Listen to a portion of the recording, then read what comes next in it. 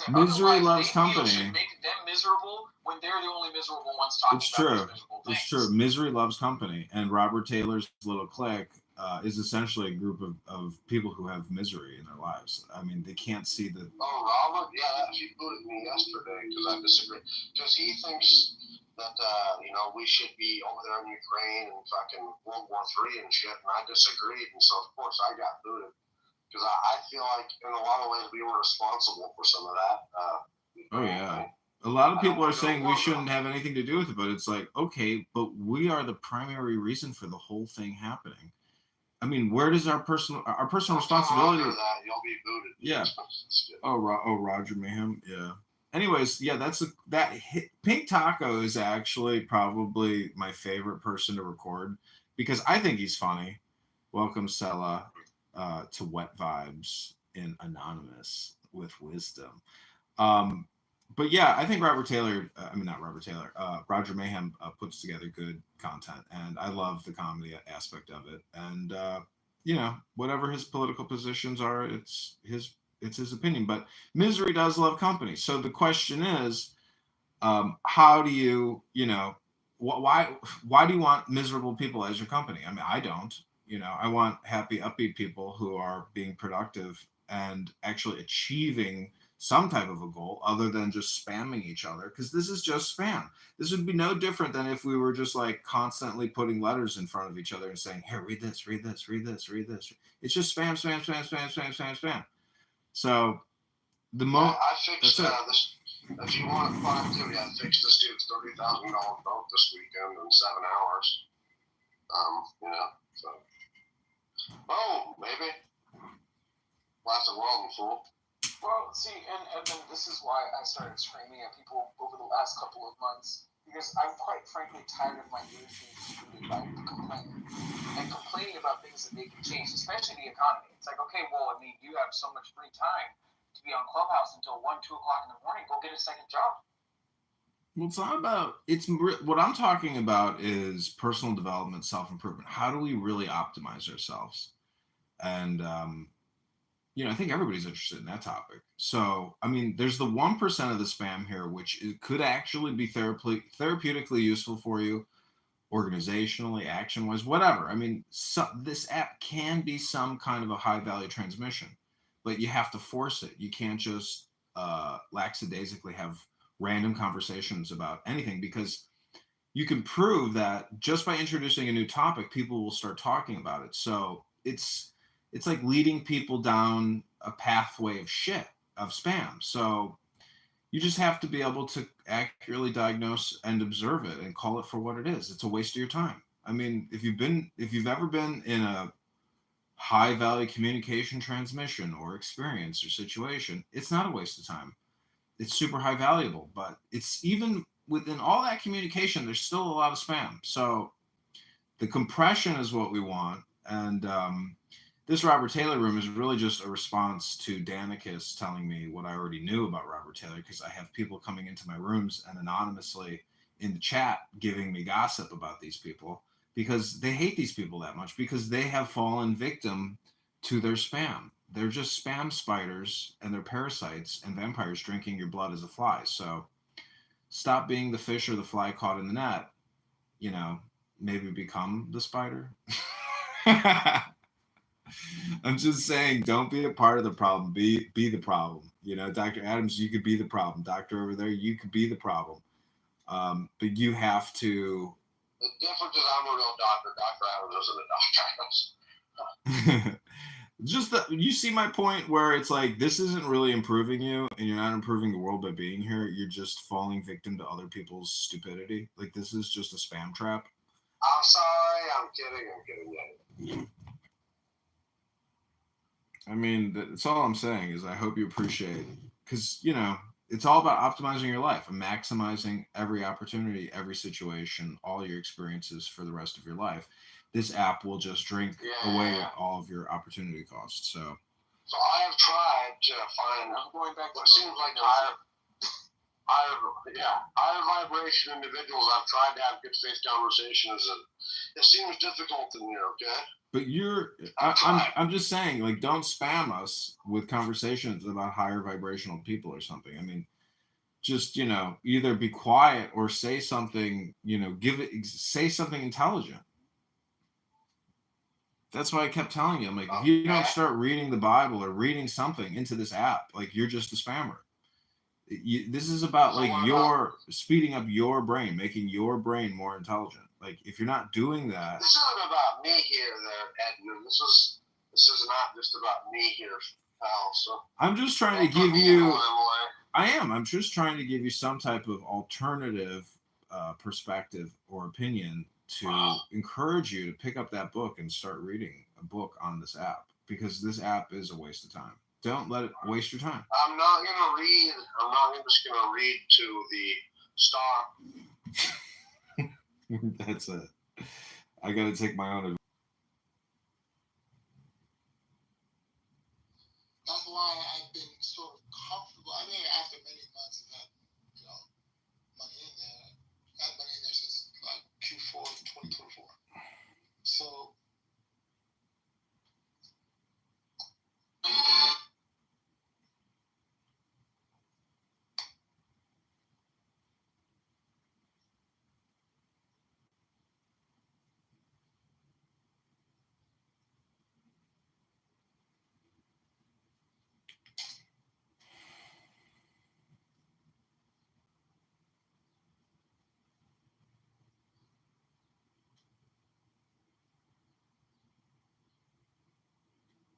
Of course, that's it. And you bark like a cat.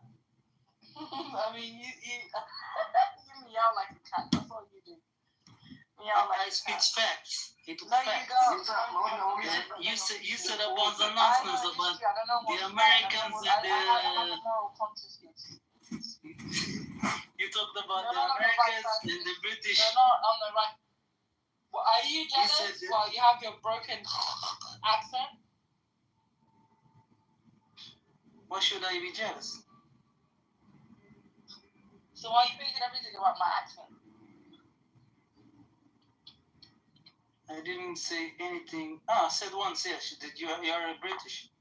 Got an accent. Your accent is British. I told you. I came here when I was 13. I was born in So you got a passport?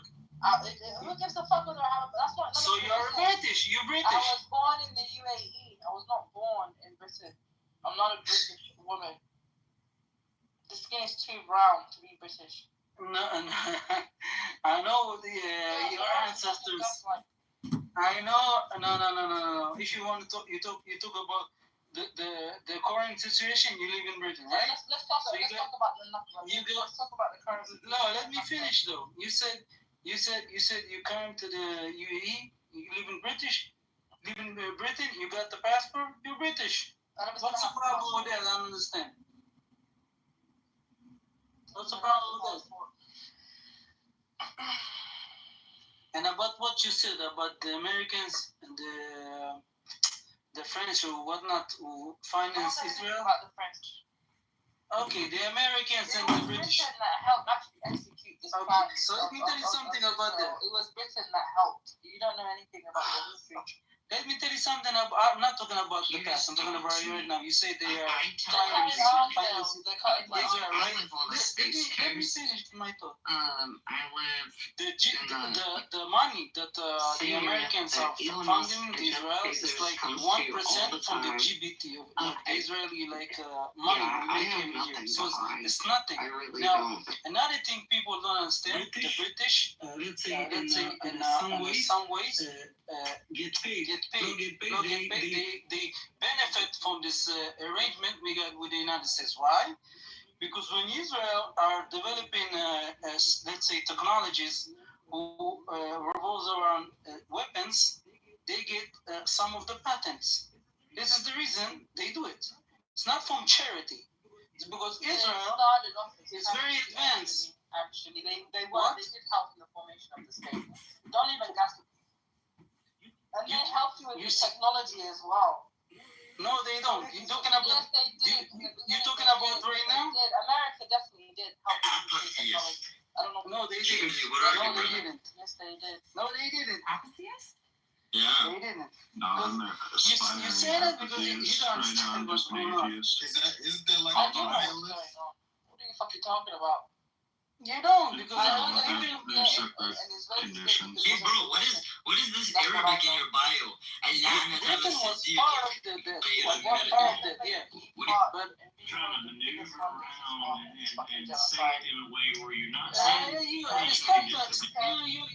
You spit in nonsense. You got no facts. You're just saying words. זה אידיוטית. אחי, תמיד זה אנשים יצורים, אתה מביא לפה המוסכים. בחורה עושה לך העיניים, אתה מתלהב מזה?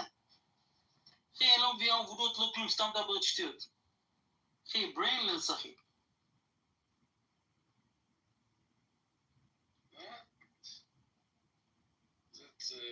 You say what things she go out, but you didn't know to make Huh? conversation. You didn't know to make conversation, so she go out. אני לא יודע. לא, אתה ולא היא, לא יודעים לנהל שיחה. מה אתה מדבר שטויות, אח שלי? אני רק... שמעת אותי זה? מקלל אותה? שמעת איך דיברה, אחי? מה אתה מדבר שטויות, עמוס? אחי, רק כבוד ודיברתי לה יפה, למרות שהיא דיברה שטויות. רק קללות, קורס וקורס, אחי. כשאני מדבר את הפקטס, מה היא מדברת שטויות? She's cursing. אז מה אתה אומר לי שזה, אחי? אין לה טיפת כבוד עצמי ולא כבוד למי שמדבר איתה. עמוס, מה קורה?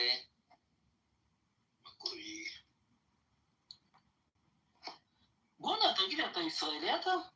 לא. בואנה, שמע, אתה הזוי, שמעת אותך מדבר מפעולה. ברח, זה?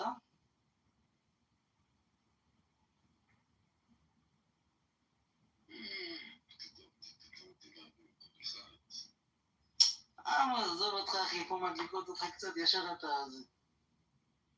עזוב אותך, אחי, יש דברים, איך אומרים? מה? אני רוצה לעשות איזה חדר, שאנשים יבואו וידברו. אתה יודע למה חותכים? אתה יודע למה חותכים לי? כי אתה... כי אתה יודע...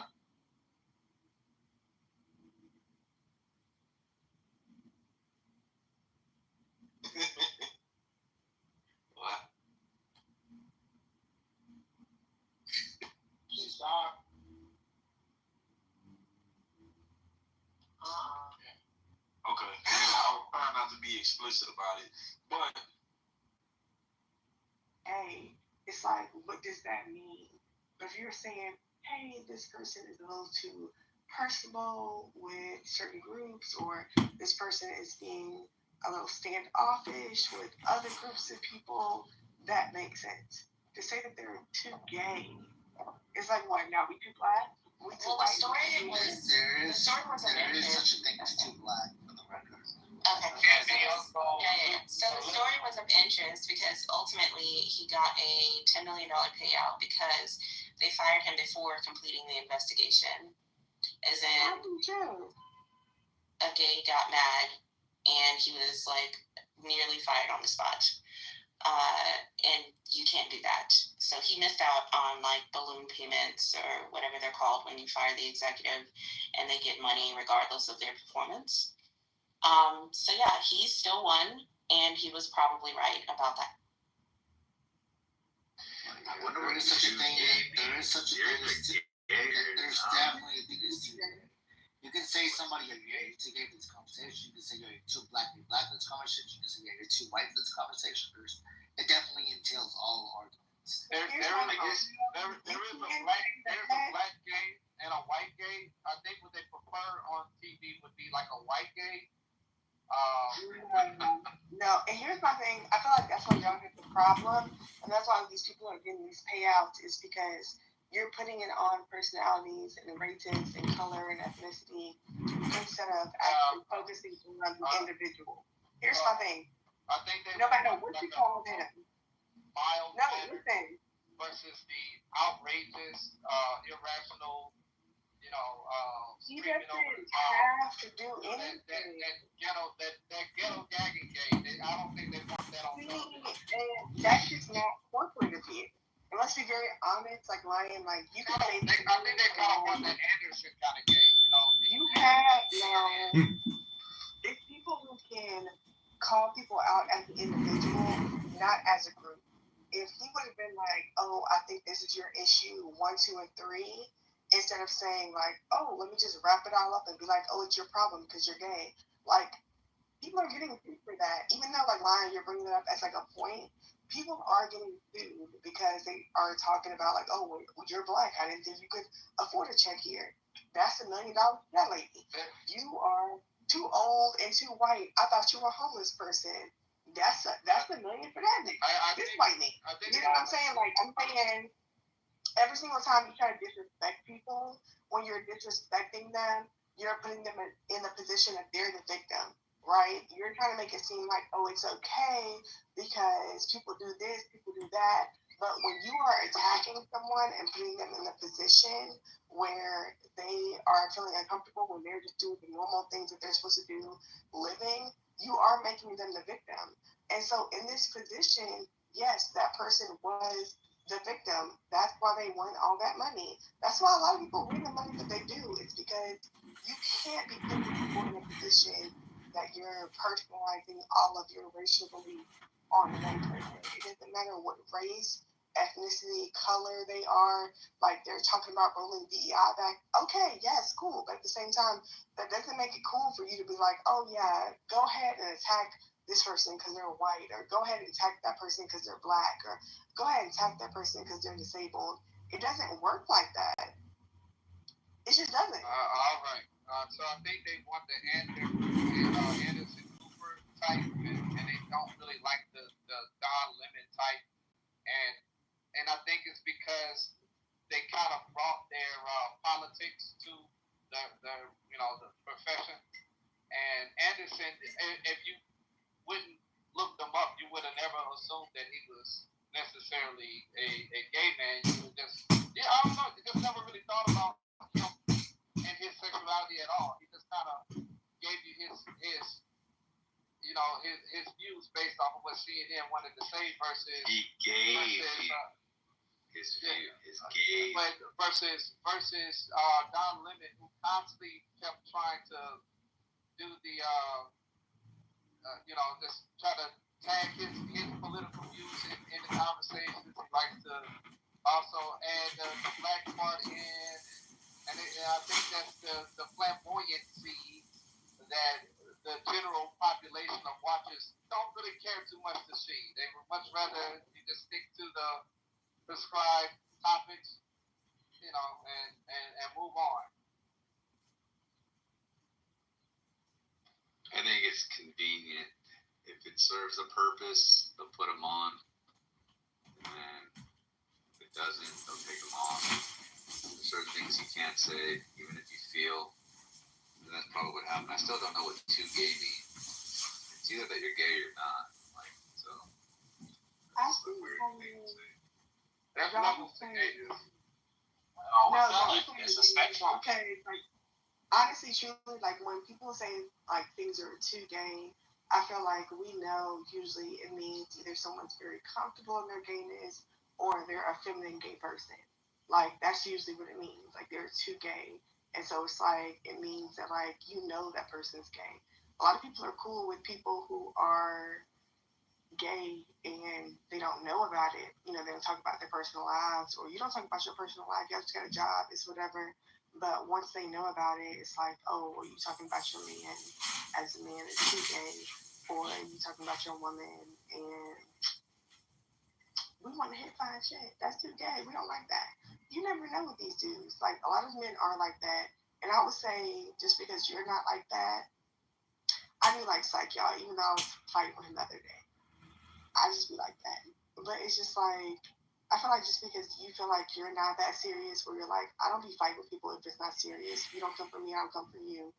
A lot of other people aren't like that. Like when niggas say like something is too gay, it can be as easy as you told him that you have a husband instead of a wife. And now that nigga's mad because that shit is too gay for you. It's just, it really is a spectrum of not just gayness, but like what people are accepting of. And I feel like that's the whole thing that like we're missing. We're just like, people can be mad about it, but at the same time, there's a reason that he got the payout. They don't get these payouts like just for like some, random comments or someone being rude. It's a pattern of behavior that lets these people know that's why they deserve a payout. So I'm gonna say that there is the spectrum is there's the extreme, super flamboyant. Everything consists of being gay. Every single argument, every time they open their mouth, they're talking about their gay viscosity, and that makes so we could be talking about ice cream and the next. And most of them can't afford their insurance. They got children, they got families raised, they're working all kinds of overtime. As a matter of fact, when they get hurt and disabled, which happens far more frequently than being killed, their pay is cut to about 66% of what they did before, and there's no overtime. And most of them go bankrupt. So they don't have that ability to get that extra insurance, that extra thing, unless they have a spouse. Wait a minute. There ain't nobody talking about ice cream. And please don't do that to anybody. Flanders or Nathan or any one of you other dunks in the room. So I think what the issue is, people much rather deal with a more palatable individual like Rachel Maddow, who's also doesn't go around just screaming to the heels that she's gay and nobody cares, Or like I said, Anderson. Hey, I was done. Anderson. He also doesn't do the same thing. But when it comes to the flamboyant side, there always seems to be the raunchy black gay that wants to scream high and low into anybody who hears them, that wants to yell it in your face and bring their boyfriend to the stage and kiss on stage and all that other shit. There's just a bunch of unnecessary shit that's not really valued or wanted. They want to push it in everybody's face, and I think that's the reason why they get fired. Because nobody wants to see the shit. Nobody cares. You go be gay over there. Stop trying to force everybody to accept your lifestyle. Fuck you, nigga. Nobody cares. Ryan, I feel like the issue, like with what you're talking about, is because I feel like you don't feel like you're pushing your lifestyle on other people, while you do feel like other people are pushing their lifestyle on you, right? Like, for example, even when we talk about like, the flamboyance of, gay black men, like I did be having that same issue. I'm like, oh my gosh, it gotten to a point that we went from, yes, ladies, show your body, fuck these niggas, do your thing, to like, goddamn, you got your whole ass out. The fuck? Like, no, girl, put a little bit of that up. Put a little bit of ass up, girl. But it's just like, that is where the culture has pushed them based on like what we're talking about. So you're being like, why these niggas got their ass out? Why they doing this? Why they doing that? You was clapping hardcore when the girls are doing it. And like, when it really boils down to it, a lot of feminine gay black men are around black women. It's actually not just the black men. Honestly, I will say it's very diverse. There's a lot of, it's diverse. Like, honestly, I know all my bottoms, some ladies. I love them all. It's just like, I feel like y'all act like y'all don't know where the culture came from when y'all were one of the biggest manifestors and the pushers of the culture. Like, y'all push this type of culture. Like, honestly, truly, if you really think about it, like 30 years ago, people was not thinking about ass. They was thinking about titties. But because of how y'all pushed it, yeah, now we got niggas out here being ass. I got white girls, competing with me. I'm like, girl, no, I don't even want to compete with you. They're like, nah, I got a bigger ass. I remember back in the day when they used to be like, my skin's darker than yours because I got a tan. They don't even say that shit no more. Now they be like, I got a bigger ass than you. And I'm like, oh my gosh, girl, okay. I don't be in the gym. It's gonna be okay. But it's just like, y'all have to act like y'all are the pushers of that culture. It's not like they're doing this out of nowhere. It's not like these gay black men who have like gone up and like now they're like, some of them are like, making motion off of supporting black women, but also some of them are making motion off of being themselves. But like, the whole thing comes from y'all niggas. Like, what are you talking about? The BBL culture, like the culture of getting BBLs, being thick as shit, making sure your thighs match, all of that shit. You're mad that gay people are taking this on. But being realistic, a lot of gay people have like taken up and been there for black women, but they also see black women as something that they like want to see in themselves. And then you have these standards for black women. And then you are confused why these men want to be out here with fat asses. Like, Saucy Santana is out here. Literally, there's so many like people on TikTok doing like the same like little things he does, where it's like period, this and that. Why do you think they want to look up to black gay men instead of black straight men? Well, I'm saying that now that gender and sexuality are on a spectrum, meaning they are fluid, that we should not have to consider sexuality an immutable characteristic. I don't think it ever was. So take those right. All right, so if man could be woman and woman could be man, then you know what? Fuck it. I think gay men could be straight, and straight men could be gay. And I personally may have a vagina and be a bad bitch. Shut up. But I am a big nigga. I know for sure if I was trans, I would be 6'5" with a big dick. It's just stupid shit doing here. Shut up, Ryan. Go ahead, Monica. I'm sorry, baby. All you Shut up, Ryan. Monica was speaking. I don't want to hear you. Let her go. I don't care what you want to hear or not. You shut up. I'm actually the conversation. The overall point is... Shut up and let her go. I'm never going to listen to you. I don't respect you. I don't respect you. I don't care. Because I wanted to ask my own question. This is the stupidest shit ever. I don't want to listen to him. Okay, then shut up. Go swell. I want to listen to her. I don't care what you want to listen to. This you're talking. I'm not going to answer you. Lions are respected member of the community. So he's a coon. He's a coon. What's wrong with this crazy ass woman? Look, here's the point. But we don't necessarily know that anymore. The overall point is you think that they're your allies, and in fact they're your replacements, and you're an idiot for siding with these people who all they do is copy you, trying to beat you so they can take what's left of the heterosexual men if they can. That's the ultimate point. They're here to deceive and trick niggas, and you help them. They never actually was on your side about anything. Let's look at the political standing that they have with you. What are they actually fighting for? For you, black woman. What are you? You want me to answer the Lion for real? Wait. The right Lion, to abort. Wait, no, not yet. No, not yet. The right to abort their children is what they stand for you. And what else? What other political statement are they making for you, dumbass woman? Okay, is it my turn?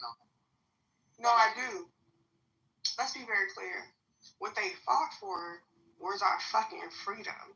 Are you fucking stupid? From who? Like, the reason that we even got here to America is because black people didn't respect each other enough to not sell each other into slavery. Hold on.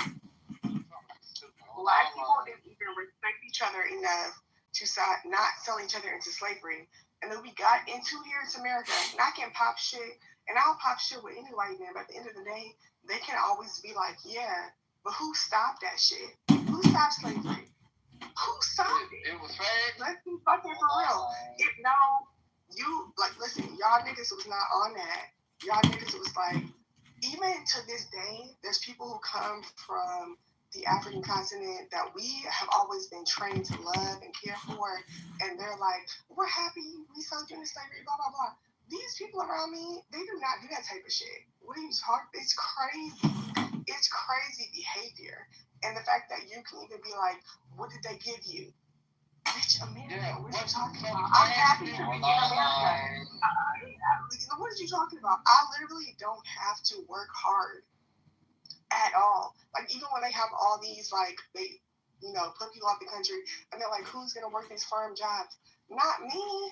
I work a cute little job. I do my little thing. I don't do too much work. Like, honestly, I'm happy to be where I am, and I feel like y'all feel like they never gave a shit. But to be honest, like that's why I do take up for my homegirls, because I definitely understand where sometimes, okay, people be talking shit on you, you have to move on. I'm not saying that being Black in America means that we're like being treated like the nicest ever, but honestly, it's better being treated nicely in America than somewhere else. Like, what are you talking about? Like, we have cute little work from home jobs. I don't even have to get dressed to go to work. I be talking to people like, what are you talking about? Like, it's not the same. Like, the whole idea of like these people are fucking us over and it's the worst thing ever. Even me personally, that's why I came into the room and I apologize. It's like, because I was drunk that day and I was like, I'm sorry for being mean to you. I apologize as well. I didn't hear you apologize. I apologize as well. But it's all just letting you know, a new day is a new day. I don't hold anything against you, but I appreciate it. Thank you. I reciprocate back. Can you make out with I could be talking about shit sometimes. Shut up, nigga. Knowledge, did you hear what happened?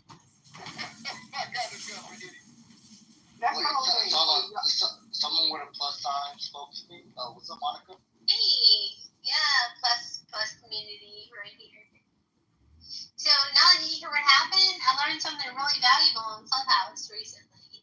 Yeah, I heard that calling someone weird is actually worse than calling them the N-word or an atheist. I did not know that. Yeah, that is unfortunately true. And I don't understand it because I'm just saying you're weird, like you're being strange, like you're not being normal. I feel like the niggas is taking it too hard. I feel like it's a lot more than shit. For the record, in this room, there's a list. So from worst to bad, the worst word.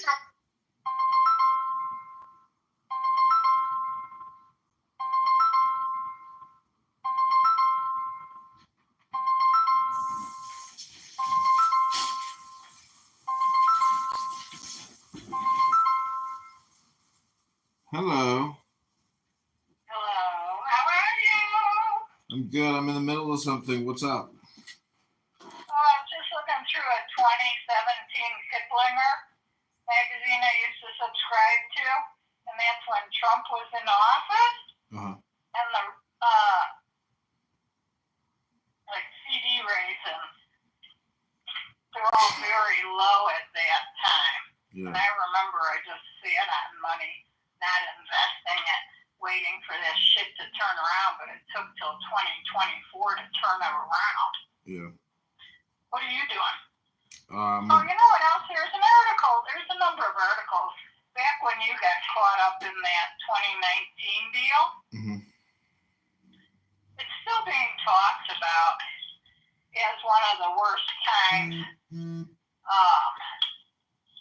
that ever happened, or of the era where people like your age range did get caught up in that shit. Really makes me mad every time I see it.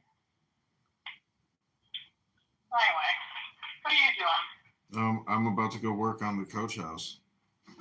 Oh yeah, do what? Tape it all up and lay plastic all around so I can. I don't really want to do 2 cans or even 1 can today, but I have to get this painting done because I just had 2 new cans shaken up. So. They do say it holds for a couple of days. I sure as hell wouldn't trust that. What do those guys know? They're only selling this shit. Doesn't mean they know shit. What do you mean? You think I should bring it back and have them shake it again? No, I think you should stir it. Don't you always take stir sticks when you have paint? I also bought like a metal mixer that I can put on my electric screwdriver to. Ooh. That'll spit all over the place. That you didn't need. You just use a paint stick. Kind of like dig it up from the bottom carefully. I wish I was there. I'd paint that little beauty for you. What color is it? It's just white. But you gotta paint it again. Only time There's stains, you know, because it flooded, so there was all this staining on the walls from all the moisture. Oh, whoa! I don't know if the paint's gonna cover that without a primer. No, I can wipe down most of the stains. Well, you sure should first. They got a product called TSP. I know. Trisodium phosphate. I know. I literally just, you can use a wet rag and paper towel. I don't need to scrub all the freaking walls. It's too much work. And that chemicals, you're dealing with all that chemicals. It's like, this is the thing I hate about painting is you're literally exposing yourself to all these chemicals. It gets all over your skin. It's such a pain in the There's a real ass. prep period. That's what painters get $5 for, is that prep work. Yeah. Tarping everything down, taping it. But it's still not worth it to me because I can invest in a $5 roll of tape and do the baseboards. I'm glad I'm done painting. It is. I painted this whole damn place myself. Every wall, ceiling, it's over. Now don't paint during the heat of the day. Start getting that. Get out there in the morning while it's still nice and cool. Have the doors and windows up. And roll it out. Do you have a Harbor Freight near you? I don't think so. No. Nah? No. That's where you get the best prices on that paint stuff. Mm. I bought myself a Sawzall yesterday. I'll leave it in my will for you.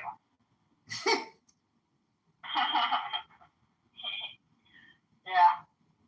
So everything else okay? You okay? Yeah, things are going fine. I just gotta keep moving. That's it, and everything will be okay. Yeah. That's what Aunt Linda said probably about a year ago. She said, you gotta keep moving. Because when you get older, I don't really like doing paperwork anymore.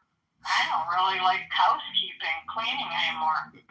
I'm even slowing down on cooking. It's like all of a sudden, bam all. Yeah, cooking. It's hitting me. I'm slowing down. Did you or Samantha ever get that thyroid treatment surgery where they cut into your neck? No, but Aunt Linda had that when she was a kid. Really? As a kid she had it? Yeah. Wow. I guess they wanted one of the 5 daughters to get caught up in some kind of surgery so they can make some money. What I don't understand is how you're the baby of the family, right? Yeah. So how the hell how is Nancy doesn't have the same father as you? But what, did your mom get back together with your dad after? My mother went outside her marriage. And Nancy was created, and I believe that's why I was created, to cover her indiscretion up. See, that's so conspiratorial. It's like you think you were a cover-up baby. It's so stupid. You know what? I like myself. I do, because I can see that I just kept on pushing forward, although I was like kind of left out there all by myself. Well, even when I was a young child, you're on your own. Yeah, but I mean, myself I know. Because of my succeeding, but it really doesn't matter. Exactly. Who your mother is or who your father is. Exactly. That's my if point. you grab on and hook in. Yeah. That's the only way. That's the only way it happens for you. Yeah, exactly. That's why I say that's why I'm making fun of you when you say you're a cover-up baby. I'm like, yeah, like you just came up with the correct answer, but I was just wondering because, like, how the hell does a woman get back with the man that? Well, I guess it makes sense now that I think about it, but it's still. I just thought of this. So Nancy was the 4th child. Mom was probably out of her mind, right? She's got 3 kids already. Now she's got a 4th one. So just having those 3 tipped her over the edge to having an indiscretion connection moment. Uh-huh. But when I was just a teenager, she invited me out to lunch, which was really off. That was out of the norm. And we go to meet this guy in a restaurant. His name was Mike. And I had to endure having lunch with a man that she's having an affair with. Mm-hmm. And Nancy finds a love letter in my mom's purse, and she shows it to me, and she says, show it to Dad. That was George. Mm-hmm. My stepdad. Show it to George. So I did. I just handed it to him. And I don't know the discussion that he and my mom had. But this guy was flowering my mother with gifts. And I think that's when she started those babysittings out of the house. Mm. So that she could have him come over to her babysittings. Because don't you find that odd? That she's babysitting other families' children, leaving her own kids. Nancy and I were left in the house. Mm-hmm. She would come over to our house and make a sandwich. And Nancy and I would let ourselves in the door. We had a key because we'd walk home from school and have our lunch and then lock the house back up and walk back to school. Mm-hmm. While my mom's at the other person's house.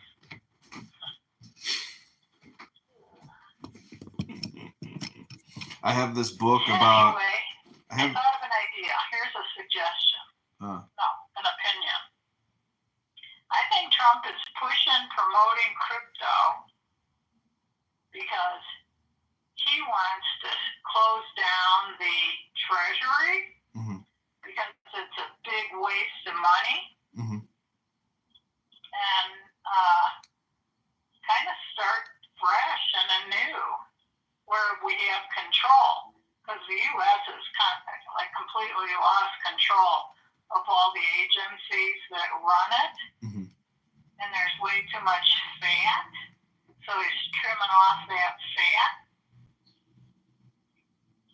And he's got his hand in crypto himself.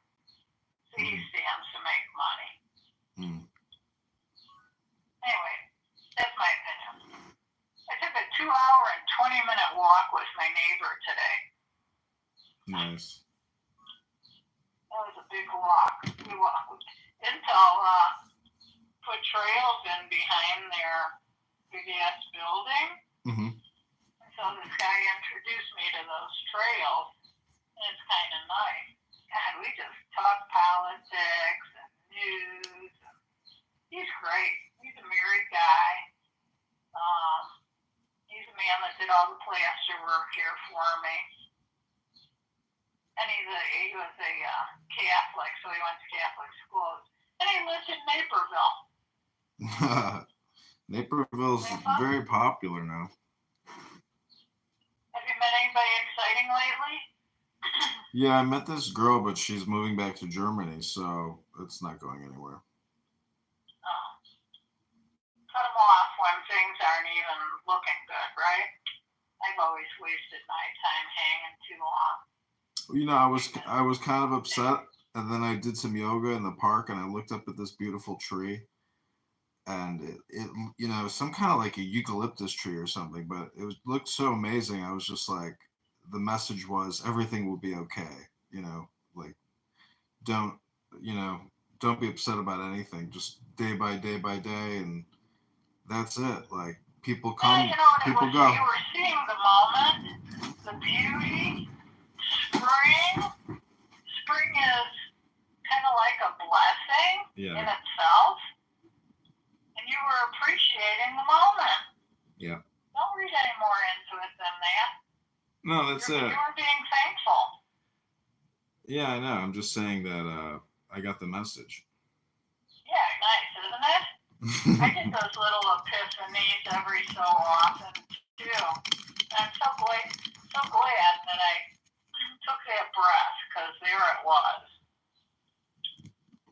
I don't get them too often, but sure do recognize them when I do get one. Marriage is like the perfect analogy to debt, meaning that you create this essentially an artificial contract which involves all these unknown third parties in the future. Who are those third parties? Judges, lawyers, police, counselors, society, basically. Okay. So I'm just saying, I was listening to Bill Maher and he was saying that marriage jokes are very popular because marriage sucks. So it's fun to make fun of it.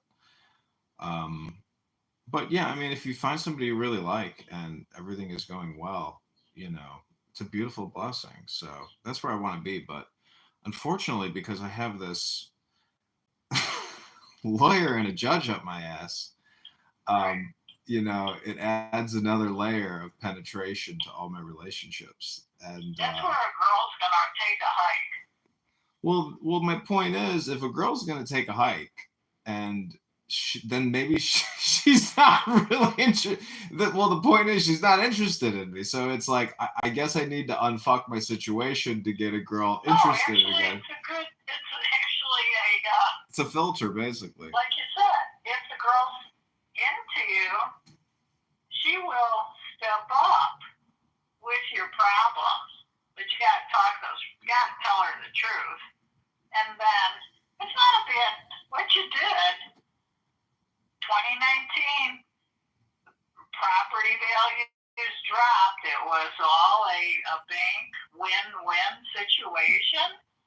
And you said, fuck you, I'm out. That's exactly what you did. Now, when she tells her parents that, that's the other layer you're talking about. Yeah. They'll probably say, just keep going, honey, keep going. Yeah. I know I would if you were my kid and your girlfriend was in that dire strait. Well, that makes me kind of jaded about love, meaning that it's not really about. It's not even about It's not even about attraction. Apartment building. Well, what I'm saying is, love is. You should. I guess it's a good way to actually do like a diagnostic on love. Both ways, whether it's not really love and it really is about arrangement or providing security. So. Yeah, I understand it from the position of like an animalistic position where that, man has to go out there and come back home with meat. So that's basically the situation. Some girls gonna say, yeah, we can live there. We can pay that mortgage. It doesn't matter to me. It's not my building. But as long as we got a nice apartment in our lap, we'll live there. Yeah, see, that's the thing is there's always levels, meaning somebody who's living in a Roach Motel studio, in a shitty part of the town, if you can fall in love with somebody that's something significantly better than you, you've just improved your situation.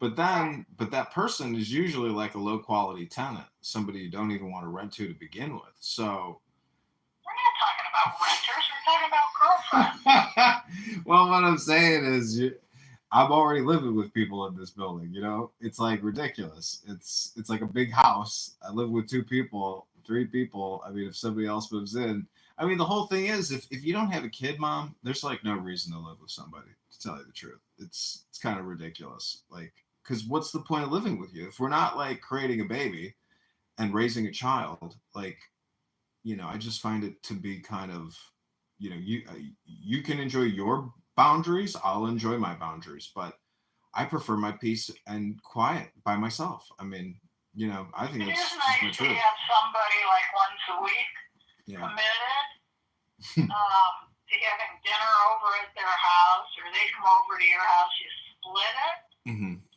And then you go dancing with them when there's music to go out. That was pretty nice. I'm really missing that with that guy. Well, that's but dating. That guy. It's going out on a date.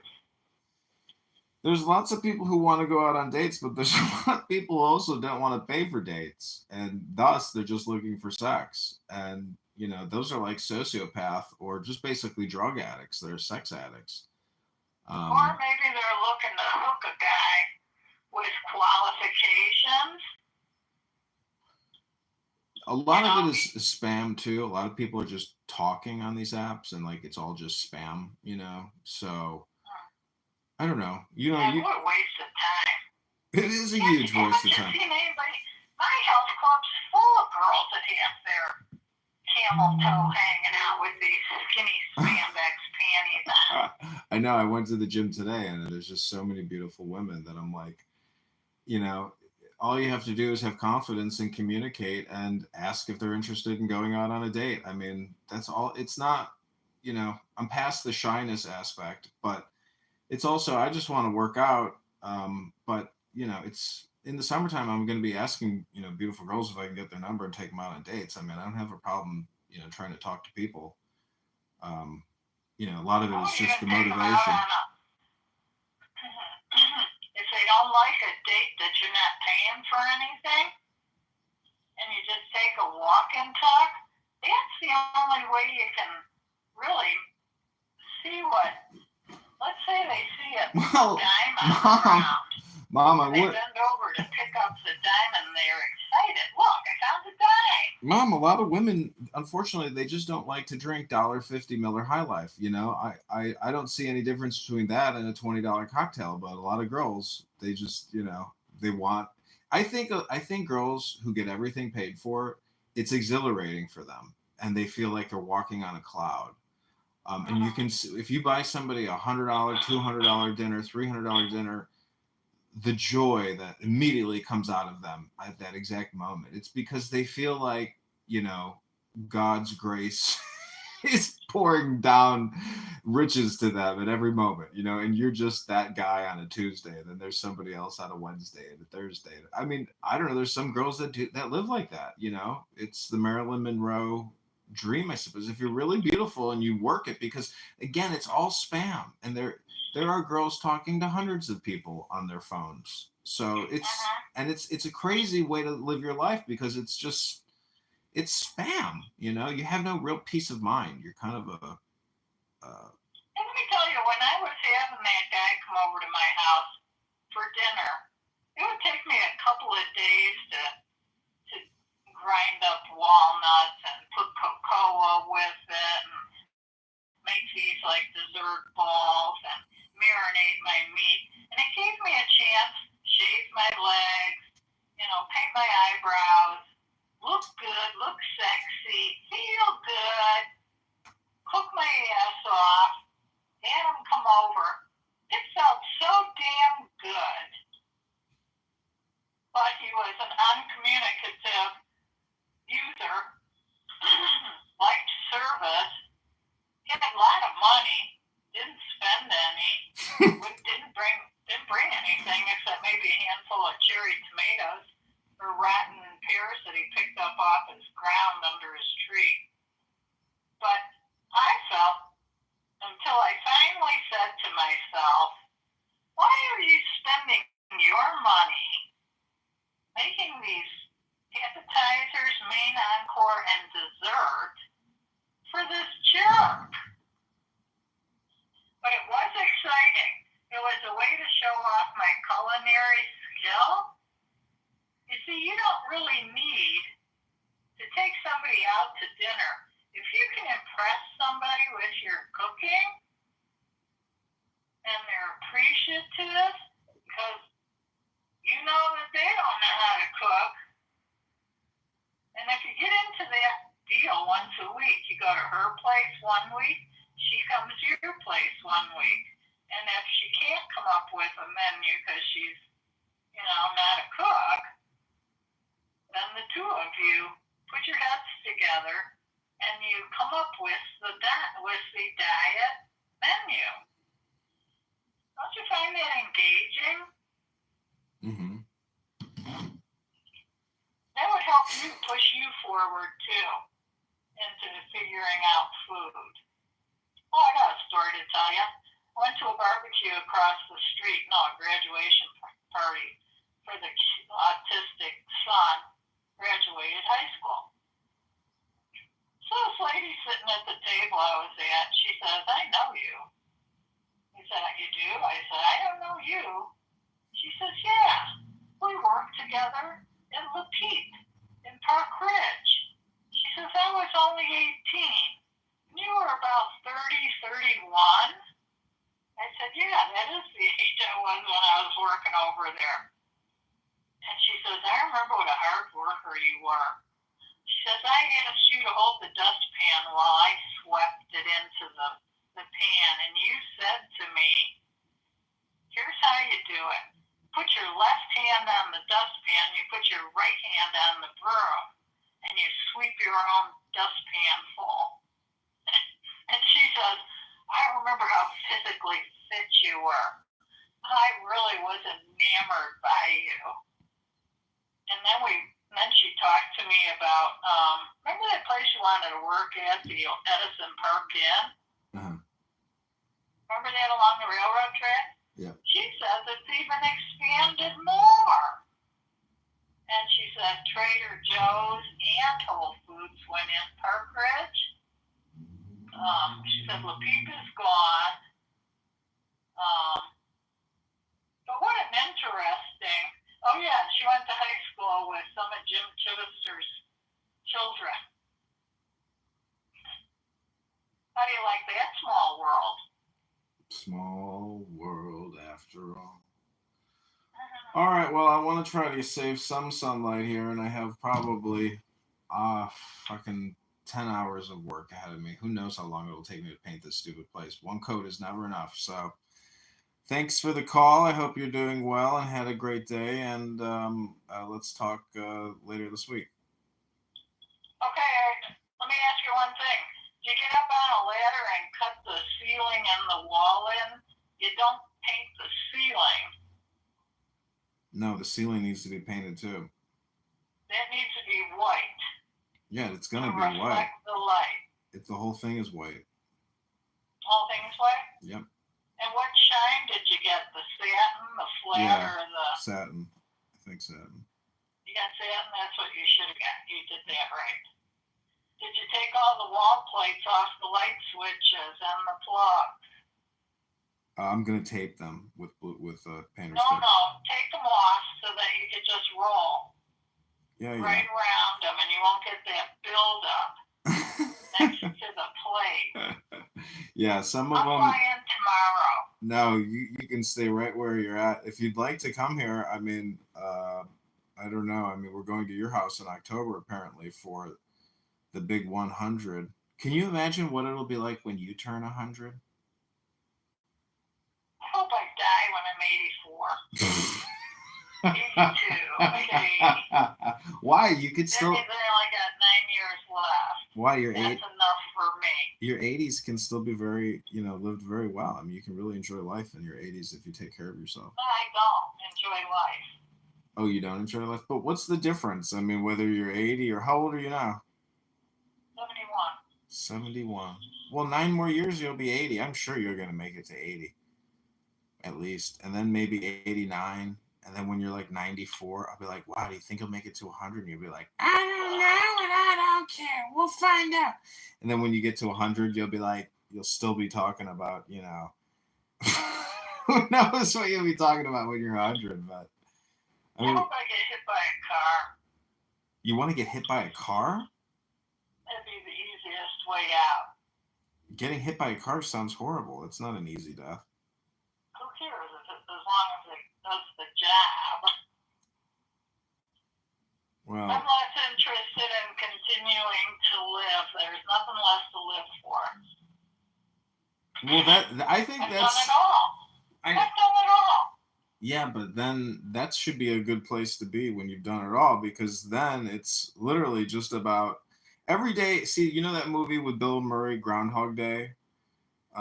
He was trapped in a time loop. He couldn't get out of, the same Groundhog Day every day until he finally became happy. And he realized that he was getting angry over everything. And then he fell in love with the girl, and then the movie ended. It's an interesting movie to watch. You should rewatch it because it's really all about anger management. I mean, here's a challenge. I'll give you a challenge. Try not to be angry for 5 days, 10 days, 20 days, 30 days. Imagine if you could go 30 days without getting angry about anything. That would be, it's a challenge. It's very difficult because there's so many things that happen all the time where you're just like, motherfucker, this is fucking unbelievable. So, I mean, I went to the gym the other day and, the light turned orange as I'm through the intersection and the camera goes off and boom, I got another $100 ticket. And so you're just like, even when you go to an intersection and you see that timer counting down, 10, 9, 8, if you don't have enough time, and plus basically that means you can't even be going fast. So I'm saying like the speed limit here is 30, 35 now everywhere. You can't go over 35 anywhere. So I'm just saying you just have to drive very slowly here. And anyways, so my point is it's the same thing in life. People are road raging all the time in the real world, at work, in their car, on the phone, on the internet. They're road raging. So the revolutionary or the enlightenment way to live your life, if you want to change your life, Mom, is to try to go 30 days without getting angry over a single thing. And you'll be like, huh, well, I don't have the obsession of the telephone or the email or that stuff. I'm chill. People like it chill. They like being around me. And I'm really easy going. It's you guys, your age range. Yeah, but you just said twice as fast. You just said you want to die at 84 and get killed by a car. Like that doesn't sound to me like somebody who's chill. That sounds to me. That's one way. I could probably come up with a few other ways. But and you just said you've already. I'd be lucky. See, my point is, you just said I've already experienced everything, and everything is boring. So I'm just trying to point out that, like, if Dad has told me this too about being bored, about not having a job.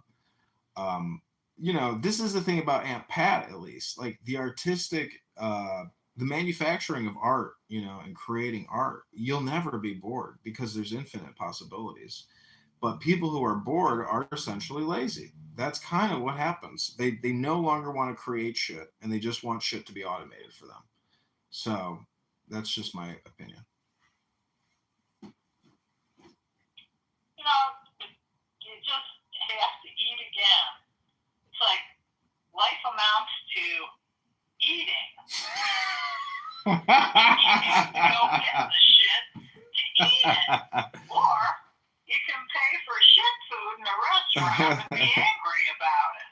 Well, this is what I like about living here, at least in northwest side of Chicago, is that I have 50 different good food options that I rotate, amongst. So my food intake is always high quality and always varied. I never get sick of what I'm eating, and then I try to find the most high quality food for the best price, and then I mix and match. I mean, it's and it gives you, and food is so amazing. It just tastes, some food is just so good. You're just like, wow, I'm in heaven right now, and it's fatty and delicious. But I just worked out, so I earned it. Fatty and delicious. When's the last time you had a physical? Last night. But yeah. You should have a physical and probably a prostate check. Oh yeah, I want some Indian guy from Hyderabad sticking his finger up my butt saying, "Oh, Mr. Kitover, your prostate feels very nice. To feel so good. How does it feel when I push here?" Oh! Have you ever had one yet? No. How about you don't have colon checkups yet, right? Nah, no colon checkups yet. Nah, I'm good on the colon and the prostate for right now. I got bigger things to worry about, like paying my gas bill, paying my electric bill. Oh my God, the fucking utility prices are driving me crazy. Okay, just checking to see if you're taking care of yourself. Yeah. Free healthcare. I just went to the gym today. I'm doing more pull-ups than I've ever done in years. I know, but you gotta check the cholesterol, thyroid, all those checkups. And that's what they do when they do a checkup. Well, do a blood draw. what were you? Everything you're lacking. How many boosters have you gotten? 2. And you got 2 vaccines? Yeah. So, there's so much information out there that I'm sure you don't even care about or have ever read about. But, you do know that it was probably a bad idea to take those, vaccines and the boosters. But I think it was all a shit show for some deliberate purpose. How can you I think just? It was a cleansing to get people off of Social Security to save the system. It was a purge. I think there was a number of reasons to do it. Yeah, it was a huge purge. And when all those people that did die, and they had large estates. Oh yeah. So when those estates got cashed in, that's when the tax revenue came in. Well, the thing is, they spent trillions of dollars on loans, on borrowing. Heroes Act, 1.5 billion, 1.5 trillion. So the country's now at 40 trillion in debt. So that was the biggest scam, is all the COVID relief funding and buying 30 fucking million vaccines every month. I mean, the government and masks. Everything, yeah, masks, the rotisserie chickens, the incubators. I mean, this is the thing that I really dislike about life, is that it's like lawyers and doctors, and that's it.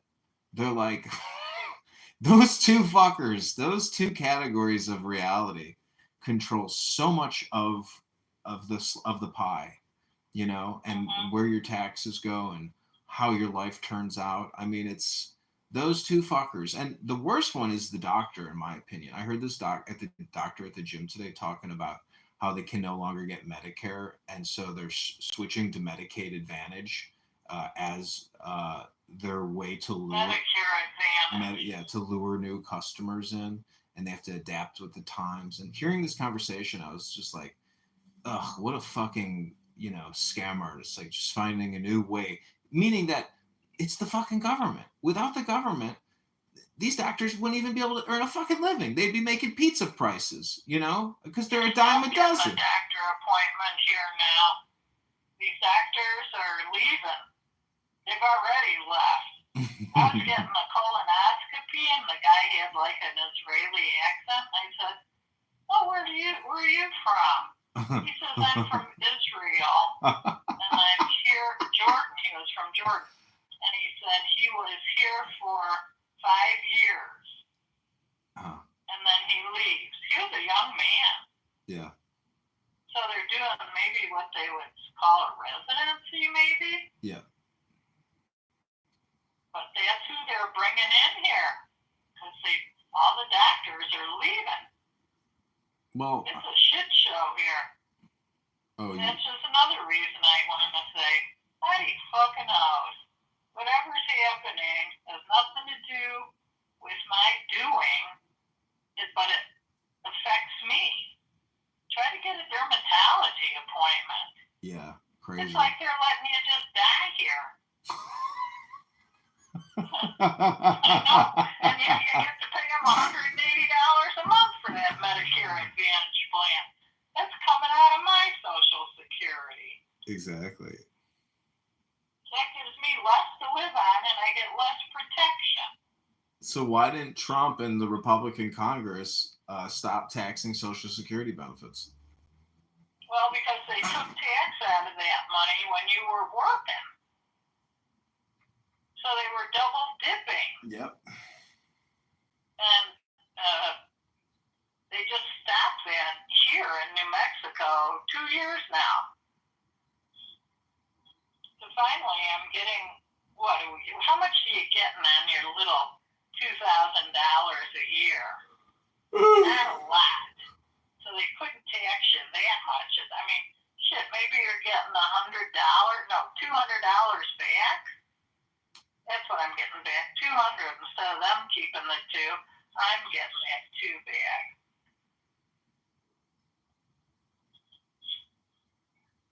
Wait till it's your turn. Well, any other positive, optimistic, joyful advice or thoughts or comments? No, counters are full of shit, paperwork. I've been living like this for so long, I overlook it now, and I say, I'll get it done when I get it done. Sit there, and I can keep looking at it and walking past it. Yeah, I'm the same way. I got a lot of shit I gotta do. I got a lot of paperwork I gotta go through and finish. I gotta send this appeal back to the Treasury and to their civil rights office. So today I'm gonna draft the letter. And I find by getting up at 6 o'clock, Mhm. I get a lot more accomplished between 6 and 9 when I go to the health club. Mhm. Those are my 3 best hours. Yeah, I agree. That's probably the optimal way to do it. I'll be outside painting by 6:30. I just did wood putty on my posts and sanded them today. Now tomorrow I'll put another coat on and then sand that, and I'll paint that area. Whew. Okay. All right. Well, enjoy your evening, and talk with you soon. And be well. And people love you. Be happy. Life is short. Yeah. Someday I'll get a dog. Maybe that'll bring happiness to me. You need to be. I don't know. It's hard to find happiness when you live alone. I think maybe you're just you're not. I think you need reprogramming. I think you need to be updated. I think you need a makeover and an update, like a software update in your brain. I don't think I ever have been happy. I think I've been content because I've always stayed on top of everything. Uh-huh. But happy? It could be your perspective, but I bet how much you want to bet it's your conditioning, that all your life events, all your experiences. I honestly think a good book, is better than a lot of therapy. If you really read that book and it's basically meaning intelligence. It's like if you were smarter, maybe you'd actually be happier. That's the theory. If you were smarter, you'd be happier? Mm-hmm. I don't know about that. I know some pretty damn rich people, and I would say when you have money, you just want to protect it and make more with it. That makes me content. Doesn't make me happy. Makes me better off than a high percentage of people that don't have any. So that makes me content. So part of happiness is basically realization about who you are and where you came from.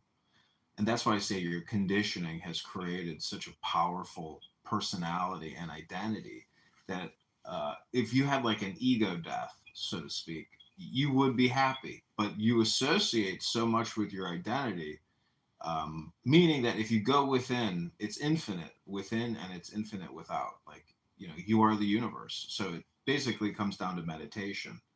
And there's a saying, a Native American saying you might like. It says, if you can say it, it is not true. So, if you can say, I don't think I'm happy, well, then it's probably not true. You probably are happy. You just don't know it. I'm content.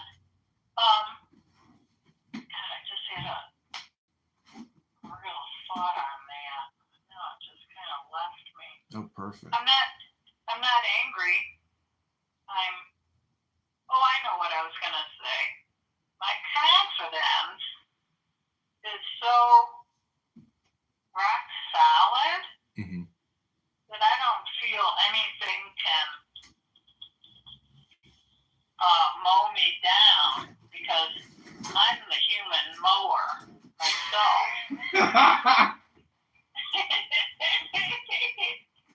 Yeah. People think that because I'm gray-haired and because I'm in a house like this and I can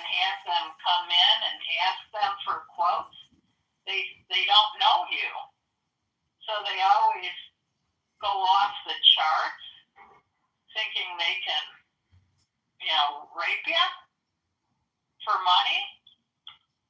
And I just go, thank you very much for coming over. I will take your consideration.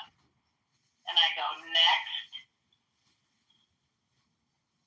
I've gone through so many people for this house. I hate people. I hate them. But what I do have over them is I've got the money because I have made it in this business. And they don't know that. And they think they got the upper hand. And they don't know that I've got the upper hand, you dumbass. So it's been a good field for me. But now I gotta find something else.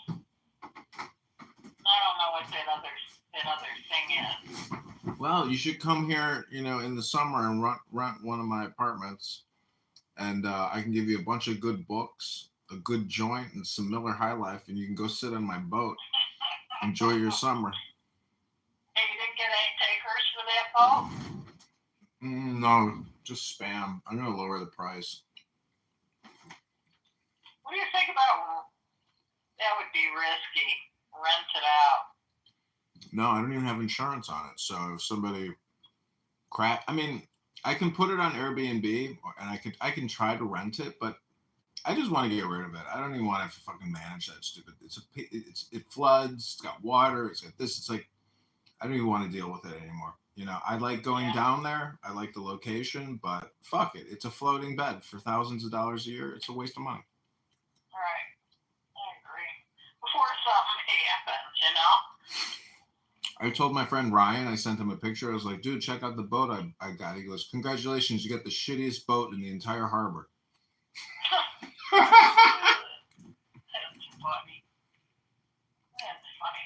I'm going to go sit in the bathtub and pour water on him like Dusty Batty. Okay, have a good evening. Thanks for the call. Love you. Talk to you soon. Okay, you're welcome. Okay. Call me sometime, huh? Okay, talk to you. Bye. To being, oh, these are my kids, now this is my wife. We have seen that and understood it. I feel like just because y'all niggas don't have that doesn't mean that we can't understand that.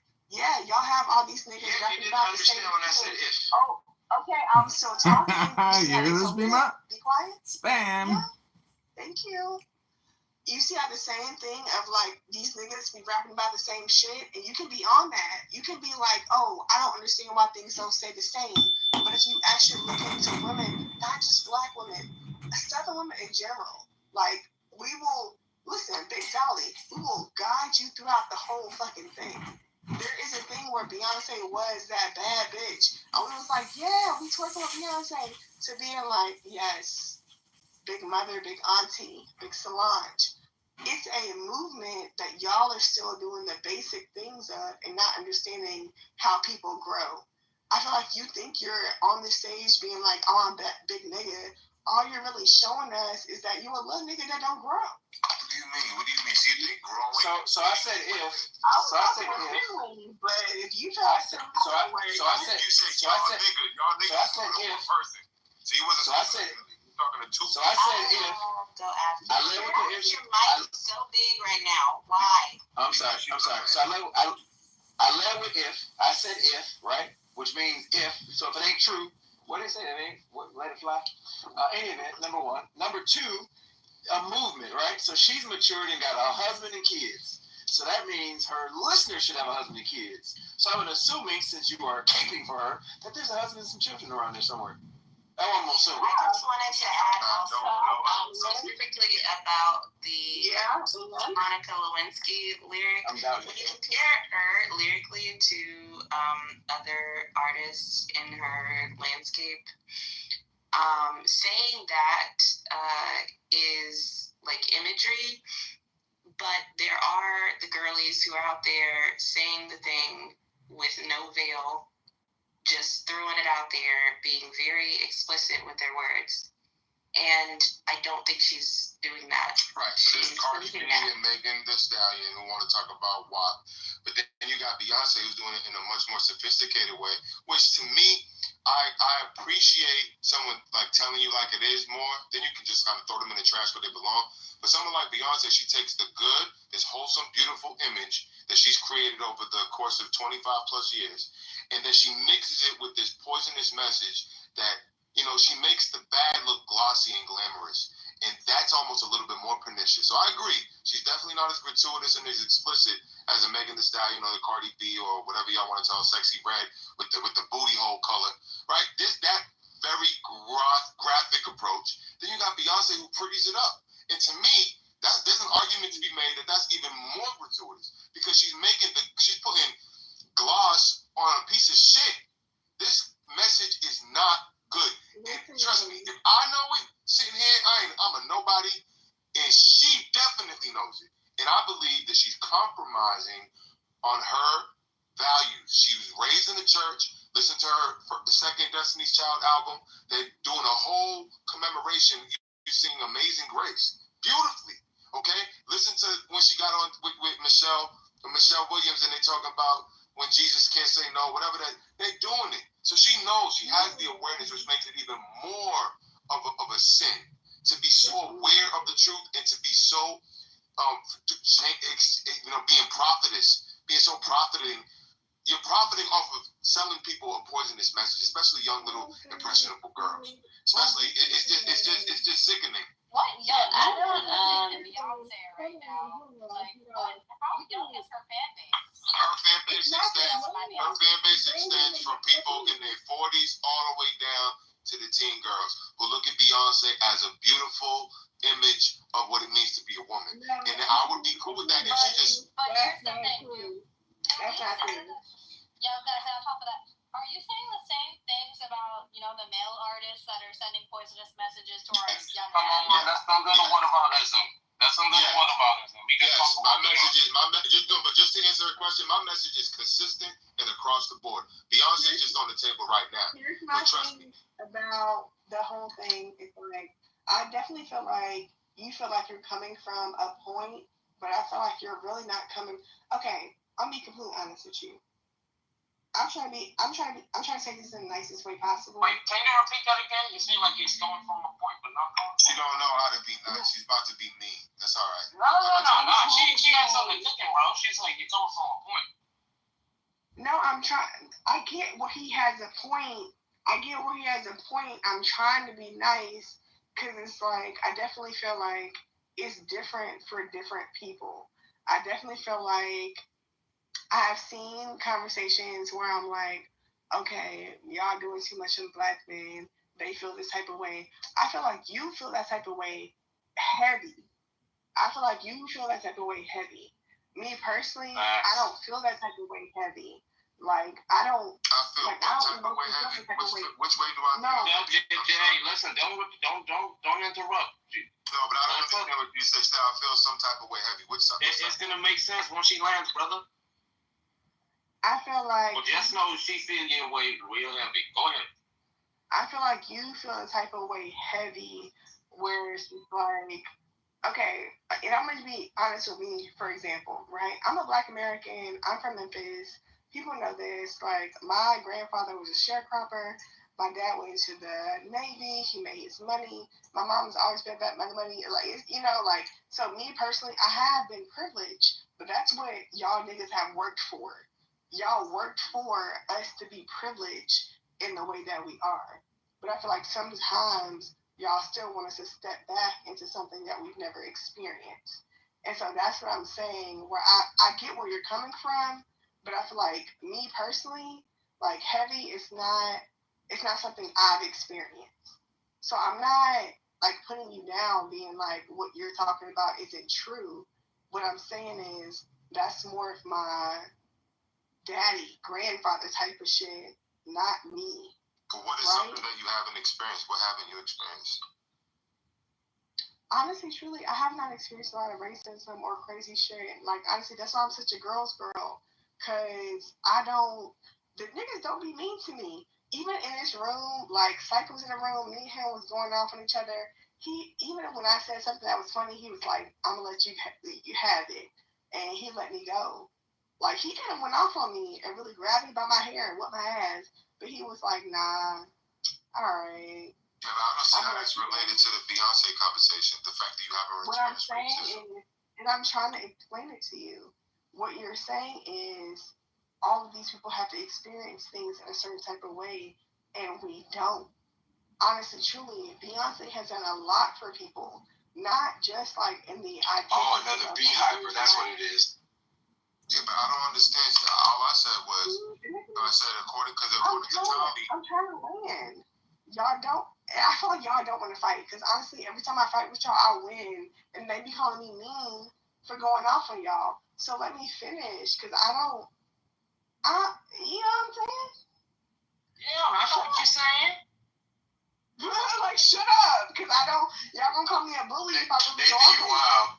You wild, Nathan. And you doing it again, Nathan. You encourage this foolishness. Nathan. He does. I love that. I love that black men encourage this foolishness, because you know what?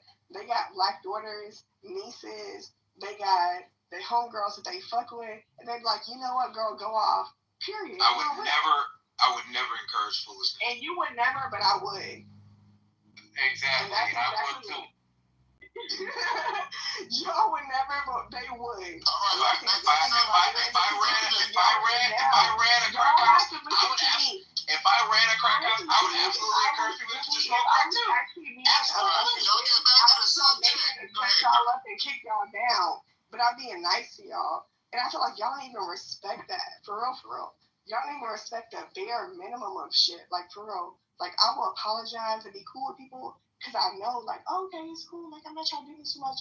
But y'all be thinking y'all on that bully. If I want him to kick y'all down and I was going to talk shit to y'all from the top, I can do that.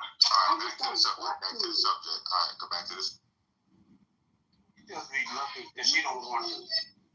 You're a pussy. That's the subject. Honestly, no, they want me to turn up. That's all right. I ain't worried about it. She ain't nothing but a good bucket. You're a pussy. You're a pussy.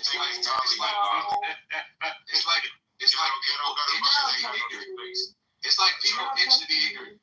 All right. You're a pussy. Yeah, it smells a lot better than what you got between your legs. With that wig on your head, take that wig off your head. You have to say something. Take the wig off your head. Don't call me a pussy. Your pussy smells a lot better than your pussy. Tyler Perry. Anyway. Okay, Tyler. I'm looking at wig on your head. Take that wig off your head. Put that wig on and shake your ass. Get that off your head, though. You walking around with that wig. Beyonce got you thinking it's cool to wear wigs. You look crazy with that wig on your head. Anyway, I was responding to Tally. Cardi B and Megan Thee Stallion over here. Beyonce is doing it in a worse, pernicious way. Sophisticated because she's taking a bad message and she's putting lipstick on a pig. And that bad message is better Tally, you understand what I'm saying? Tally, I was talking to you. Tally, can you understand what I ain't talking to you? You ain't nothing but a dog face. We saw your face. You don't got a dog face. You don't got a dog face. Your face is like a dog face. You should say dog face. Because that wig you got on your head, girl, I know you ain't talking no shit with that wig on your head. Take the wig off your head. Anyway, Tally. No, leave her alone. Get some fucking money. Girl, I'm talking to you.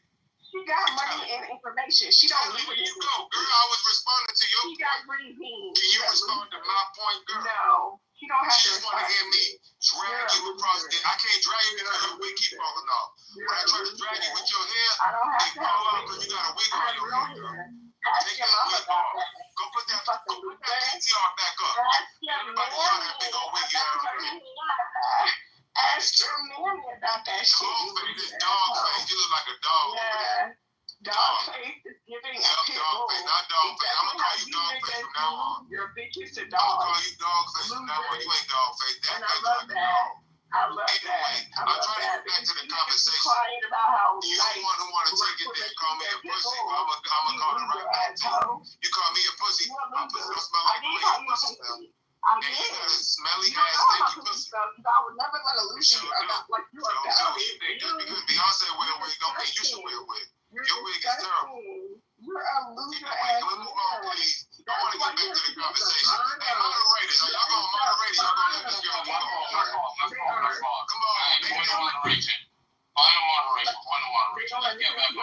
Let's don't talk about people. Let's talk about the conversation. That's right. Let's get I want to say this to man. Nah, he want that smoke. Let him get that smoke. Listen, I feel like y'all got ladies. Beyonce, regardless of what you think. Oh my God, Nick, you gonna do something about this? When I was being nice. Oh my God, here she goes. When I was being nice. Tell dog respect the room. We don't want to hear your dog breath no more. Let the man talk. Yo, Nathan, this is your fault, fam. Nathan, this is your fault. Let the man. All right. I had to spray some more. I just wanted to say this. Dollface and Infinity, listen. It ain't good to be mad at each other. It's good to be positive. Be friends with one another. Learn how to communicate your differences. Alright? She was gonna call me a pussy. I don't like her. I think she's cool. She's trying to call me a pussy. Nathan, I want to know, bro. Nathan, this your fault. This your fault, brother. Y'all ugly and y'all poor. Alright, cool. I love you too. Listen, there's this concept within relationships where people call nagging or something like that. It's like when you be mean with someone that you're attracted to. Take it a step, man. I'm not attracted to that face. I'm sorry. When she put her real face up, okay. Exactly. Calm that way. I love that. I love when I did not like But anyway, let's get back to what we were talking about. Big wig on your head. I just made it all Y'all two get your hands off each other. I love that. Stop it. Stay away from me. Like y'all two need a room. Y'all two all sexually frustrated. I'm Team Nathan. I'm sorry, baby. Keep these niggas away from me. You're too young. You got your own head. Niggas away from me. They're being aggressive. Give me a badge for I don't know why these niggas. She got her own hair. Why she gotta wear a wig? I don't understand it. You should be forced to wear your real hair. I have a lot of hair. You catfishing people. Nobody. You can't even do push-ups. And you want to talk to me about real hair. You can't do push-ups. You can't do push-ups, but you want to talk about real hair. I saw your PTR, mama. Your PTR is terrible. I'm gorgeous. I know I'm gorgeous. Dog face. D-O-G face. Listen, that's why I give D-O-L-L and the whole thing. D-O-G. You got to spell it correctly. D-O-G. And you're mad about it because I would never want somebody like you. Oh my God. You like prostitutes, and you're mad.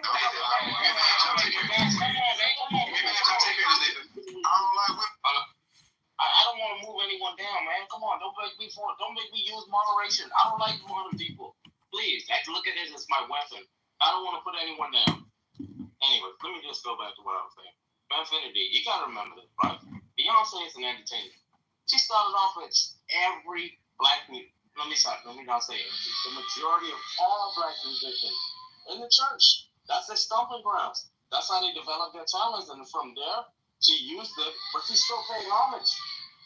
But she was never a gospel singer. No, I know she wasn't a black girl from the South. But she's mixing the good with the bad. She's mixing the good with the bad. She's putting lipstick on the pig. That pig lifestyle of promiscuity and jumping, and want to go balling out. All of these horrible messages she's been talking about. Horrible messages going back to 2001, man.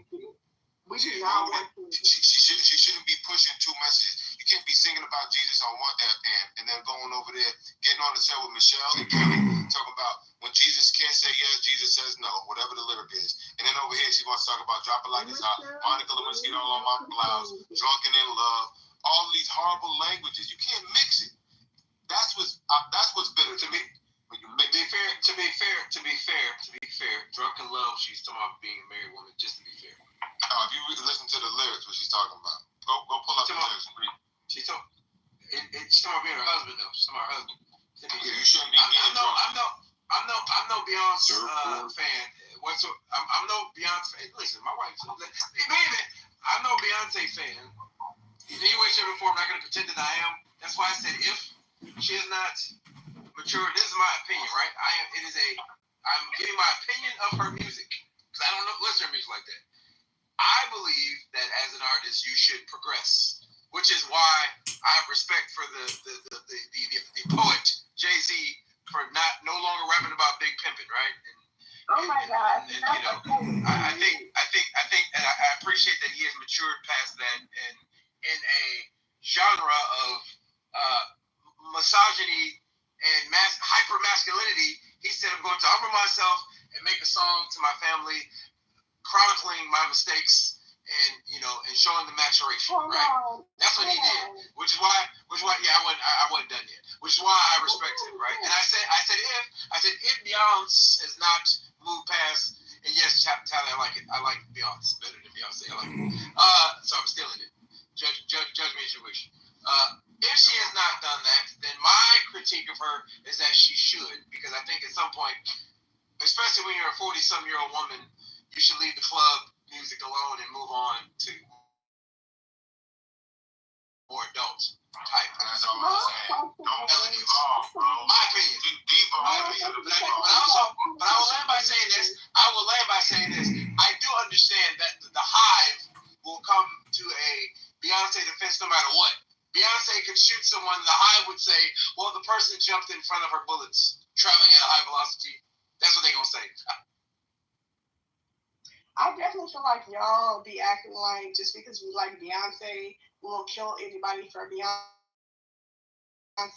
But it's really not that. Like, honestly, when we love girls and we're in a girl system, we are banging for our bitches. Like, okay, I don't care. Are you talking?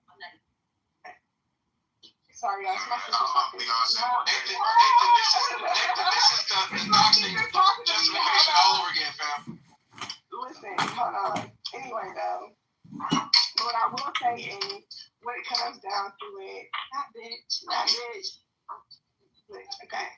But, like, honestly, I will say, when it comes down to it, I feel like, even when y'all say, like, oh, well, Jay-Z wouldn't do that. Okay, but we was all happy to see Beyonce, Blue Ivy, and Remy on the tour.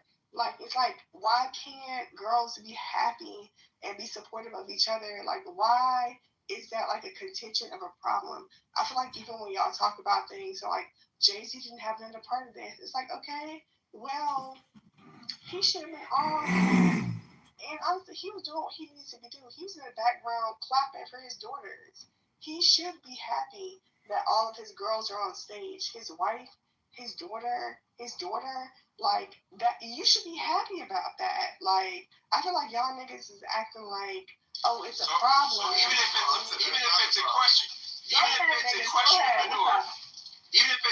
of manure, the girls are gonna support it just because it's the girls, right? That's the. It's not even the question of manure. Like, I feel like y'all sometimes act like, this is why I can't stand, is because y'all be mad at, like, black people for, like, being great in certain things and, like, not. I'm a black person. I love black people. No, okay. And we're all black. Mr. Billy, right? I don't think she's understanding me. So why are you mad at people who are privileged? I'm not mad. People who are not privileged. Hold on, Mr. Billy. I didn't express anger at Beyonce. Let me respond to her real quick. I'm not mad at her, right? I specifically said she's upholding positive imagery and she's sneaking in poison. So yeah, you're right. It's beautiful to see the family up there together. So I can offer criticism and at the same time say, you know, there's some good things about this image. I like the fact that they're representing a wholesome family. But on the other hand, they're pushing poison at the same time, which makes it a problem. So I'm agreeing with you. There's certain aspects of her image that are things we should reach for, that we should put out there for girls. But when she ruins it by saying, drop it like a thotty and whatever else she's talking about, that's what I'm trying to say. It's a duplicitous message that is not healthy for society. I have a question. Why is all critique looked at as anger? Because she don't know the difference. No, she wants to know specifically. My sister has a question because I'm with her now. What is the poison specifically? Let us know what Beyonce is doing that's actually. No, but tell her. No, I couldn't hear it. You know the sister that can't hear that. They don't want to hear it. I come in peace. You hear me? I come in peace. Kumbaya. I was just wondering when you said she sneaks in the poison. What's the poison? I'm not in disagreement. I'm only listening. Okay. So I'm gonna give you Sister Fran. Let me just tell you. So I said, Sister Fran. That's my sister Fran right there. I like her. So the thing is, right?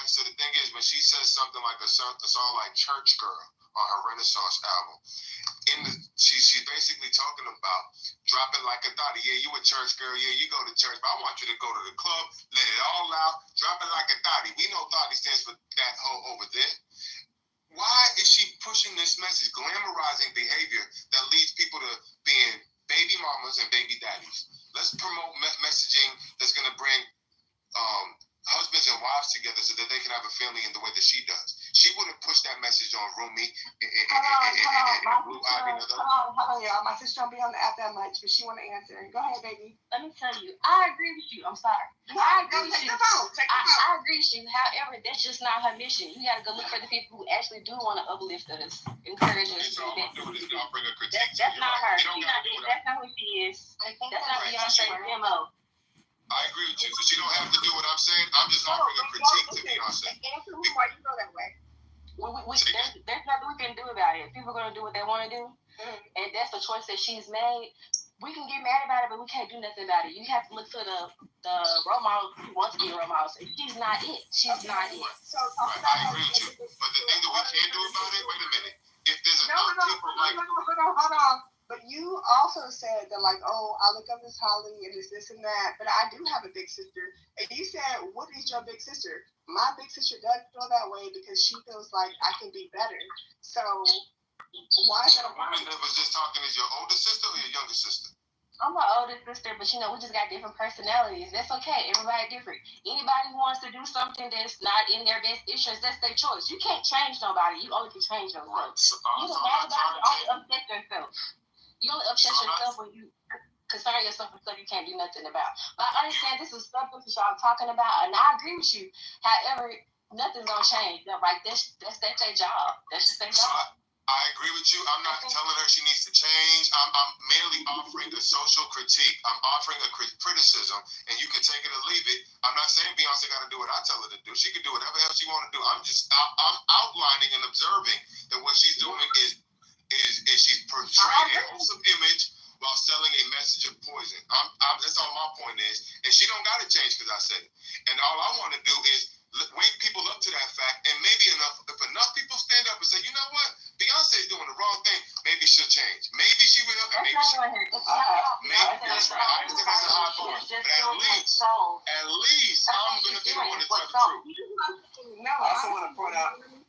Let me speak for a moment. The reason that y'all feel like me, and that's why I did let my sister get her shit off, because, like, honestly, truly, y'all not like her for real. Like, y'all not growing plants. Y'all not out here trying to grow mushrooms. Y'all not out here trying to, like, really do what's good for Black people. Like, honestly, truly, anytime my sister is like, let me cook up another concoction, I gotta go get my mama. I gotta tell my grandparents. I gotta tell this. I gotta get that. She's getting us on like the healthiest shit possible. She out here making like little gummy worms and shit for us to get like the healthiest food. She growing mushrooms and shit so everybody can have like the best food possible. Y'all niggas not like that. Y'all want us to be in a position to be like, I don't know you. You're not getting that energy though. Because honestly, truly, if you wasn't doing that energy, I feel like you'd be a better person. Like, my sister's a better person. I'm not a better person. I'm better than nobody else. How do you know this? I can't believe you said my sister is better. I'm not a nice person based on what? That's how you talk? You really talking like your people are better than us? You didn't call me out my name at all. I ain't better than her, and she ain't better than me.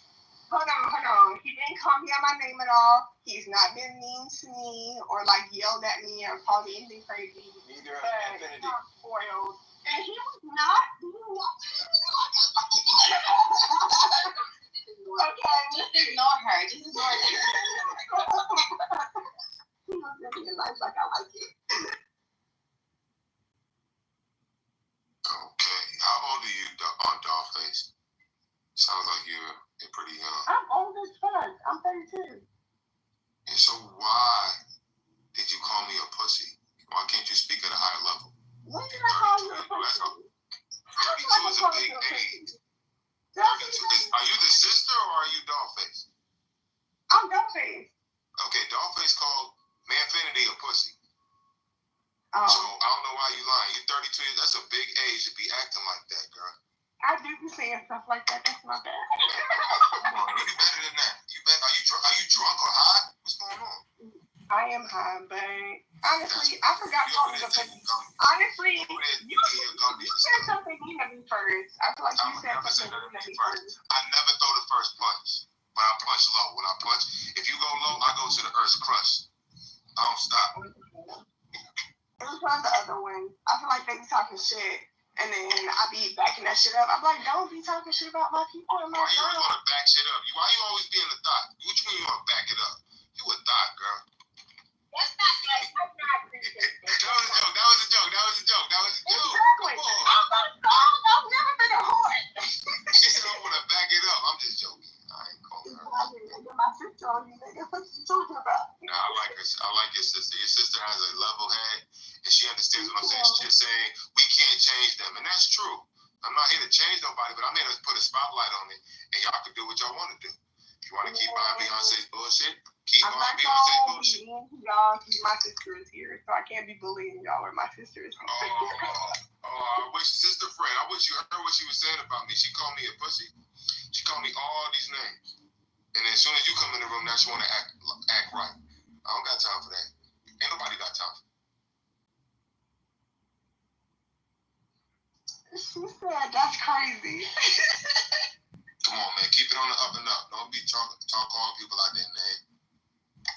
I be nice to other people. Listen, no, for real, the other day I was going crazy on Psych. I did apologize to you, didn't I? I told my sister I apologized to you. I was apologizing to people. You apologize to me for calling me a pussy. You don't even have to. You're good. It's different day, different thing. Yeah, apologize. God damn it. Are you gonna apologize for calling me a pussy? Yes, apologize. You're not gonna do anything. Dog face. I asked you a question, yes or no? Just say no. You see that? It's like you want to Listen, no, If I ever wanted it, I just did it. That's the I thing. came to that one on my own conclusion, but you're right. My teacher was like, I should be nice. Psych did that by his own. Y'all are right. I should be nicer to y'all. I do apologize. How many times did you look at that picture and thought that you saw something different from what you saw the first time? The one that you drew? No. The one that you mentioned to me yesterday in the DMs. Oh man, down in the deep. I was just like, I don't know, bro. That was, what I was thinking is like, someone lied to you. Are you white? Not what you think it is. Are you white Psych? Are you white Psych? I'll let you guess. What do you think? Yeah, you sound whiter than me. Okay, then I'll be that for you. I'll be anything you want. Leave Psych alone. I like that's that. pretty gay too. Don't do that. I am gay. Be careful, I might like you. Oh, you are. You're the spectrum fan. You're not gay, right? For the spectrum. I might like you. No, that's not. You got that you got that lazy swag voice of yours. That's kind of hot. That's not good. See, look, you're trying harder now to do it. Girl, what in the ditty? Baby oil activities. Was you here, Capri? I don't want to hear it. I didn't hear it. Oh my god. Like, You don't want to hear it out. No. Don't worry, bro. I got a little bit more. Oh man, no. There's certain doors I don't even want to go in the door no more. Oh.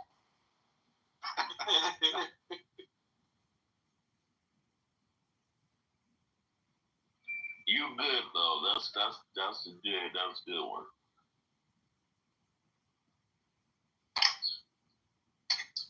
Hey, can I be moderator in this room? I need to help moderate. Don't be asking for moderators. Let's have.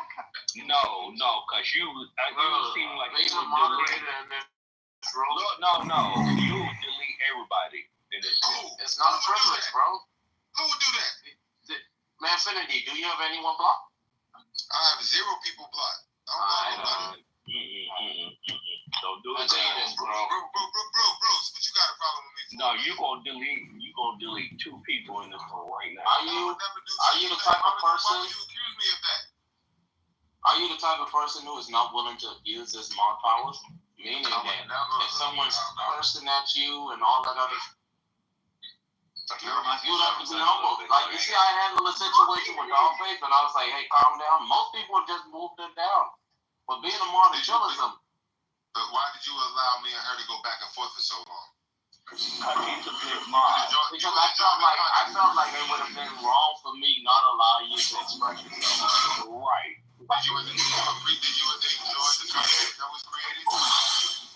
Not really, because I don't like to see women and men go at it because I always think that the man is pushing down.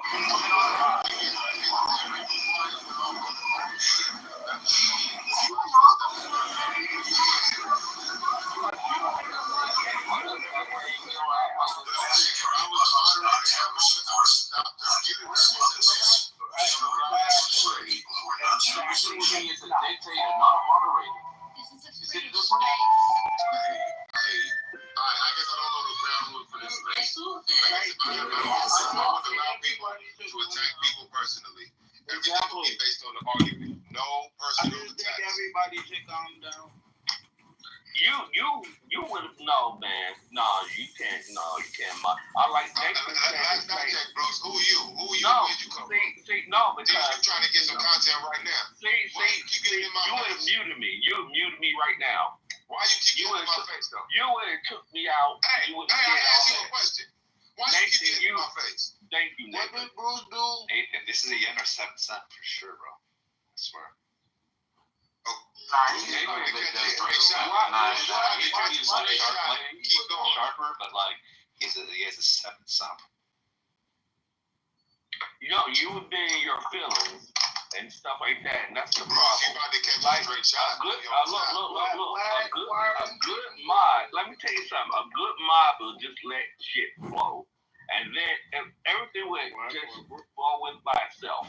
You would not do that, and anybody that like just not let me talk and just let me in, would it, he's good. Nathan, hey, brother, thank you. Man, you've been a bitch. You've been a bitch. You've been a bitch the whole time. See, I can't say that. I can't say he been a bitch. Then he would have pushed me down. See, that's what I'm saying. Nathan is like, let shit flow. Me as a mod, let shit flow in the story. That's the rhythm of the room. I'll let shit flow too. I'm telling you, if I was to have my own room, no personal attack, everything on the issue. For me, and if this room allows for that, I'm gonna follow suit. I'm not here to impose my view on people.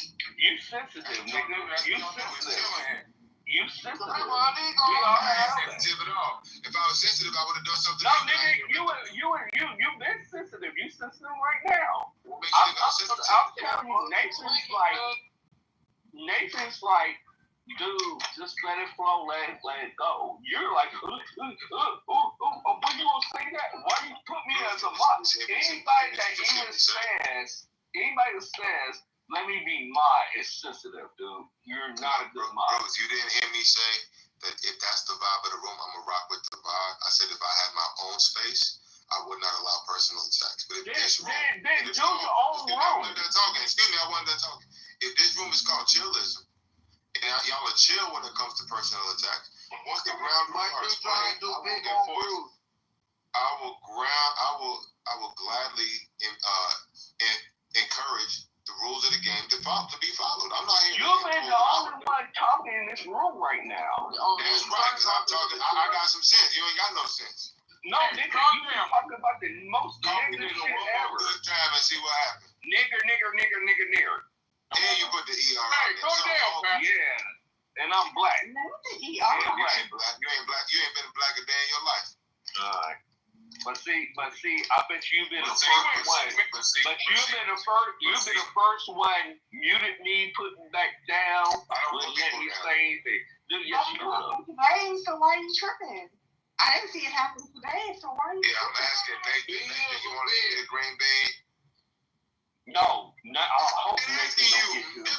I hope he. I'm a nigga now.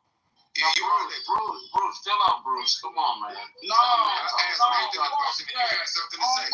Why you keep getting in my face though? No. He's a troll, bro. If I ask Nathan a question, what you got? If I ask Nathan a question, what you got to say about it? Shut your ass up. See, we already see that you're fucking. Let me tell you something. You I'm a Christian. You lucky I moved him down, bro. I say the shit out of you, but for you, I'm Christian. Sorry for that, man, Infinity, bro. The thing is this, man. We have a lot of folks coming into this room. But my question is this. Why would you be seeking a moderator? Let me ask that. The reason why I would be seeking a moderator is because I haven't flexed my moderator skills in a very long time. And I've been asked on another major room on this app to moderate as a solo moderator. So I want to basically flex my muscle. It's nothing to congratulate about, but I want to flex my muscle a little bit, and it's only going to be for a period of time. I'm not asking to be a moderator from here on out, but I do have great moderator skills. I listen, I allow people to finish, especially if we're having a discussion about a certain topic. I want to show you and others that I got the skills, and I can go do my own room, but they got me shadow banned on here, so the people come in 1 at a time, 3 at a time. I don't got no time for that. So at the end of the day, if you have asterisk, you're not ready for it. This thing you want us to train him for politically correct? Yeah, you have asterisk, you. So what you say, man? I hear what you said. What did you just say? You want to come get the sauce over here and bring it to politically correct? Come on, dude. No, it wasn't politically correct. It was not politically correct, brother. It wasn't politically correct. It was another one of them rooms, and I've been offered to mod the room by myself. And listen, man, the jokes, he said in this room the jokes is time out, and I could not take that shot. I don't know what he said, but anyway. Say this, man, like I said, man, in this room, being a moderator is more of a hassle than a privilege, bro. Like, you won't be able to, as a moderator, you won't be able to interact like how you normally do with other bats. Like, as a mods can't be, like, all up in the videos, you know? Like Diddy. You know what I'm saying? But that's what I'm saying. I would like to do that. I want to fall back and control conversation and allow, for instance, I would allow you and Dollface. I would. You ever seen Lou Fax, Intellectual Gangbang? I love how he mods, right? If two people are going on opposite side of an issue, he'll call it a squabble. I like how he came up with that term. And basically, everybody gets muted. The two people go back and forth, no interruptions. Like he'll ISO it. We already do that in this room. No, I don't hear it. It does happen. That's the thing I hear it happen. And then we'll like straight up and we'll say, listen. Regular here, bro. Respectfully. I didn't say I was a regular here. Did I say that? I'm speaking from my limited access here. Based on my limited access, I haven't seen that. Too eager. Don't ever come over here. Listen, don't ever come over here and talk about like, oh, this is how Lou Fax does it. This is how he does it. That's how he run his rooms. Everybody knows how Lou Fax. No, hold on. Let me finish. That's how Lou Fax get down with his rooms. You can't come over here and being like, oh, I want to talk this shit. I want to talk. Oh, Dollface, let me get at you. The next person will get at you. This nigga's not getting at me. What are you talking about? Like, you think that you're on a certain like a level, and you're really not on there. You gotta calm down. If you want to be a nigga like Lou Fax, you gotta get on your Lou Fax shit. Start your own room. Have your own conversation. You can't be, okay, well, don't want to be that type of person in the background either. I know, I just said to let me be the moderator. I didn't mean to make it have conversation. No way, bro. No way, this guy fucking. If you asked for it, you're I wasn't asking you, psych. I was asking Nathan. Nathan, see how it works? You see how when I asked Nathan the question, what you got to say about it? You see how I didn't ask, but if you asked. If I asked Nathan the question, what you got to say about it? But you don't have. When I asked Nathan the question, what do you have to say about it, sir? You're a tool right now. We just Don't even come for him. You're speaking while not being spoken to. I was speaking to you. I was speaking to you. And I said no. So don't speak to him. I said it. Now he said it. Right. I said it. Booty clapping for you in the back. I don't give a fuck. Okay, you can booty clap all you want. I got a fat ass. I clap it. So what's up? I said no. I was asking Nathan the question and Psych came up off the mic. Last I checked, Psych ain't got shit to say about it. Oh my gosh. We're a Hold unit. on. Shut up. We're a unit. Shut up. Shut up. That's Is why. that pocket? That's how I go. If I have next person, he got tulips. He can talk for himself. We don't need you to respond. Yeah, tulips. Shut up. I know he does. Pocket. But he also has pawn. I'm a pawn. Hey, I'm a fucking pawn. How about that? I'm a pawn. No, listen. You can say what you want. Nathan, you got something to say or what? No, Man, what's going on with it? Oh, hey, Pocket. It's okay if you don't make it sound. I still love you, Bookie. Hey, Don't tell me that's the real person. Infinity. Look, on Mondays, we have a day called Mail on Mondays. You stick around for 1 week until next Monday. I'll make you one on your to test you out. You gotta be regular, you know what I mean? You gotta go with it. That's fair, but I've been in here. First of all, that's a lie. That is a lie, Nathan. No, you mod random mediocre white women every fucking time they show their raggedy, saggy ass faces. That's different. Damn. Listen, Tali dislikes the fact that white women or women in general are more privileged than men. Wait, so hold on, Pocket. You can't be mad. You can't be mad of them enlisting white women because they also be enlisting dark-skinned black women. We also be. Stop playing like you don't do the same thing. Don't play like you don't do the same thing. So don't come to people. No. Just be here. But he's here like often. I need him to be here. I need him to be inside here for a week to see how the shoulders really run. What if he identifies as a white woman? What then? Well, you're gonna give him the creepy. Well, and I don't think he would identify as a white woman. He's a God-fearing man. You know what I mean? And no. Ask me a question. No, they're trying to say, hey, what if you identify as a white woman? Like, yeah, I do. You do? In order to be, if I gotta say that to become a moderator, let's do it. Let's go on. We have to go through the questionnaire. You willing to go through the questionnaire? Let's do it. All right. As a white woman, do you spit or swallow? Yes. Neither. Now you gotta pick one, buddy. I gotta pick one? Yes. I spit. You pick.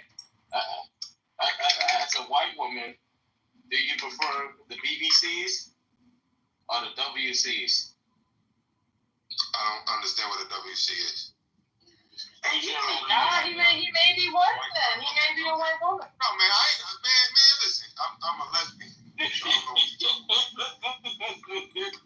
I'm a white woman lesbian. Hey, man, you know what's wild? I'm a lesbian too, so. Hold on, because I be saying what I'm saying, but when y'all do this white woman shit, y'all be going, like, trying to entertain a certain type of black woman. That's what I'm trying to tell y'all. My sister, fine as hell, bad bitch, just the same type of person that be turning y'all down. She don't think that shit is cool either.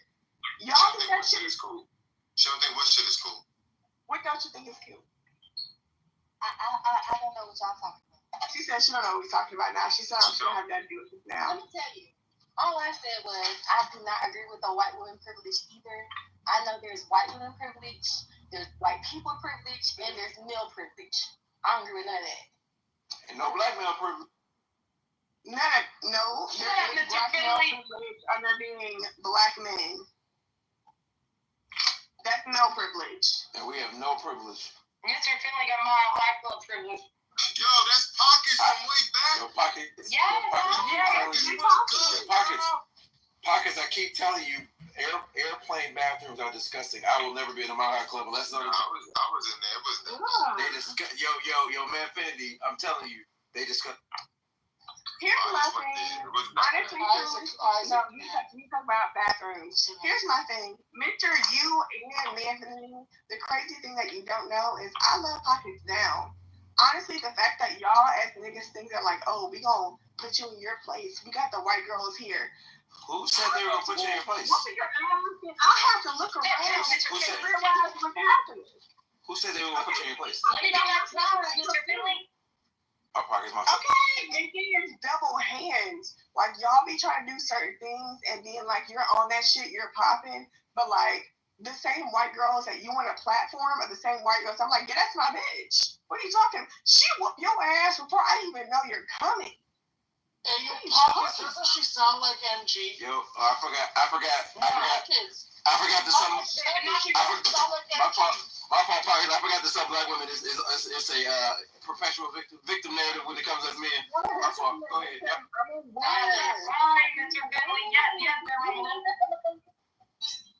Y'all be losing. I be winning when it comes to my family, when it comes to my friends, when it comes to my homegirls. I be winning. Y'all be losing. I'm not keeping score when it comes to your family and your friends. It's a personal problem. My fault. I wasn't keeping score. It's my fault. I be keeping score. It's honestly hard not to because y'all be talking shit and I'm just always winning. Yeah, I haven't talked smack to you since you've been in this room. The way you see how she got on your ass, relax before they really get on your ass. Yeah, I don't care. That's only because I got flyer points. That's why it's being nice. I love Pockets though. That's my home skillet. Even though she ain't seen me when I was in Phoenix. Listen, but I'll be back. I think in 3 weeks I gotta go to Lambo, I think. Oh yeah, he's buying me drinks. I'm hoping his ass in pool. Yeah, you might smack me too. I can't play that. I will stop. Remember me from way back? I will stop referring to your friend. I will stop. We used to play that game, the hot seat. I want to play the hot seat in this I will stop referring to my I remember that. Who would like to do the hot seat? Let's do it, man. I will stop referring to white women as mediocre when you show me one exceptional one. Pockets! There isn't any. Yo. Pockets is an exceptional white woman. Pockets is. There isn't any. Callie, get over it. There isn't any. It's over. There isn't any. So then they should cease to be amazed. But I call them mediocre. See, I put you in the hot seat. I'm gonna call sign Pockets every time. Sally, can I put you in the hot seat? I'm not sure what you're referring to.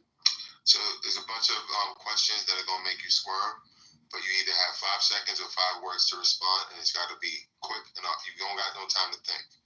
These are questions that are gonna put you on. You have to answer a question. How about you?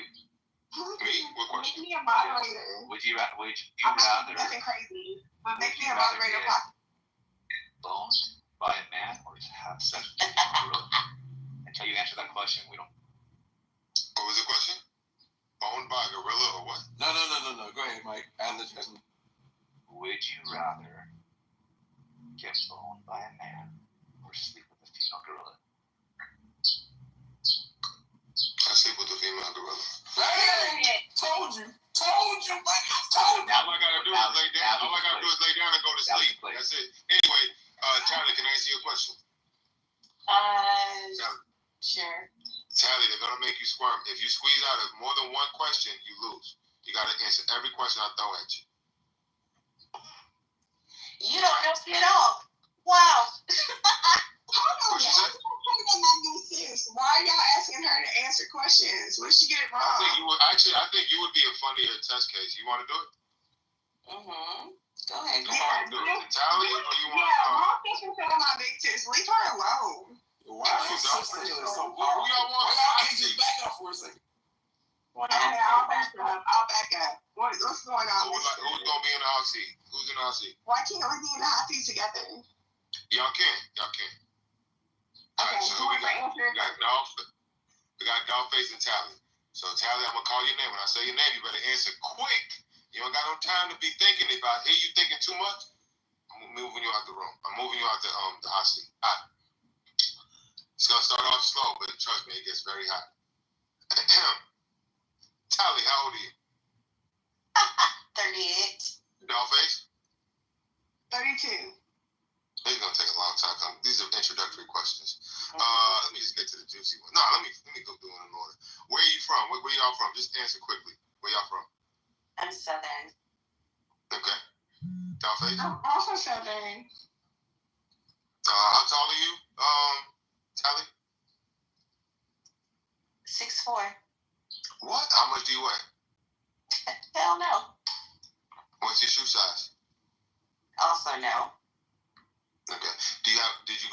parent household? Yes. Did you earn a college degree? Not quite. I'm a dropout. At what age did you lose your virginity? No. Okay, that's three. That's three that you bailed out on. I can't even.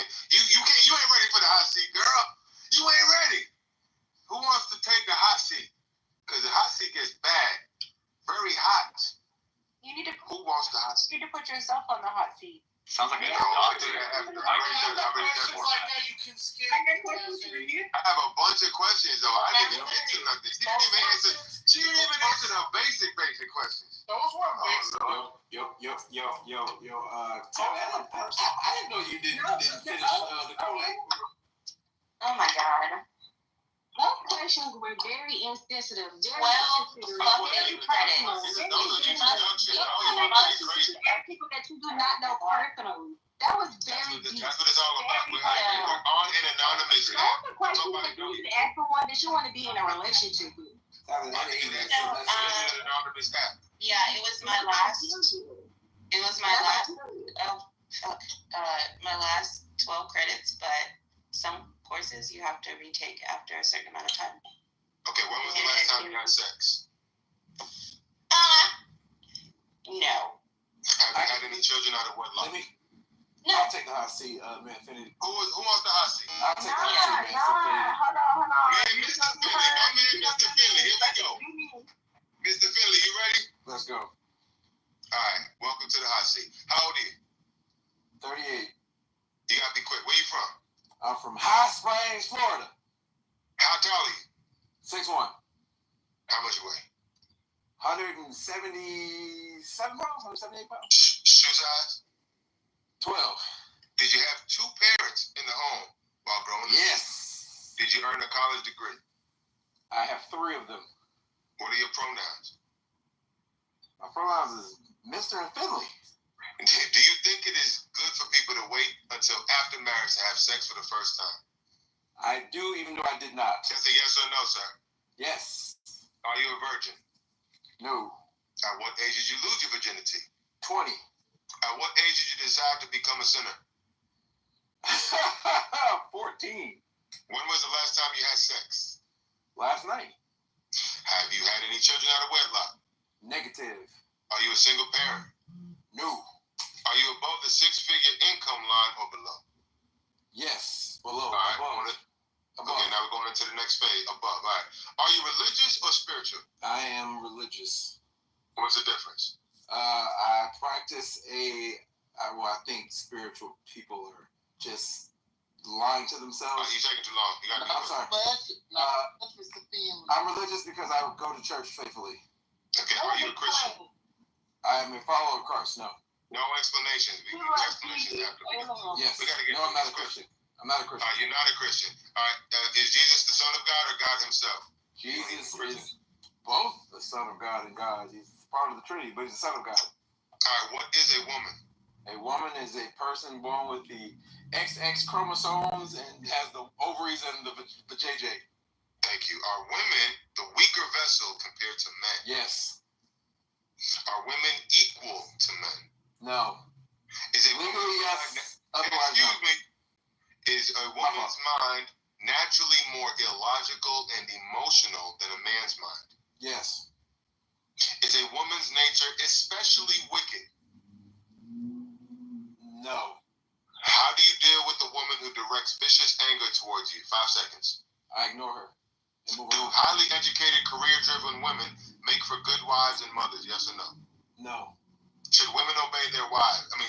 Should wives obey their husbands? Yes. Sorry. All right. Should men obey their wives? No.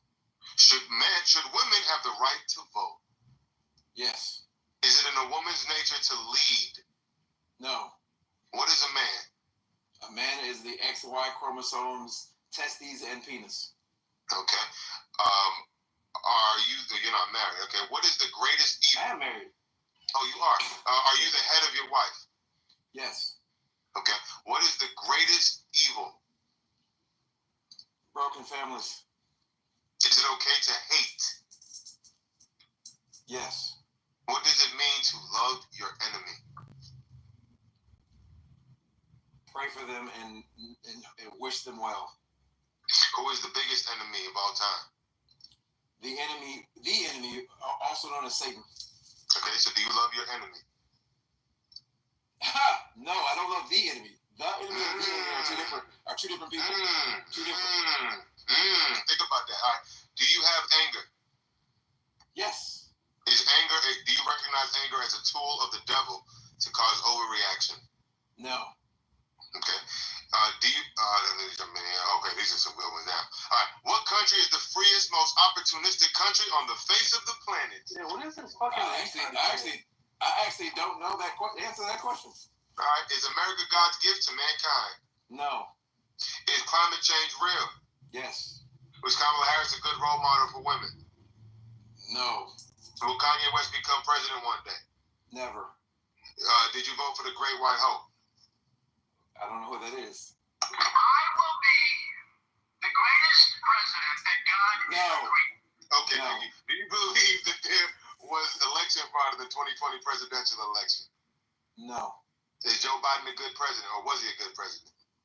Time will tell, but early returns, no. Okay, is the world overpopulated? No. In general, what is a red flag when getting to know someone? Lack of emotional control. Excuse me, who's interrupting? Yeah, I am, because it sounds retarded, bro. Why don't you leave quietly? We're almost done. I want to do it with my sister. So let him. We're gonna double up on the retard. Okay. If heaven exists, will you go there when you die? Preferably, yes. Is the angry black woman a myth or reality?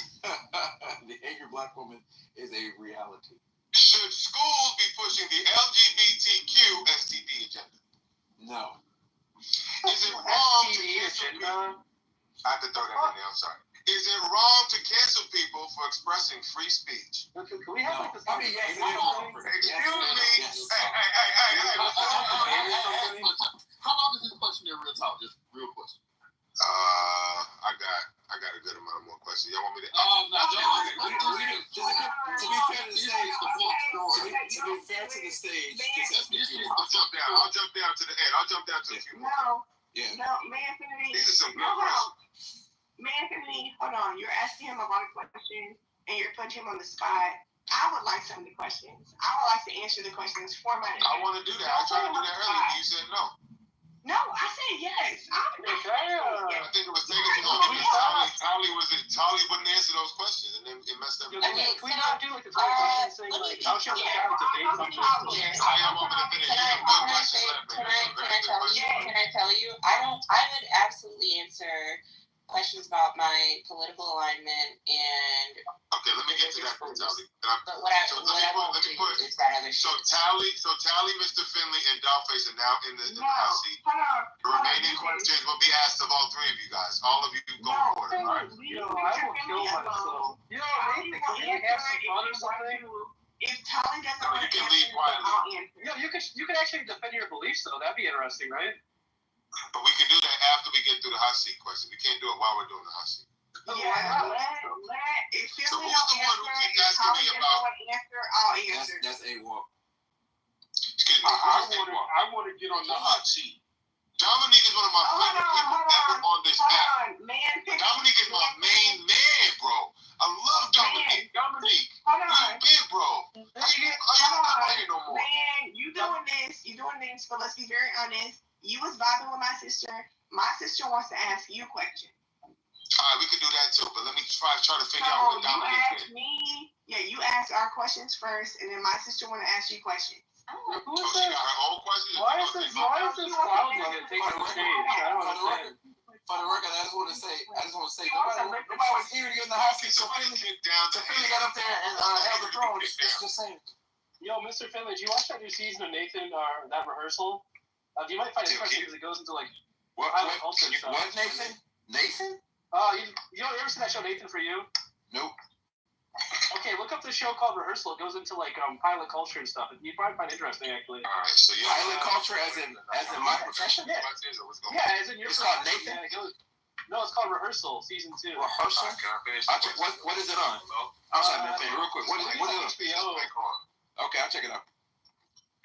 Yo, can we finish with the questions? Go ahead, man, 50. All right.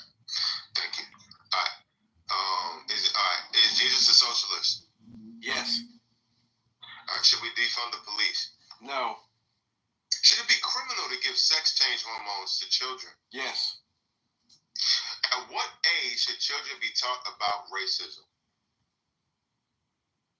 Ooh, that's a hard one to answer. 10. I need 5 seconds or 5 words. 10. Come on, man. 10. At what age should they be taught about sex? 7. 7. Actually, Are police they be talking about it? You a man? Are police hunting down black men? No. Can you be moral without God? No. Is sex This love? is like retarded.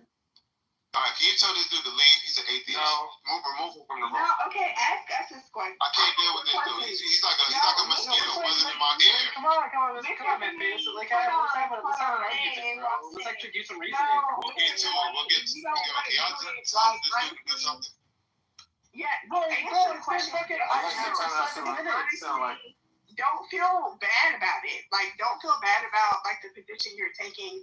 Fight for your position. If you can't feel like you can't fight for your position and you feel a certain type of way, you feel that way. Just say you don't want to. I'm saying I'd like to continue to ask Mr. Philly the question without You shouldn't hold that position if you get defended. I mean, you that's can just tell like if you could tell this dude a-hole, I think his name is a-hole. Oh, no, you can tell him to no stop one wants to hear you, buzzing bro. in my ear, bro.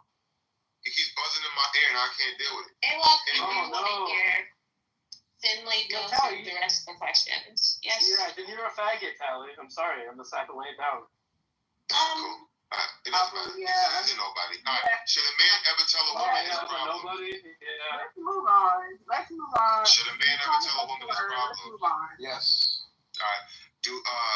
Have you ever been a slut maker? No. All right. Are you in favor of same-sex marriage? Yes. Fucking Andrew Tate fucking questionnaire. Oh my God! Can you remove him or move him down, please? Basically, yes. Can you move him down? I can't. Bro, why don't you actually fucking defend your views? I don't want to hear you give a fucking 20 questionnaire. Wasn't there supposed to be a limit on the question? Yeah. So a-hole, why don't you leave quiet? How many questions? I'm gonna breathe. Now we know Two more questions and wrap this up. A already sent him down, and A's not even breaking any rules. He is. I'm trying to get through the questions. That's not a rule. Well, you're not going to answer all these questions. No, there's no rule. You just gotta deal with the shit. If you don't have it, you don't have it. That's how it works. Okay, so the reason it's okay for him to ask these questions is because there are already several points of interest that I know at least AWOC wants to inspect with Finley. So it is. No, I don't want to talk to Finley. I want to talk to this fucking Manfinity guy. Okay, then Manfinity. These are questions that will not be brought forward.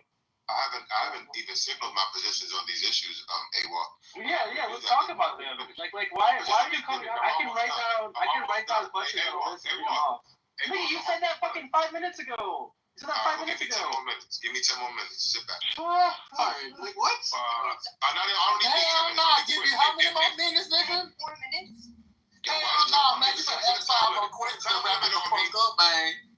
Put a time limit on me. Keep going, AWOC. Do what you do, AWOC. Go ahead. Nah, AWOC shit. Yo, so like, I mean, Manfinity, like, Manfinity, we'll actually have like a conversation about like, okay, you said that you can't be moral. Do you think you can be moral without God? So I'd like to do that after I'm done with my questions. No, wait, come on, bro. I literally came back. I came back from Costco, bro. I want to answer. Yo, what is wrong with this? Did you get some Kirkland's? There's nobody in the moderator moving him down because he's interrupting. Yeah, why are you crying like a little pussy, bro? Why don't you defend your views? Because I'm trying to get through it. I can't finish. Oh, so you are a pussy, bro. I mean, that seems like a passive fight for the mic in this room. Just like, Alright, y'all. Y'all got it. Yeah. Would not call him that to his face. Yeah, I bet you I would call him a pussy to his face. What do you mean? I don't think Manfinity need a Robin. I think he's a Batman already. just ran him off the stage. No, I'm right here. Dominique is my favorite. Wait, are you like? Is that nigga like your boyfriend or something, bro? Is that nigga like your boyfriend or something? Bro, he's an so why is he amazing glazing you without ever having a justification? Articulator, you mean? Well, somebody move this Negro.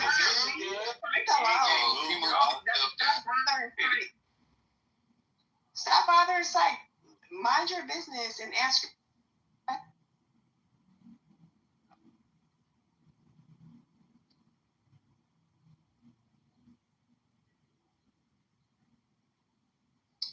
Hey, dear mods, if you have Andrew blocked, unblock him. Thank you. No, I'm not doing that. So, who was Andrew? Back into it. Here we go. So the man that come on, bro. What did you want to talk about? Hey, what did you want to talk about? Yeah, I want to ask a question. Why can't he fucking finish the question? What is it? You All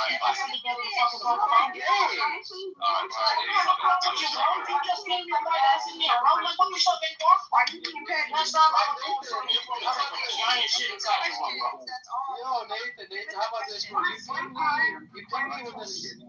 No, Nathan, you ping me when this faggot's done. How about that? I'll come roll out. I can't stand none of y'all, bro. Go ahead and I can't stand y'all. No.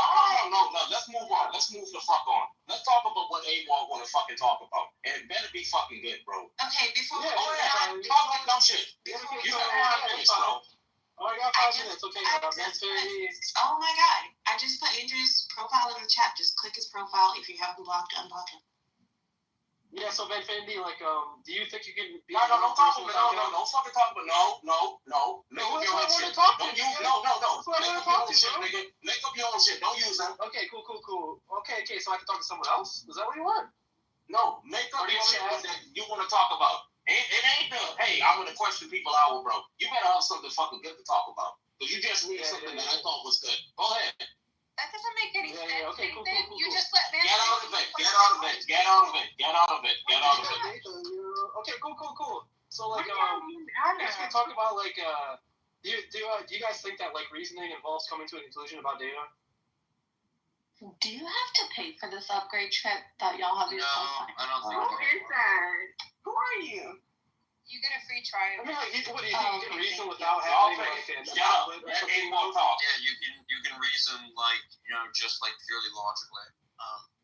No, I'm sorry. I'm Harley. I'm Without not there being any seeing what's specific going data. on because they switch Shut the fuck up, then. You hear two men talking shit up? Don't make me shut you up. Shut up. I need this to move you down there. I'm gonna move you the fuck down. Go ahead, A-Walk. It gotta be fucking good, bro. You got the whole fucking stand. You got 3 minutes and 30 seconds left. Nigga, shut up then, bro. Stop talking then, bro. Hold the fuck up, man. Nigga, shut up, bro. I'm gonna block you on Instagram if you talk to me like that, nigga. Fuck. Bro, what's up? You tell me you're ruining the fucking atmosphere. Go ahead. Well, I had a better question, bro. If they had to go off the topic, then that's kind of rude, right? Like, don't you think the idea that's like, let's say I have data, right, and I come to a conclusion about that, you think it necessarily is reasoning? Like, it has to be reasoning? If you have data and you come to a conclusion about it? Yeah, like, let's say, like, I'm a historian. Okay, cool. So, like, what fucking Matt said is just, like, irrational, right? Because, like, like, if I'm, like, some type of historian or some type of, like, scientist, right, and I have data and I come to, like, a view on that, right, like, it seems as though that implies I'm reasoning necessarily. So, like, then it comes to the question of, like, well, then how do you deny reasoning and then, like, be a rational agent or something, It just seems, like, obtuse to me or something.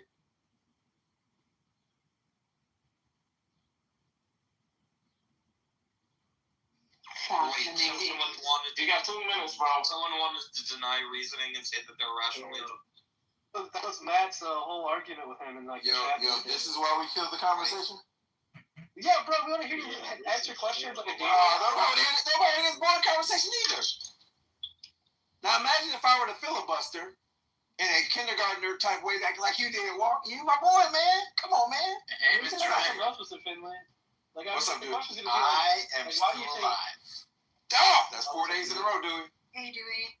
Yeah, but like, Mr. Finley, why do you think you can't? I should be okay as goddaddy, Dewey, for this. If you pay for some college, I'll let you do that. Y'all ain't interrupting A-Walk. Go ahead, A-Walk.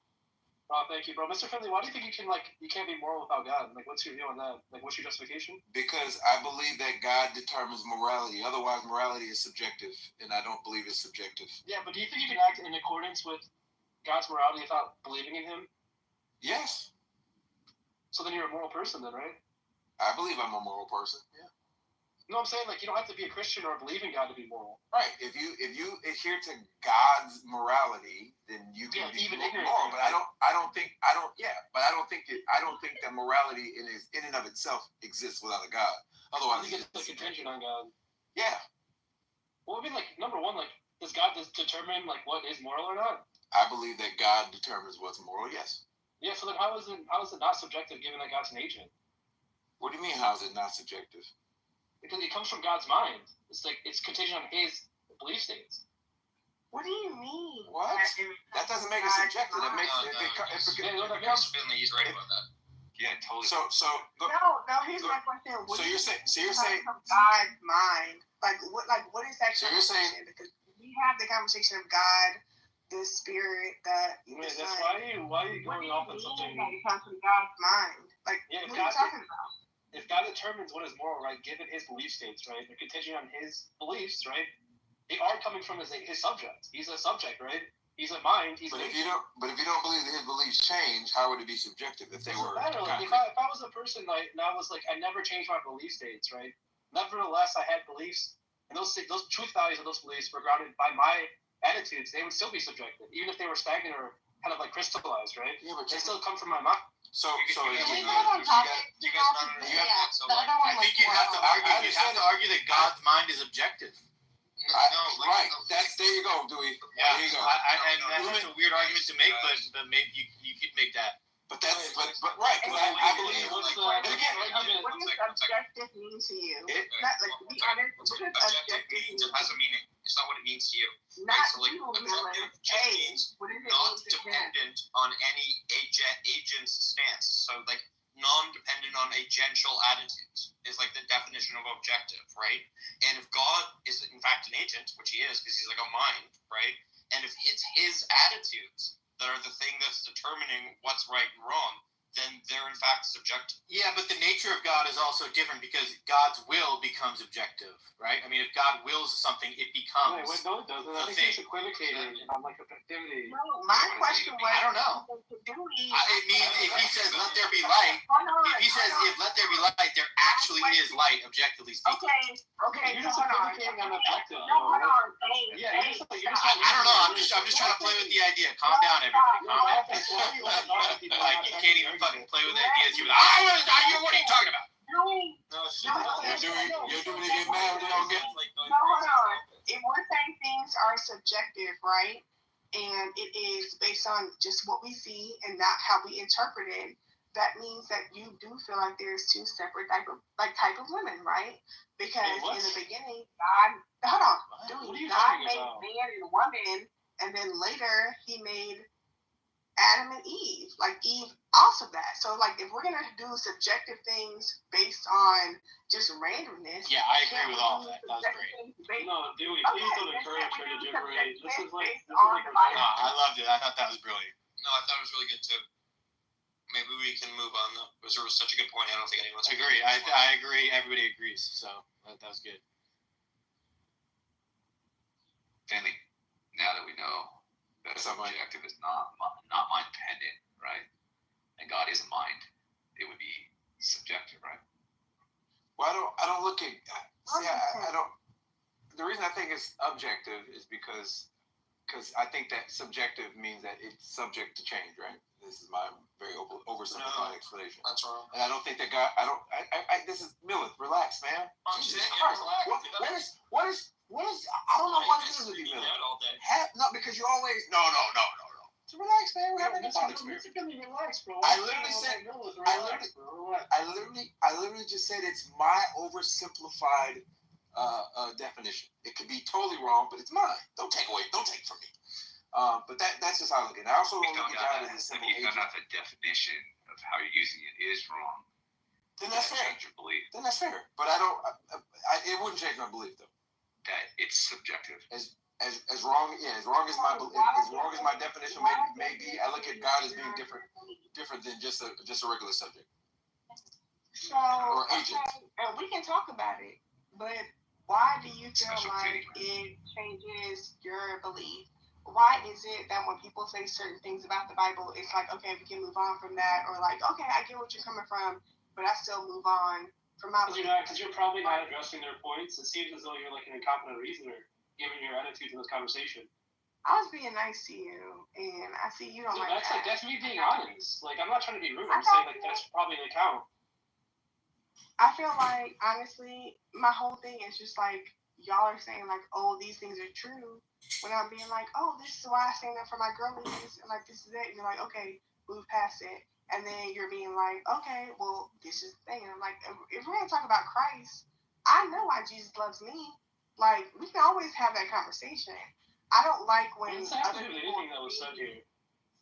No, when they were talking about earlier, like, when it's just like, oh, well, this isn't Christ-like, this isn't this, isn't that. And I'm like, as soon as I said something, they was like, we're going to move past it. I don't like that. No, man, I can agree with that. People talking about themselves, and, like, I don't get it. Like, people are having a discussion about, like, you know, philosophy or something, and, like, people will come off the mic and just be like, well, I feel this, and, like, I felt like I was being, you know, and it's just like, try to focus on the points. So I'm making general statements about dumb people, bro. Talk to the individual. Be a man, Miller. Oh, are you talking to me? Yes. They can show you about, bro. That's a general point, dude. Like, I literally... No. You talk about one person. People do it all... You're not talking about people. You talk about one person. Address the one person you're talking about, bro. Because only one person started talking. I feel like you should say hi. Put a name on it. That's what he's saying. Yeah, that's good, AK. What's good to the room? Respect to the mind. Hi, AK. I mean, like, Dollface, like, I mean, there's probably, like, a couple of options. There's, like, number one is, like, people aren't really engaging in good faith about the contents of the Bible, right? Which is probably true given some of the people on this app. The second one is, like maybe, like, you know, you're not being as direct as you think you are with your arguments. And, like, there's always, like, a way to improve that, right? Like, you know, like, you can actually work on having these more structured arguments, and that might help you, like, show that people aren't addressing what you're saying to them, you know? I feel like, honestly, truly, like, I fuck with what you're coming from, and, like, honestly, truly, there's no way, and, like, honestly, people like Nathan, Tim, Psych, Pockets know this, there's no way that I can come from more where I'm coming from without y'all calling me a bully and me being mean. Like, there's no way where, as a Black American woman, I can say what I'm saying, and y'all don't be like, she's being mean. Oh my gosh, just the pretty girl is being mean to us, without, like, being on, like, my square, being like, no, I don't agree with what you're saying. You being pretty when you said that? No, the whole point is that, like, it's not personal to all this. I'm sorry. It's not personal. People are discussing ideas, right? So, like, you know, when you say something, they're not thinking like, oh, here's the pretty girl doing X, Y, or Z again, right? They're just trying to discuss the ideas. You're not, like, my homegirls are, and I feel like that's very different from, like, you versus me. Like, that's why I even came into the room apologizing to, like, Psych, because I'm like, yo, what I did to you was disrespectful. Like, as a woman, I know that I shouldn't have been rude to you like that, and that's fucked up. Like, I apologize. But I know my bitches like Pockets, like, okay, you lucky if she don't cuss you out on my behalf. What you talking about? You lucky I'm actually cussing you out, because if I don't cuss you out, the girls will come behind me. What you talking about? Yeah, so it's like a whole situation being like, and also too, just like y'all as men feel like y'all are really banging the Charles and doing what you're doing. There are more men who take up for people like me, and also my girls who don't play that shit.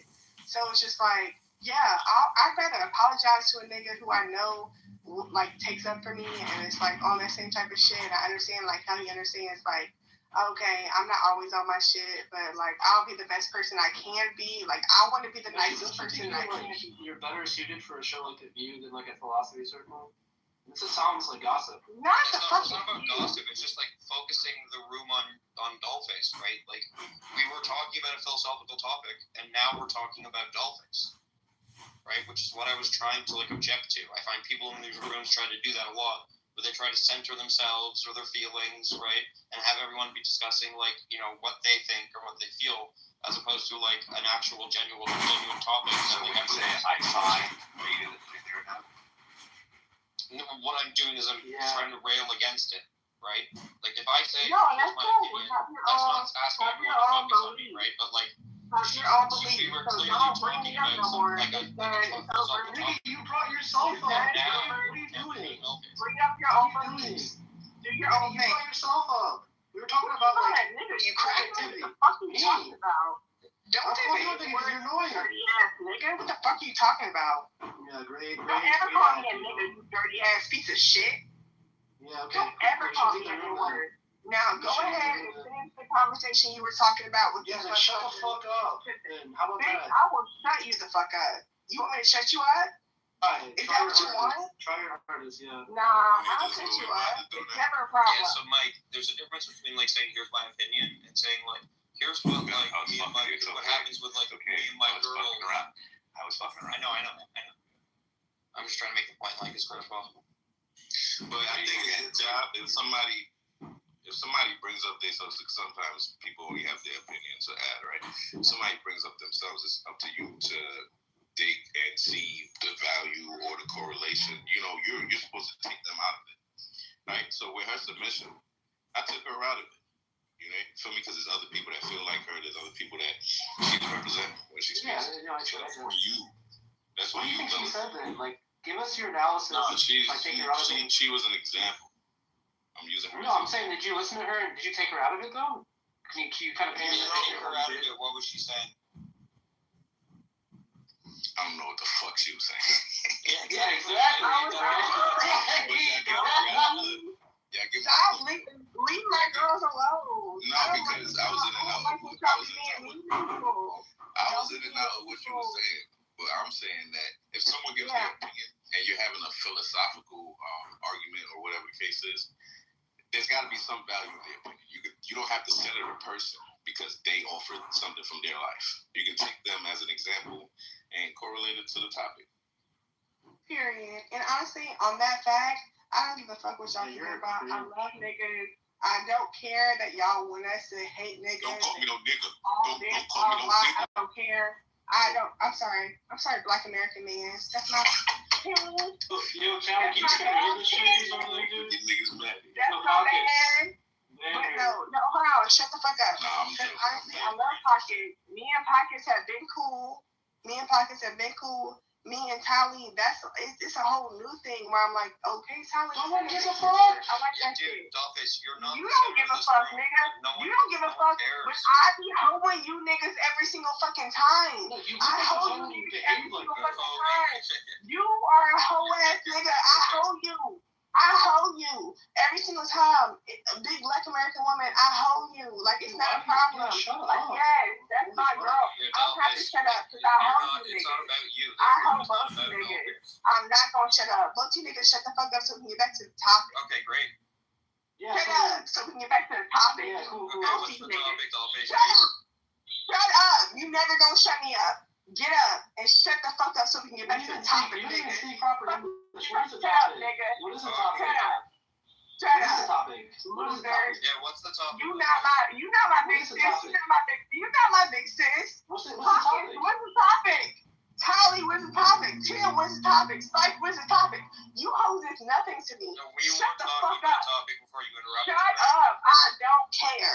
Everybody else can talk. You niggas shut the fuck up. Bro, Shut looks up. like when someone centers Shut themselves. up. You ass niggas.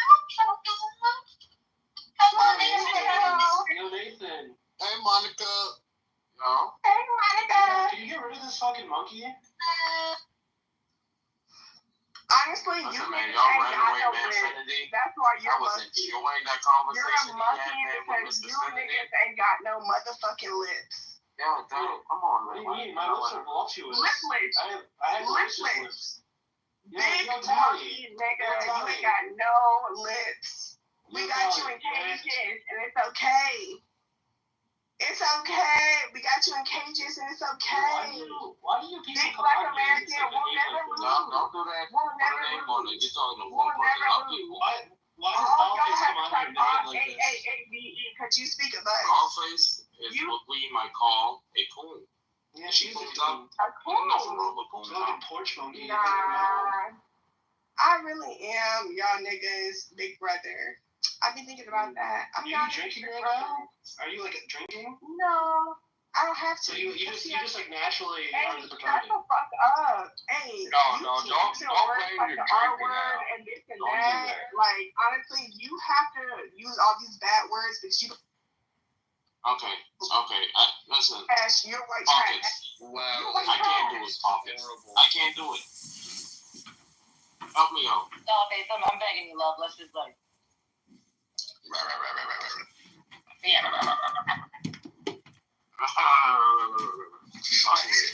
You don't know that inside joke, nigga. Shut up. I'm in there too. I'm in there too.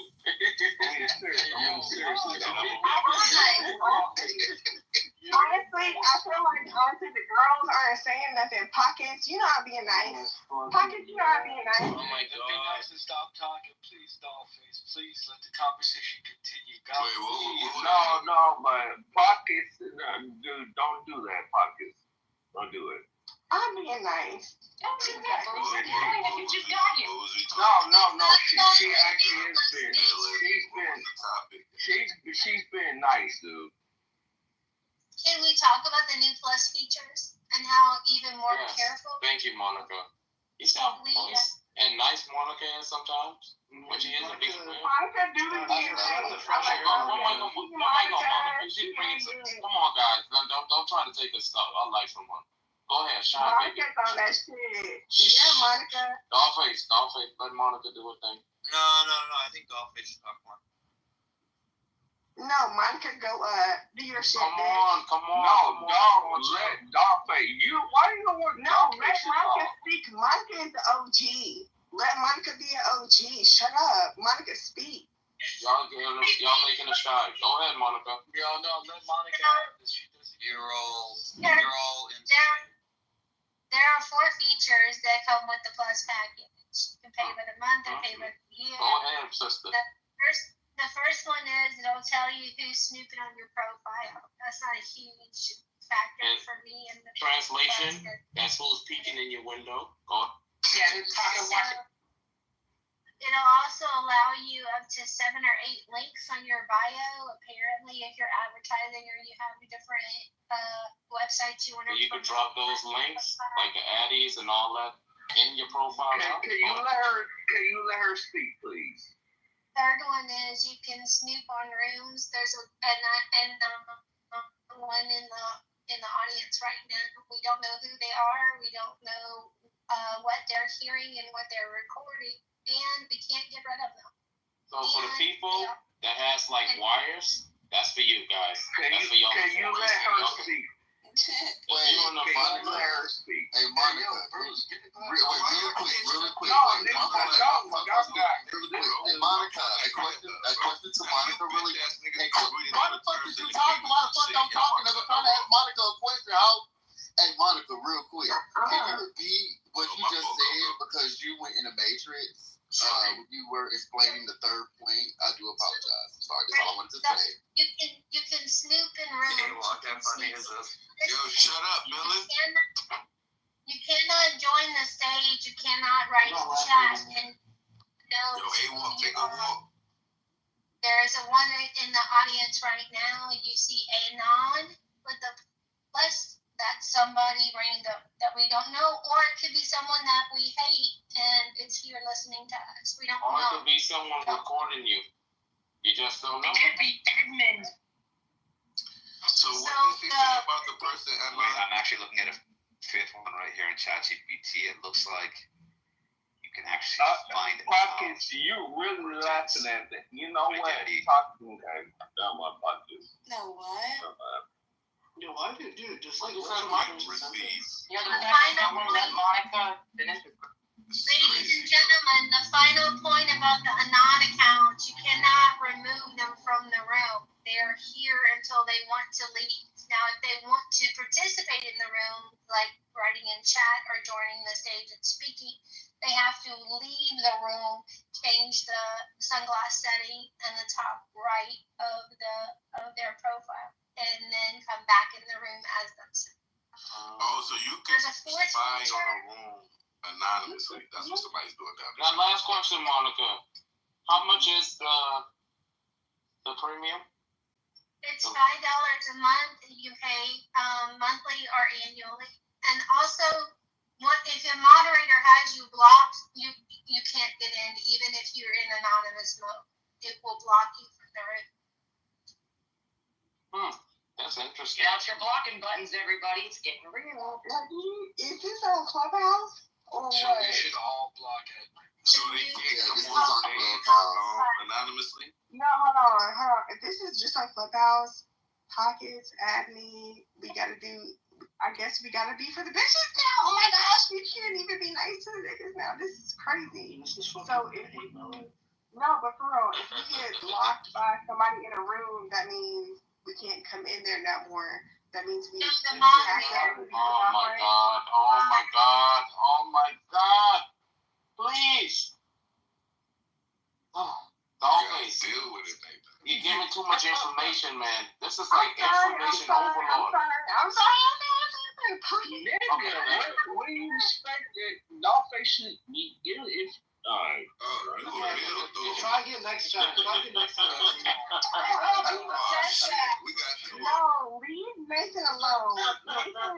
Nathan is big ass. Bruce came off mic and said,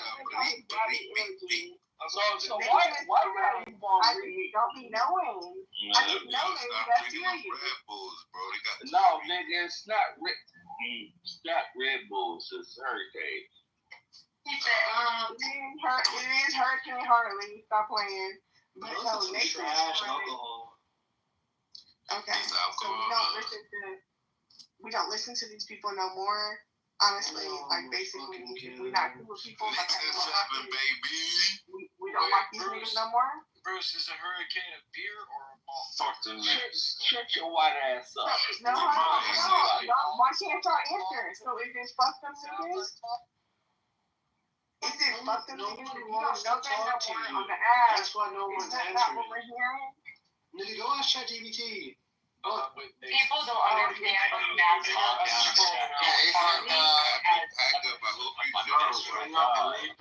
My credit score went up to 823. Let's go. We down. That's what happens when you scam Turn away, Nathan? Did you turn away afterwards after you booked the 800s? No, when I get to 850, that's when I'm white. I'm almost there. Y'all was all going back and forth when I was talking. 823. Why He got 850. That's when he's white. Don't be pussy now. I don't like that. Ask me a question when y'all was showing up. Nah. Talk now.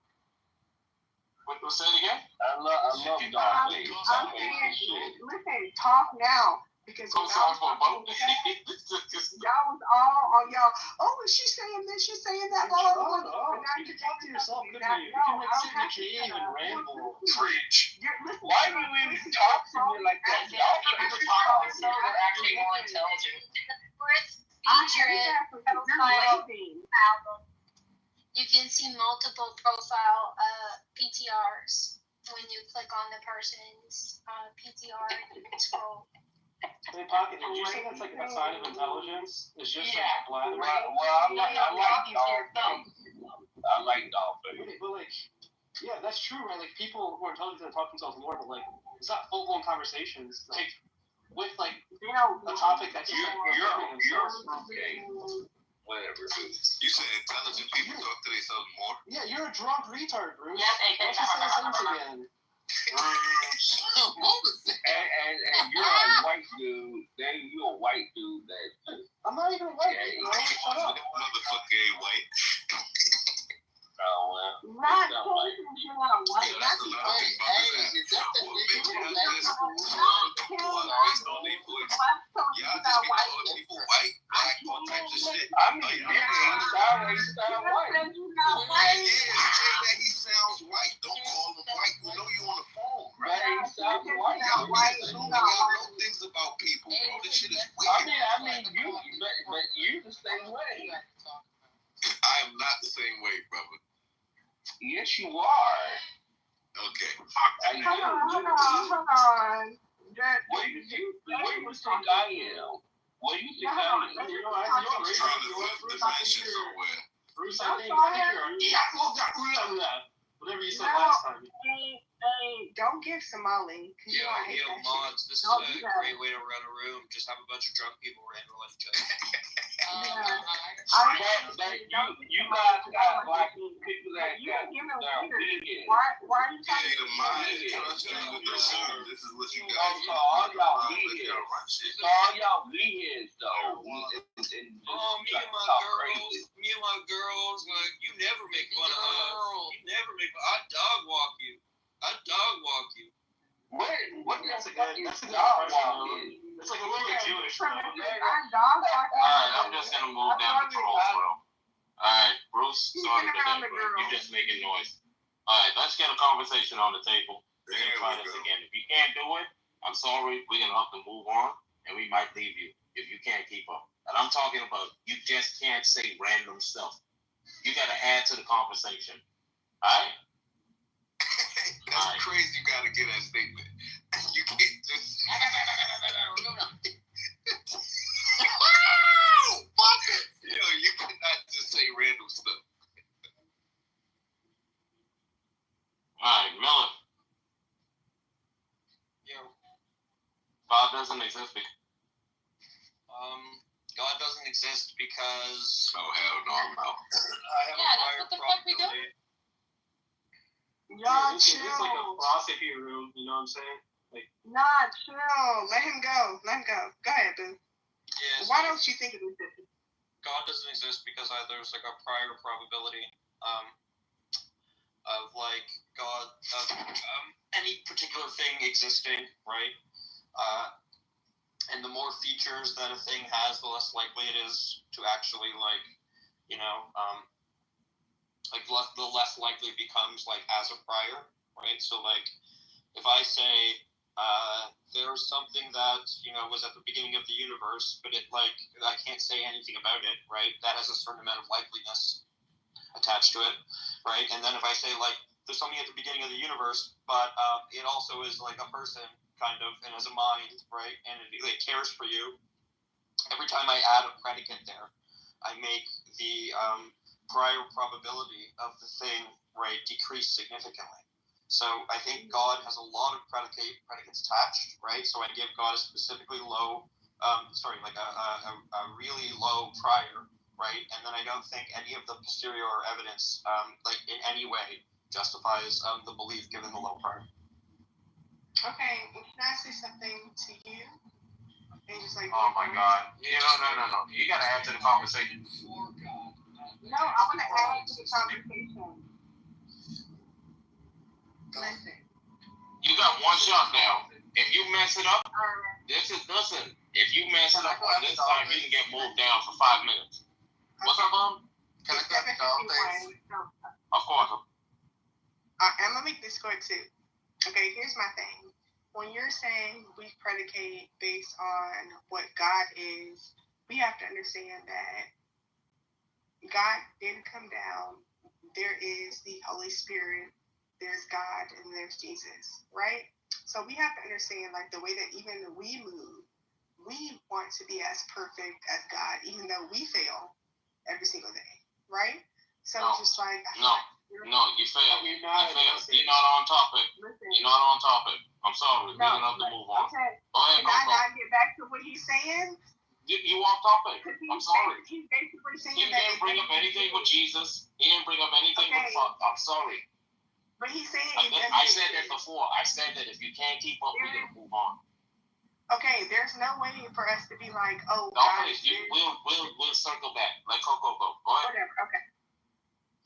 So, and is it Milithias? Yeah. So now you said that God, like to you, when you think of God, are you thinking of just a actual physical character? character, or are you thinking a little bit beyond that? Are you asking me? Right. I'm assuming that God is non-physical. Right? Okay. God is like prior to physical things. Okay. Okay. And you said you don't believe in the entity that is God because you said a P word, and I was Prior. Yeah. So specific So argument is basically, can called you the repeat what low you said again, priors. please? The specific argument is called the low priors argument, right? And like all it means is that like okay. Okay, so here's what a prior probability is, right? So if you had a coin, right, you would say like you know, a normal coin that you flip, you would say like there's a 50-50 chance, right, of it landing heads or landing tails, right? And that's before like you actually do any flips, right? You just like know that it's like if it's a fair coin, right, then the probability is going to be 50-50. And that's what a prior probability is, right? And then like you can start flipping the coin, right? And let's say like the coin just like comes up heads every time, like 1,000 times in a row, right? Like then you just know it's like not a fair coin, right? So like so there's two things you have to understand in that, right? There's your assessment of what the prior probability is, which is 50-50, right? And then there's the actual trials of flipping the coin, and we call that the like posterior evidence, right? So sometimes if the thing that you like, if you just think that like there's a 50-50 chance, right, that the coin's going to land on heads, and then you actually start doing the trials and it lands on heads 100% of the time, right, you would like come to a conclusion that it's not a fair coin, right? Because fair coins have the expected prior probability of 50-50, right? And only like coins that are unfair, that are stacked, right, that are like forcing themselves to land on heads every time, they're the only ones that come up 100% heads, right? So you have to have like sorry, one second, I'm just finish off really quick. You have to have like the two things kind of like play into each other, right? You have your assessment of how likely the thing is, right, given no examples of trials, right? And then you have like the quote unquote examples of trials, the posterior evidence, right? And then you like compare those two things, right? And you see like, maybe like I thought the thing was really unlikely, right, when I had only the prior probability, but now that I have all the posterior evidence, I think it's likely, right? But like you have to like overcome like what you initially conceived of as its low prior probability, right? So it's like if you have a low prior on something, it just means that you need more evidence in the posterior trials, right, in order for you to believe that thing. That's just kind of how that works. And so here's my thing. Hold on. Real quick. I'm sorry. I'm gonna make this real quick, and I'm gonna move on. But like in your conversation, right? Hey, shut up. What I'm gonna say is, in your same conversation, you're basically being like, if we can show a short-term evidence, then it moves on to a long-term evidence, right? Okay. Here's me being a Black woman who is more conservative. Let's actually talk about it. Right? If we're going to say that these things are just something that happens and then we move on, then that would mean that I actually have a better leg to stand on than you would. Because, yes, you may have these conversations that can, move past and have people take up for you, but at the same time, it's just like, I know for a fact I've been around people who do things and we fuck with each other, not because we are doing just shit. We are long-term evidence. Yo, Nathan, right? Based on you. Hold on. Hey, shut the fuck up. We're long-term evidence, right? If you're going to say that, oh, well, this is a problem, and let's he's talking about probabilities. Hey, it's not, hold on, like, I'm trying to be, like, cool here, like, you know what, like, a probability is? Like, he's talking about, like, given the concepts, okay, cool, so think about it this way, given the concepts at hand, right, there's going to be an assigned probability before you even examine the evidence on the table, right, like, like an overly complex object has a lower probability of existing because all of these things about the object have to be true. Right? And as you add those things that have to be true, the probability of it being true is less likely overall. Like, I think about like a math equation. The more premises it has, right, the more complex it is. Okay, cool. So Hey, like honestly, I feel like you want to pop your pussy, and that's cool. I love that for you. But like, if we're gonna actually talking about math, honestly, truly, I can actually talk about people in this room, right? Like I can. No, that's your issue. You talk about people. You talk about people yourself. I can be like, honestly, truly that. One second. That sounds nice, dude. What the fuck was that? That sounds good. I don't know if that pocket. Yeah, that was just a huge relief. Y'all never had one of those? Like a relief? I don't know what I'm talking about, so I just want to stop them talking. Yeah, that was just, that was beautiful. So, Mills, I have a question for Mills. Sure. When it comes to, like, the probability. Now, I'm not a fucking genius. I'm going to just put that out there. I don't know shit about math when it comes to that. I don't know what the fuck you guys are talking about. But don't come from my bed. Yeah, I'm just gonna say, like, when it comes to stepping outside and seeing how nature works and how we work with nature and how just the whole world works, do you think that could be accident or if that's on purpose? How we all, you know what I mean? I don't know if I'm explaining it correct. Like, I think you're making some sort of, like, I don't know, like inference, like design inference or something. Right. That, Yeah. Like, do you believe that the design of this, like everything works so well together? Exactly. Yeah. Do you that, think like, it could be accident or that's actual design, something greater than ourselves create? Oh, I think it's like most likely accident. Okay. Right. So like, yeah. So I think like there's a ton of stuff. Like if you look into it like really closely, there's like a ton of stuff that like just doesn't make a ton of sense about like how life works. Right. Like there's a ton of things that are just good enough to get by, right, where they could have been like a lot better. There's a ton of things that like what's a good example? Oh, so like there's a certain part of a giraffe, like in the giraffe's neck, right, that like because like of the way evolution worked, right, it was like easier for evolution to like create like this like I don't know part in the neck like by like slowly adding like inches or whatever onto it. But like what it should have done, like if you were to design a giraffe from the beginning, right? So what ends up happening is like because of the way evolution works, right?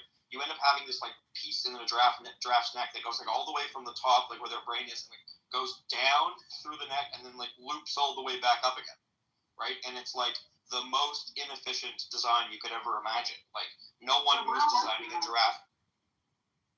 Sorry? No, where are the giraffes from? I'm just asking. I'm sorry. Oh, yeah. So they just evolved from like common ancestors. And what? Right. So there was something that was like a giraffe. Giraffe, like I always wondered about certain like coincidences, right? When like we breathe CO2 and the trees around us. Hold on, Doctors. Like we breathe CO2 and the trees around us need that CO2 to carbon dioxide to thrive, to build. Certain things I've always thought can't just be happenstance or accidents, like to the fact where, with the entire creation needs each other to survive in a way. It just seems too divine to really question. Most people use it wrong, right? So when someone says things came together randomly, it's not exactly how it works because two hydrogens and an oxygen make water. There is no other random chemicals that can mix together to create water, so it's not a random thing. I don't think they're not talking about that. Like they're not talking about the actual like. No, we aren't talking about that because Black Americans think. Dog days. I'm trying to help you, huh? I'm trying to help you. They're not talking about the fact that those things happen. They're talking about the laws that play. Like, how did they come from? Holy fuck. Like why is it the case that like they kind of like what do you call it? The force of like electron overpowers like the kind of like force of like gravity, right? Like those things have to be true for you even to have chemistry function, right? And they're saying something like, well, it's not just the fact that those like molecules make water. It's like why do those molecules even have the relations they do? What grounds them kind of like Talk about for the actual laws. Hold on, because also AWAP, what's crazy is that these things would be here even without our knowledge of it. That's what's amazing is that even before we put the actual label of this is hydrogen, this is oxygen, this is it was already there before we even had that or put names on it or whatever. So that's essentially like an epistemic fact, right? Like But why are it's the case that like it's the case that like I will go to work tomorrow, right? Even though I don't even need to like think about it. I don't even have to know that for it to be true. Like it's just, but that's not kind of how facts function. I think though, it's not like a feature of like intentionality or something. It's just like how the subject works in regards to facts and its accessibility. So I'm not sure what you're saying there, Ace. So like, from what I'm seeing, like they're not making inference from like the fundamental concepts of the universe or such. Yeah, like they're not making that inference. They're making like a more like watchmaker. You know what I mean? Like you see a watch on a beat. Like a fine tuning argument or something? Not a fine tuning. Like I think they're making the design right, and not a fine tuning. I think you're pulling them towards fine tuning. Whereas I think they're really trying to make like the watchmaker. I think the lack of random.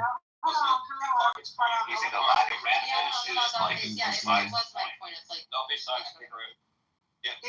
So Mike, yeah, like the only thing I'm saying is that like like he was responding specifically to that, right? But like I think what Pockets was trying to say is that like it's like curious how like we breathe in oxygen together.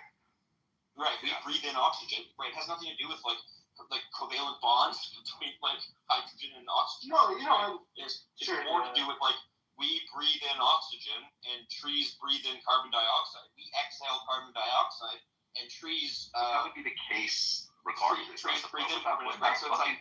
That's awful analogy. Well, my point. Hold on, y'all. My point was to prove the existence of God, a higher power, something beyond understanding how do these things fit and work. We're kind of arguing about what method you're doing that by, right? Like under my impression, I was finding Tim. It was like I don't think you're specifically saying that hydrogen is hydrogen because of like whatever you're saying. I thought you were making a greater point about like all this stuff has this kind of functionality to it, and why are they functional? And Milt's just saying it's more so like an argument about like intentionality being found in like design. Exactly. Yeah. So he was right. I think I was maybe more contextualizing myself towards Tim and not kind of focusing on the overall argument. I apologize. No, that's fine. That's why I asked Millis if he believes in like accidents when it comes to science and nature and all that. Are there accidents or is everything designed? Well, so that's the interesting thing, right? So like it's kind of like both, right? So like the way people describe evolution, right, is like random mutation with non-random selection. Right? So like how your genome mutates is completely random, right? You just get like random mutations like sometimes when people are being birthed, right? And that like changes their morphology in some way or their like ability to do X, Y, or Z in some way to their capacities, right? So the mutation part is completely random, right? But then what randomly changed organisms end up surviving in a given like ecosystem is completely non-random because it has to do with which organism is the most fit for that ecosystem, right? So that's why it's non-random selection. And Millis, one thing too, because I like that. I'm glad they used that word because a big misunderstanding too is the difference of when we say like survival of the fittest, or when someone mistakenly says survival of the strongest. In the evolutionary science, where fit just simply means able to reproduce at like a high level. So a lot of times we look at humans as fit, but so are flies, and so are a ton of other insects. So I definitely feel like and that can mean a whole bunch of different things. I definitely feel like even to you, Pockets, I lay down, girl. I definitely feel like when we have like the fittest, especially when we have like these conversations, like American conversations, like a lot of people will be like, oh, like you're Black American, you're this, you're that, like you're dark skinned, we don't even want you. I'd be like, why are you hoes on my ass? Leave me alone. You know what I'm saying? Like obviously, you're the only one talking. You see how everybody else I be cool with? I apologize. I have no beef with them. You want that drama. That girl. You see how he want that drama? It's like, I'm trying to chill because I fuck with y'all. I fuck with the rest of y'all. Y'all be cool. It's just certain niggas. You say you don't fuck with me, and then I be making these white men beat you up. Is that what you want? And I hate to be that black woman. Like, they be making me feel bad. Like, now I'm a dark black woman making the white man beat this nigga up. Like, it makes me feel bad. Dollface, I need you to mute up. Save it for the I'm night. a lock in. Yes, but I'm save it up. Listen to the convo. All right. I just don't like how certain people say certain things. Baby girl. The night shift doesn't condone said behavior. I'm so sorry. No, this was good because this is a good combo. Who was gonna? I think a couple people were trying to say something. Yeah, because I'm trying to learn. Because like I said, I did not listen to Bill Nye back in the day. I was snoozing through the classes, so I'm trying to understand the science. Hold on. I was trying to understand the science aspect of proving whether or not God exists.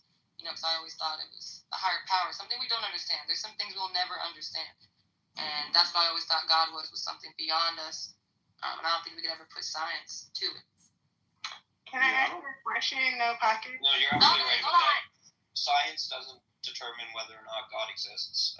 God is like a metaphysical, quote unquote, like postulate, right? And science has nothing to say about metaphysical postulates. Right? It can only tell us about, like, quote-unquote physical things and how they interact. It can't tell us about, like, whether or not a God exists. The other thing, too, is... Oh, sorry. On that even why a law is true, I think.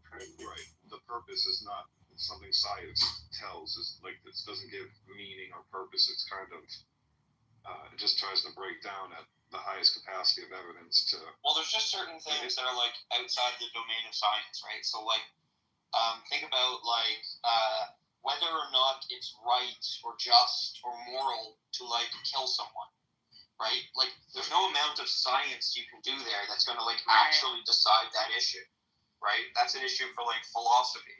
And it's the same with, like, God, right? Science is just not the thing we're going to look to adjudicate whether or not a God exists. We're going to look to things like philosophical arguments.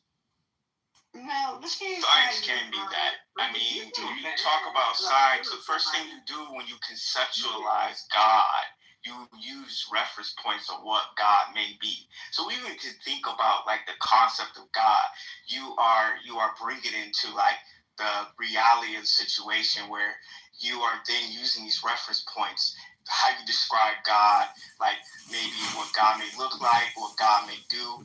All this is conceptualized by your own mind. So therefore, you can utilize science to just kind of like say, hey, God exists or not, right? So if you say you can't conceptualize God, then no one can actually know what God is, right? So how can you prove that at all? So therefore, the end result, the conclusion is you are agnostic. You don't know if God exists or not. But if you say there is a God and you listen to scripture or whatever religion is out there, then it has been conceptualized. It's descriptive at that point. So therefore, it's now brought into the reality of like existence. So then you can look at science to kind of like, you know, determine whether it is there or not, or even philosophy. No, but that doesn't seem right to me because like, think about it. Like God could exist and we could just be like not able to conceptualize it. Right? Like those two things come completely apart. So like our epistemic limits, right, as like, you know, biological beings that like aren't omniscient, aren't like, you know, omnipotent, but omnibenevolent, right? Don't have any of the omnis, right? It might just be like impossible for us to like fathom like a true like a concept that actually maps on to like what God really is, right? Like we might just be like we might not have those types of senses, kind of thing, right? Like we might just be like limited in that way. Why do people like? Because I don't. But it could still be true that God exists, even if we are limited that way, right? But why do people use like? And I've heard this. Hold on. I've used this like. I've heard this like maybe once or twice. I don't know. But why do people use like the Big Bang Theory as a reason to prove? Because they don't know what it is. Well, no. I think so. Pockets like. You can use scientific evidence to like support premises and philosophical arguments, right? So like people will make arguments like if the universe began to exist, the universe has a cause. Everything that begins to exist has a cause. The universe began to exist. Therefore, the universe has a cause, right? And then the people will say like that cause is God. Right, so like it has to be in order to support. Sorry, yeah. Yeah, well, it has to be on cause as well, right? Yeah, I was just adding that point because I think an important part of the premise is that like the cause has to be on cause, and that's how you get like the necessary Right. But to specifically touch upon what you're saying, like I just want to when they found out the Big Bang Theory was what it was. So it's let them do it, bro. Let them cook, bro. Yeah, so I just want to land this so it's very clear, and then I'll shut up on this. So, in that argument I just gave you, right? Everything that begins to exist has a cause. The universe began to exist, therefore the universe has a cause, and that cause is God, right? In the second premise, right, the universe began to exist, someone might bring up the Big Bang as evidence of that fact. Does God exist? But it's so the conclusion is God exists in that argument, right? But it's still a philosophical argument. And even here's my thing, Mila. Even in that conversation, God does still exist. And I feel like that's why y'all. I'm back. No. Well, Dollface, you just questioned Megan. Like, think about the kind of argument we're having. No, let me finish the conversation.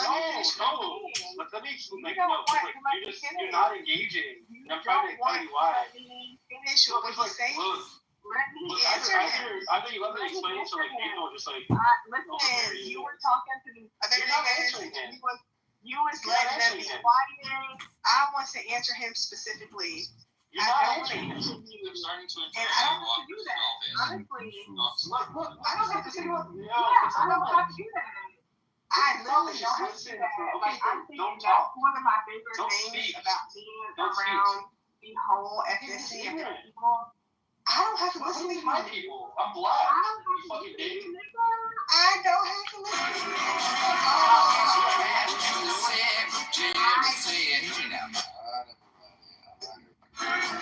Respectfully speaking, I think Dollface is just speaking right after Miller. Even though it's a bad point, let's make Nathan said no.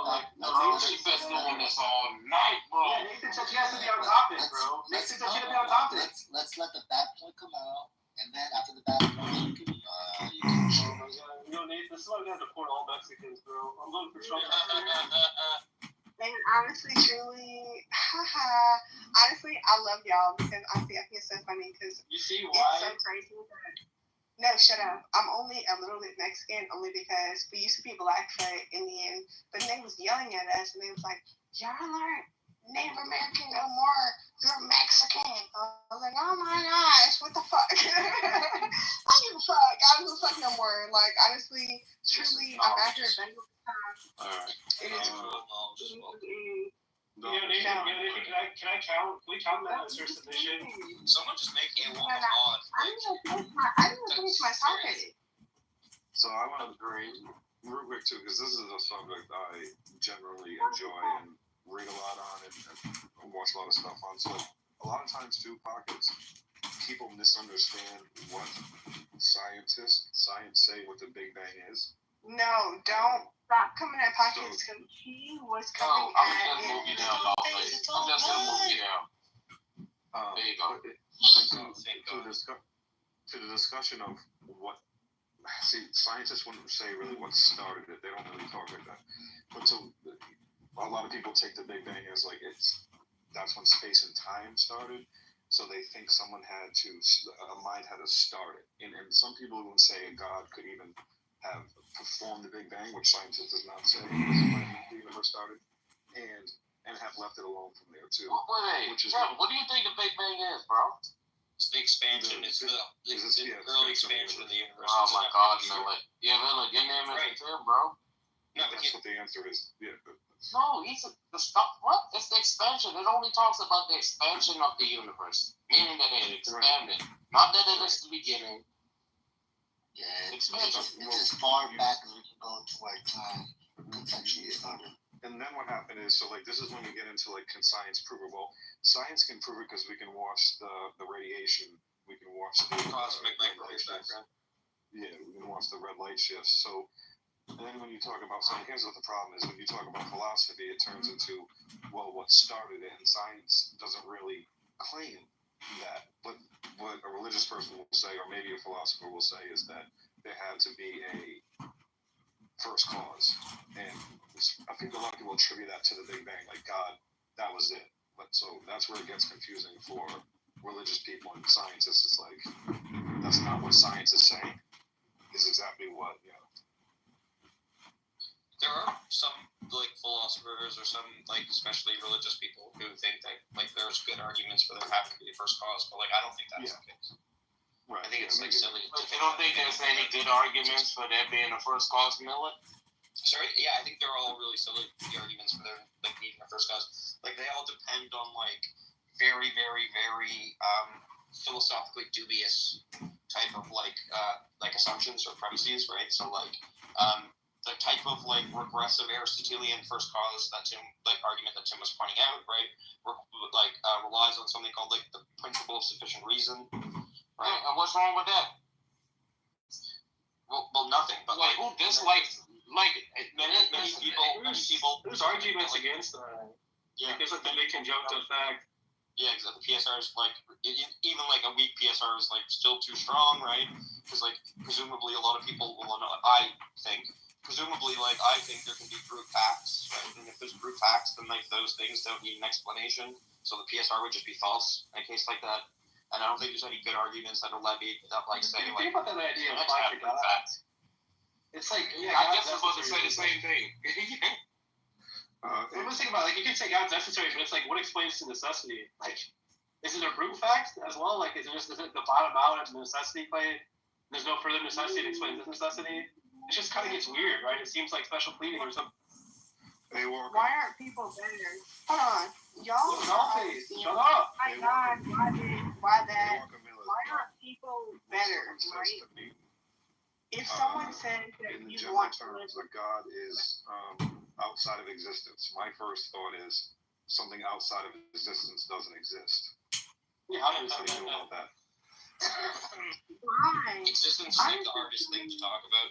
Here's my thing, like, But what do you why think about that are we statement? as Do you think I'm wrong Americans? right off the No. bat, or what would you say? Dollface. Let me ask you this question. Why do you think you need to be heard? I feel like, why are y'all having these conversations about You say you don't know how to answer. I'm just gonna move me down, man. I'm saying, like, why are we as Americans having these conversations? No, why do you think you need to be heard? Why should we listen to you? You don't have to listen to me. I must say, So I'm just move you down there. an hour, but I do enjoy that knowledge is gonna do what he typically does to me, to Nathan. And I'm here. I love that. Yeah, I got a question for Tim. Tim, you're not one of the philosophers, so what does PSR mean? These philosophers. I didn't understand the word you said. Say it again. Yeah. What does PSR mean? This is a common philosopher term. PSR? Yeah. I'm not a philosopher. I enjoy, I'm more of a science guy. I enjoy listening to philosophy, but I don't know what that term means, PSR, no. You're good. Yeah. PSR is just a philosophical term for principle of sufficient reasoning. Oh, I might have heard the term before said like that. I don't know if I've heard No, they don't speak like regular folks. That's all it is. No, There should be like some kind of explanation to that.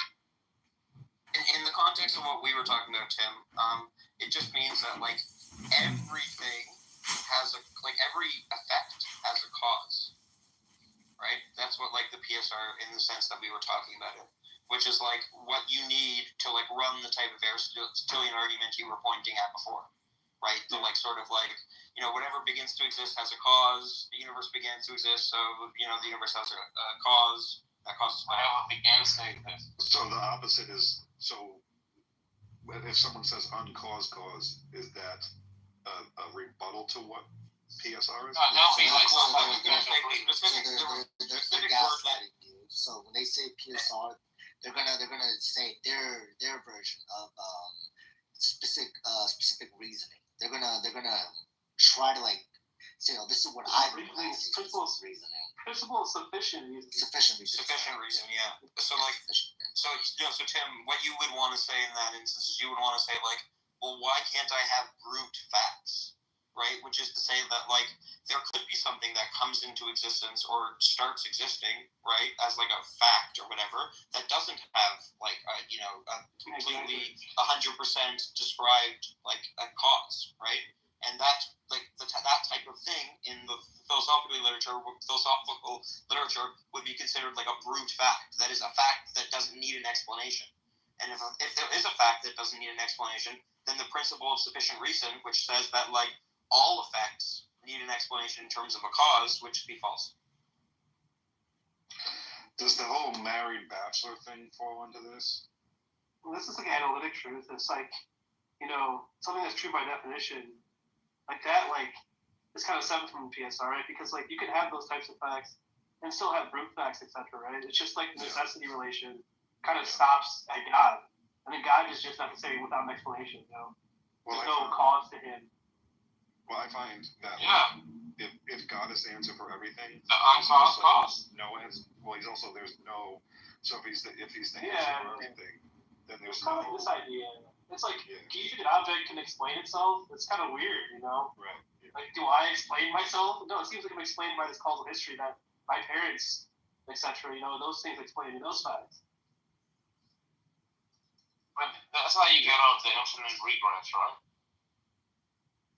Yeah, but you can almost break down any subject and like you can always kill a conversation at least, or kill a thought, because with the infinite regress shit, because then we both just stop at, because you'll hear me say, well, scientists say they don't know what happened, and not knowing is not necessarily a position.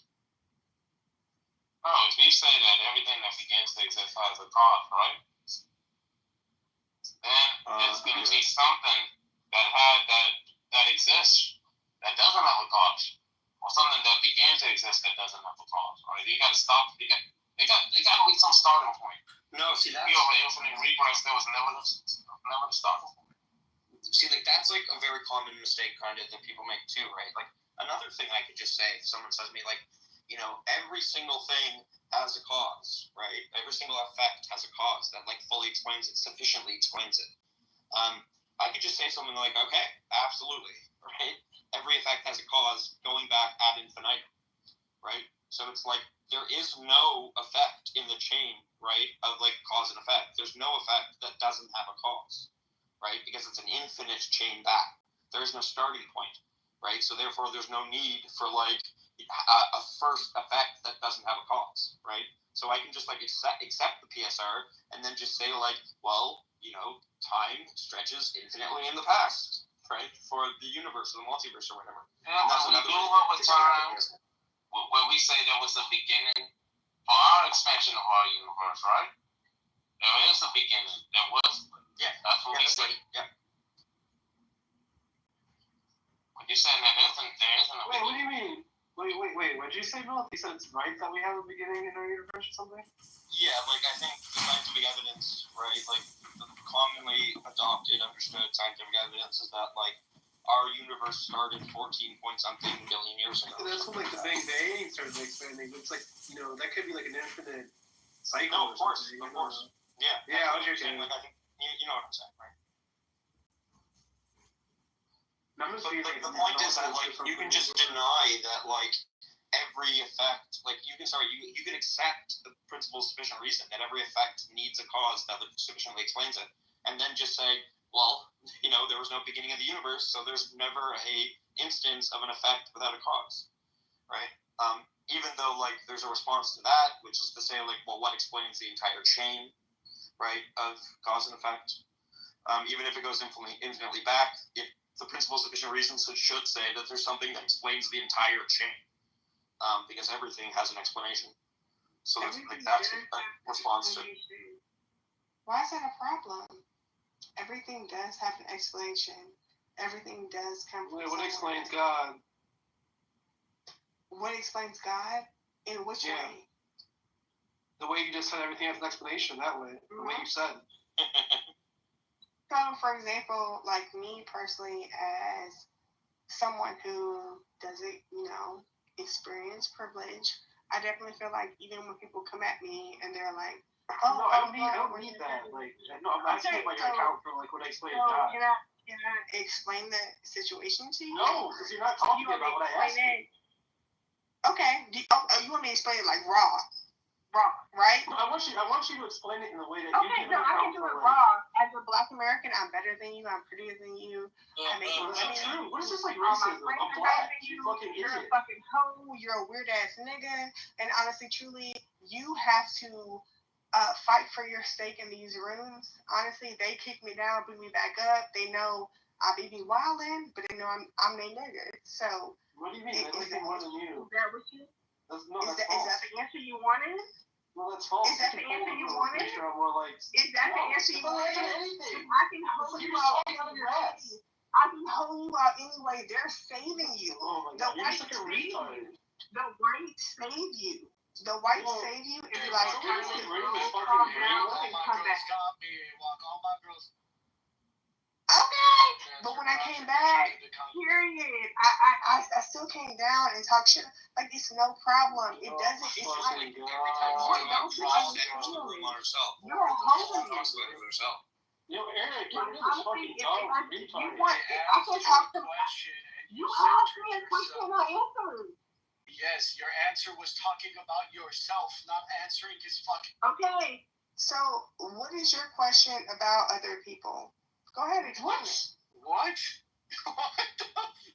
No. How is it like? You might have. Y'all you might have brain damage. The people that Ask her to around. repeat the question that was asked her. Yeah, your cognitive Go faculties ahead, are ask broken. that question. Oh, no, look. What did I ask you originally? No, let him ask his question. I don't care about you. You're fucking. Let him ask his question. I asked you the question, right? Okay, what's your question, little? No, what did I ask you? How do you know that you answered my question if you don't know what I asked you? I feel like I answered your question because I was like, okay. You just feel like it? I feel like you didn't. I feel like you didn't answer my question. No, I feel like you didn't. Okay, so go back with your question again. We can laugh at you again. All right, I'm gonna ask you one more time, and if you don't answer this question, you have to admit that you're like not tracking, okay? And then we can kind of like work on your reasoning faculties. Okay. Like, look, okay, what explains God in the way that everything else has an explanation? Because it seems as though you would appeal to everyone else's explanation to be God causally, right? So then how does God explain himself? No, I'm not God. Here's my thing, okay? So here's the thing. We're going to take it step by step for you because we know you're slow, okay? So I'm going to take it step by step for you because, like, you got your pen and paper? So I want to take it from the top to the bottom. Yeah. So answer my question. I'm waiting, yeah. Okay. So the beginning is, how do you know that you believe in God, right? No, you can't answer a question with a question. You simply give me like. No, I'm answering your question. Are you I'm asking telling me you, Papa. like No, Papa. I'm telling you to get your pencil and paper.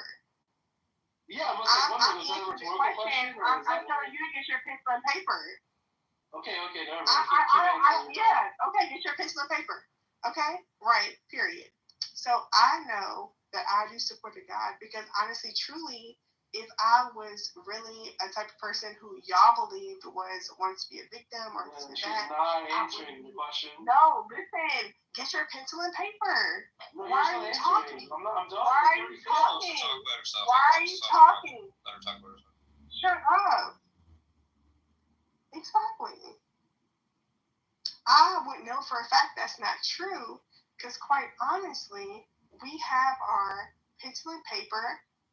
Get that out of what the Lord wants for us. Okay? The Lord wants for us to be peaceful. Write that down. The Lord wants for us to be understanding.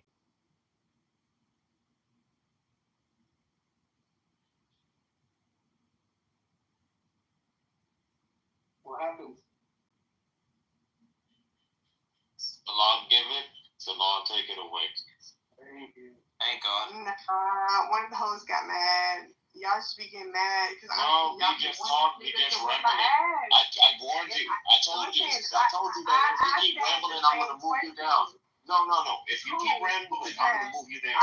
This is me, Nathan. Please. How was me saying something to him rambling? Because you're just using words. And using words in a room with words of meaning isn't cool.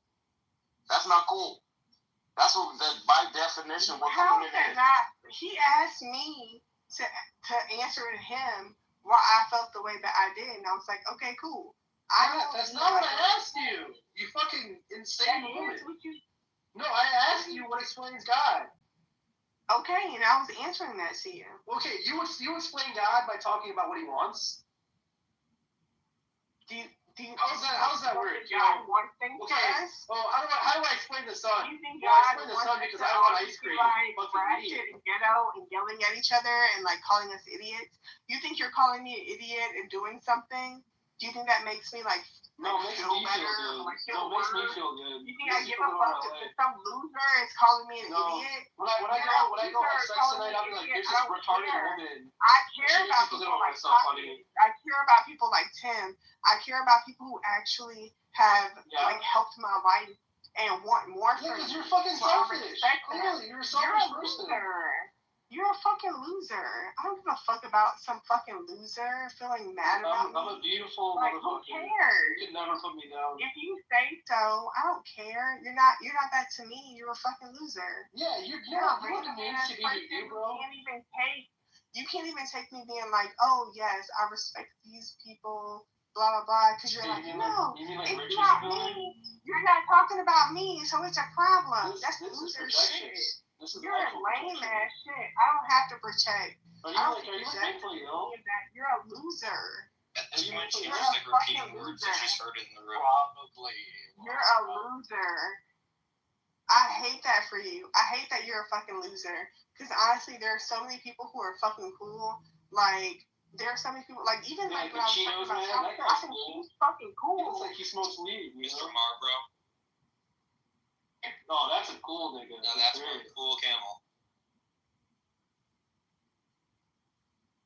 Yo, Pocket, that's your friend? Pocket, why are you hanging out with people like that, for real?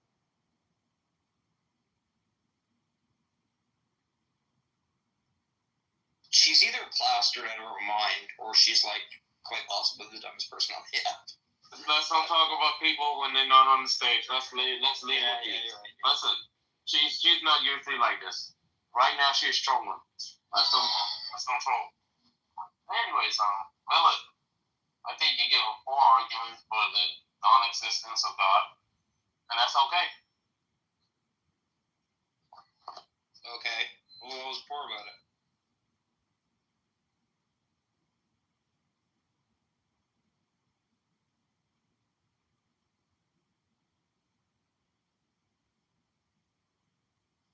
You can also, like, there's other arguments too, right? Like, you can play like an abductive game with saying things like, you know, most religious professions about a god, right? Even like you, Nathan, you take most of them to be wrong, right? Like every other religion that isn't your religion, their gods you take to be incorrect. Basically, even people in your religion that don't have like the same view of God as you take to be incorrect, right? So there's way more God concepts like that you reject than there's God concepts that you accept, right? So it's just like more likely that any specific God concept, right, is going to be non-veridical. That is like not tracking the like truth of ontological truth of what actually exists. Than any specific one being abductive or inductive way to think about like God claims. So that's another argument for atheism. Are there any other good ones, A-Walk, and I'm missing? You think Nathan's going to respond to... No, he doesn't have to. Doesn't have to. Are there any other good ones that you think are good that you think I'm missing? No, I think like the low priors is my favorite, to be honest. Yeah. I used to be like more agnostic until I heard that actually. I mean, like I think there's like arguments against like Christianity. Like I think like the logical problem of evil is fine, but it's like an issue contextualized towards certain religious institutions that have. Oh yeah, that makes me think. Oh really? So you think it's like an at-home kind of thing when you're presenting it? You have to. Yeah, dude, but not in the way like. Yeah, but not in the way you want to fucking. Fuck you. Like I like. Oh, by the way, Sasha came in and backed me on the stuff I was saying with Clap. About the idea that like yeah, but like I think Cloud's point is still true that like that's arguments are only ever going to be forceful if someone accepts the premise of it, right? And that's what makes it contextualized. No, but like the whole point is that like if they accept the premises, right? That's where I can draw out the line. That's true. Yeah. So of course, right? Like I know that when you have an ad hom argument, right? They have to accept the premises, right? But it's their acceptance of the premises that allows you to draw the tension. But I always think the ad hom. But I always think the ad hom not to be deflationary point. Yeah. No, I agree with you, but I think the ad hom to kind of be like, it's not necessarily a function or a part. I guess it's a function argument, but it's not a part of the argument. The ad hom comes in when you have like this kind of like understanding of their background beliefs too, on top of the premise acceptance, right? But that's not the I think I agree with you there. Yeah. But the point that I think I agree with Albedo is that like all arguments are ad hom in the way you describe it is just the fact that they have to accept the premises need to be motivated. Like the argument doesn't function if they don't accept the premises. I think that's true of every argument. The ad hom is just the idea that like there's going to be background tension. No. You don't have to accept the premises for arguments to be forceful. Like you can have a specific argument for a premise, right? And they can like think that argument for the premise is like, you know, generally successful or whatever, right? But like they don't have to like accept the premise before you like start talking to them about the argument. But that is a requirement for an ad hom argument, right? Because an ad hom argument, when you're creating it, right, when you're like, you know, like determining what it's going to be addressing, right? Motivational. You're only addressing a certain subset. No, I agree with you there, but like by motivational there, you just mean that like persuasive intuition wise or something, right? Like, I mean, I can agree there, but I think like in terms of it's like being applicable functionally, right? Or to have the motivation that like, you know, the conclusion does follow in a way that should persuade the person. I do think that is a function of the accepting the premises. Well, only in deductive arguments. Well, I mean, that's not be true for inductive ones. Just be like, you can say it's probably true or something, you know? Yeah, exactly. Yeah, but like that's fine. I mean, that's still motivational. Like you can get like more likely than not premises, right? That are like no, that's fine. Right? But that's still. But the idea there is that like likely, right? To determine like more likely than alternative in an Yeah, but the idea there is that like that probability claim is going to follow in some function, right? Given the argument. I'm not sure what do you mean by follow, given even an inductive argument, right? It's like, I don't mean follow inductively. I mean like it's gonna like the conclusion is true given those things. If the premises 1 and 2 are true, the conclusion is likely true, right? Like and that's like a function of the argument. I can just be comparing A to B. I know. I know what induction is, bro. I'm listening inductively. That's why you said likely. I was picking out the language you use. I'm saying, but that is like the function of the argument is that motivation. So it's supposed to illuminate that for the person, right? Like, you know, I agree with you that like I can give someone an argument. They can not even think about the premises being true. They can have an intuition about it or something. Like, you know, whatever. That's fine, right? But like, I think the point Albedo was saying is that like that relation or that motivation is like the kind of function of why we give arguments in the first place. Like, okay, so, like, I look at it like this. Like, you can tell me where you get off this shit, right? I look at it like this. If, like, me and you have a disagreement, right? I can do, like, one of two things, right? Like, I can give you an argument, right, that I think I have, like, support for the premises that you may or may not agree with. Yeah. Right? And we can discuss, like, what I think is my support, and then we can discuss, like, whether or not you think, like, the thing's valid and sound kind of thing, right? So that's one way I could go. The other way I could go is I could very narrowly tailor an argument to your specific professed beliefs, and I could show a contradiction. Yeah, and that's like an ad hom, yeah. Yes, and they're two completely different. That's all I'm trying to point out to I don't know if it's completely different, but I do think like in the sense that you're saying is that, especially the evidential problem of evil, that clearly isn't addressing the person's personal beliefs, right? More so like about their like kind of like that's why I say think about like Christian minutes. And like it necessarily like seems to be engaging with background beliefs. But they're gonna be forms of arguments that don't need that, right? I think we agree there. So yeah. But the point I'm saying, no, but I think Albedo's point was that like the motivational part is like true of any argument given the premises being accepted or something. But like I don't know, he was just being overly combative with you. No, it's fine. Like, you know, shit happens. He was doing that shit where like he's like, I'm a black belt, so I'm gonna like wrestle. But I did make a bunch of mistakes. I did say some stupid things. He's propositional and like silly, bro. Yeah, the propositional stuff is really bad. I got a question for you too, man. or a statement, and I want to hear your opinion on it. So someone says, and this is the argument like I would make. Well, I wouldn't make this. I would oppose it. You'll see. Someone says, believes in the creation story, right? Everything's created. Earth is created. Humans are created. And they always bring up, everything takes a mind. So they'll bring up like a computer. But I would say, if you can't distinguish what's uncreated,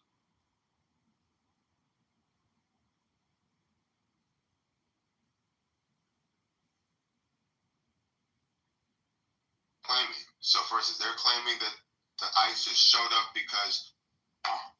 Okay, you were there. What are you saying occurred again? One more time. This happened in DC. We're literally in Capitol Hill.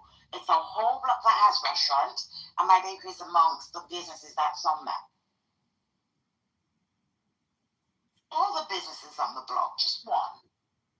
And when they went to that business, this was them trying to find out who works there, etc., etc. And the backstory is this person used to work for the Republican Party, and he left because of the January 6th, what happened. So it's a personal vendetta.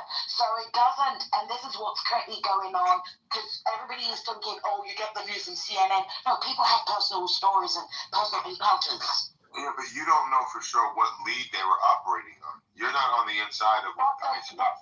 But the lead is false, is what I'm trying to say. How do you know it's false? If you don't know what lead they're operating on, whatever brought them to that, but you don't know what actually brought them to that establishment. You don't know what lead they were working on. You don't know who they had under surveillance. You're just operating off of your vantage point as a person on the outside. But I just told you he's my business neighbor, and he doesn't have anybody working for him that is not American. Okay, but what I'm saying is you don't know what brought ICE to his establishment. You don't know what information they were operating on. Yeah.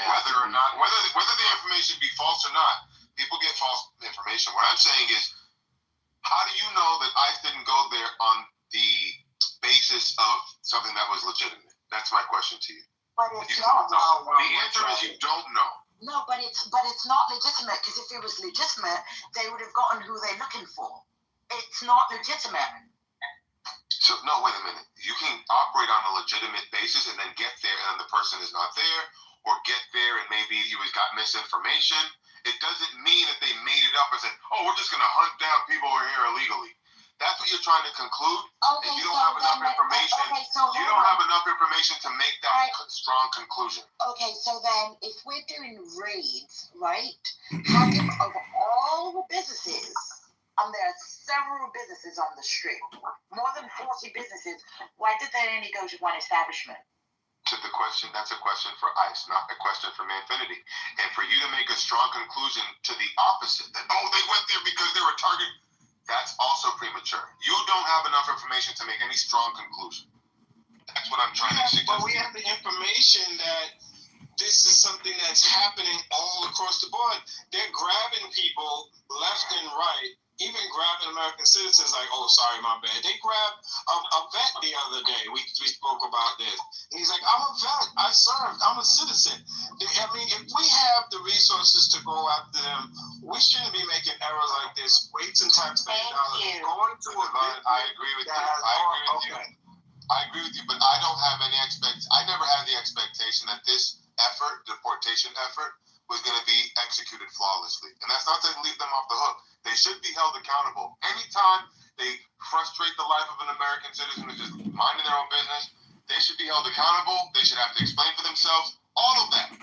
But if you had the expectation that this execution was going to be 100% perfect and flawless, I've got a Brooklyn Bridge to tell you.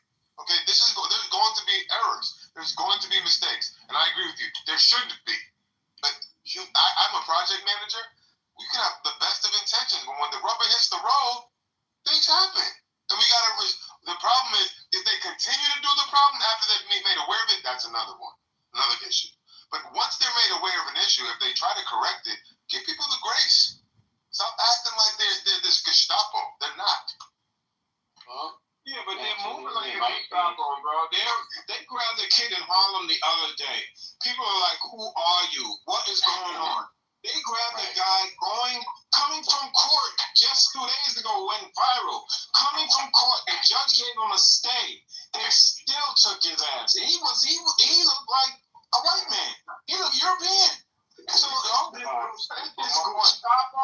this Gestapo attitude. They're not listening to judges. They're not doing due process. They're just not fucking following the Constitution. Everyone should have a problem with this. They could grab your black ass to say, we don't want to hear shit, we're taking it.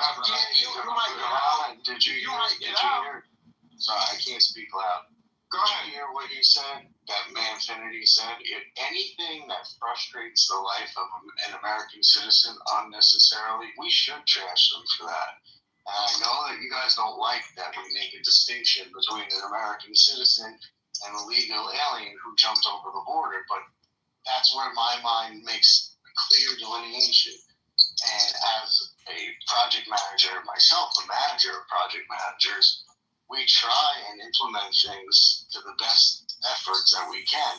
It doesn't mean that you're always looking for the worst intentions, projecting the worst intentions onto these people. Maybe they are trying to do the mission, and these people get caught up in it. That happens. That's okay. And you're going to have that, especially when, think about if you're working at the local Blockbuster Video in 2000 or 1999, and your manager has been letting you smoke weed and shoot smack in the basement of Blockbuster for the last 10 years, and all of a sudden you get a boss who actually cares and knows how to do his job. Of course people are going to be mad. They're like, what the fuck? We used to be able to shoot dope between our toes at the register, and now you're telling me I'm going to show up to work on time? Like a new boss is in town, a new sheriff is in town. That's going to be uncomfortable for people, and they get upset now. It's a great analogy. Horrible analogy. I think it makes it's a good point. That people are upset that we're finally implementing a level of, what is it? I'm not upset. What's wrong with that? No, I'm not upset about that. Enforce the laws of the book. But, again, when people are afraid and people are getting caught up and people that were allowed to stay and all of a sudden like, no, your GPS is too slow. Why are we doing that? Why are we doing that? What is the T standpoint? GPS. To admitting Yes, to separate. You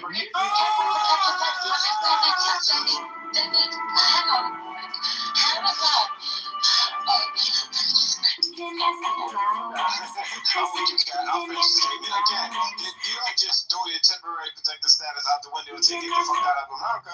Give them due process, especially if they're individuals that are contributing to the economy, working their jobs, and they're not the people that cross the border illegally. Go after them. Why are you going after the people that are actually trying to live out the American dream, or getting up every day and following the law?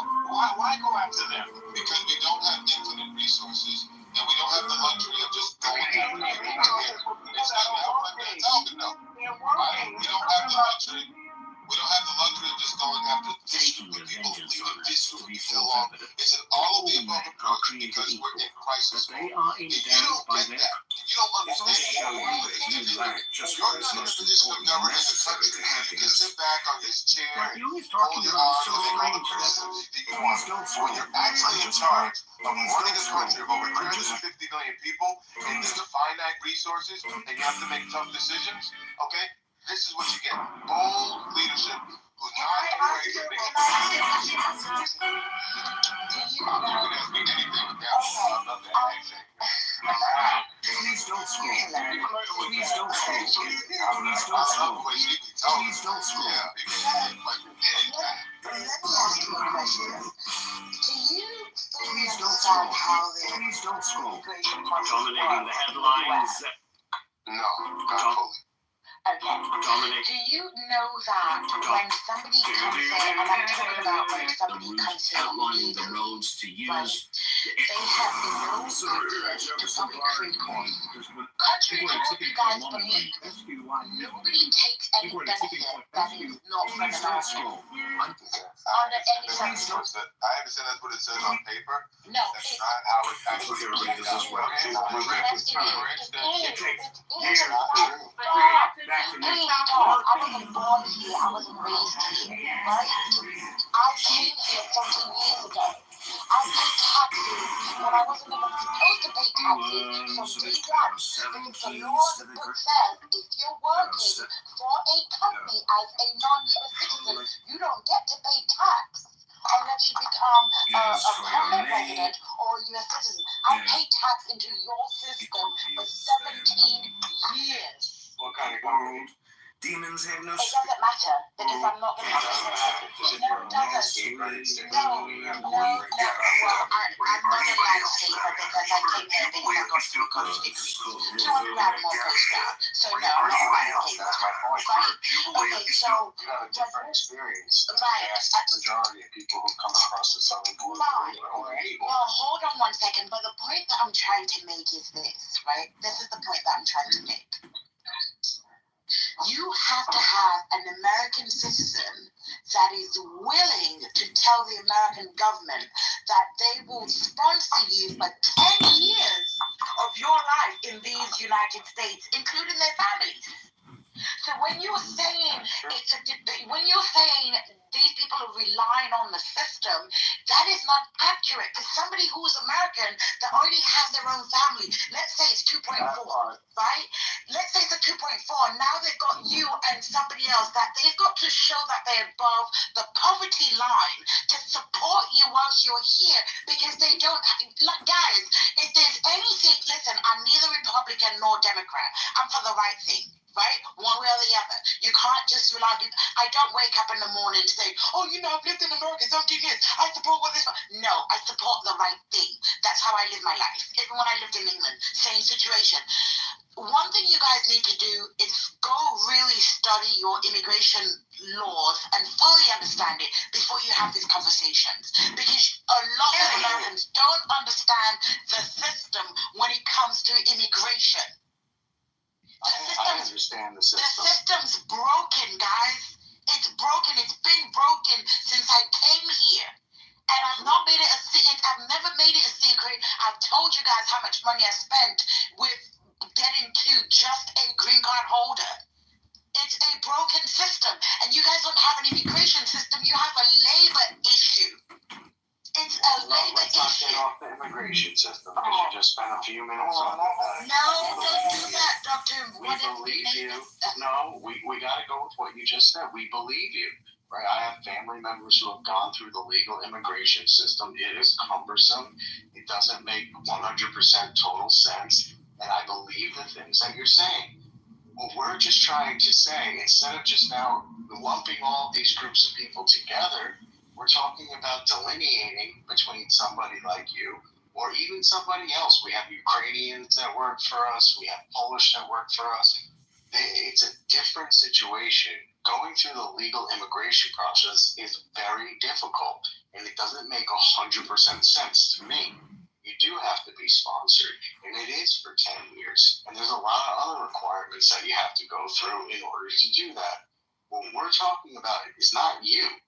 You are a legal immigrant to this country, and it's harder to do it that way. A lot harder to do it your way, rather than hope that you get some sort of presidential decree that says you're now a citizen. It's a lot harder to go through the system. So we need to change the legal immigration system to be less cumbersome, number one.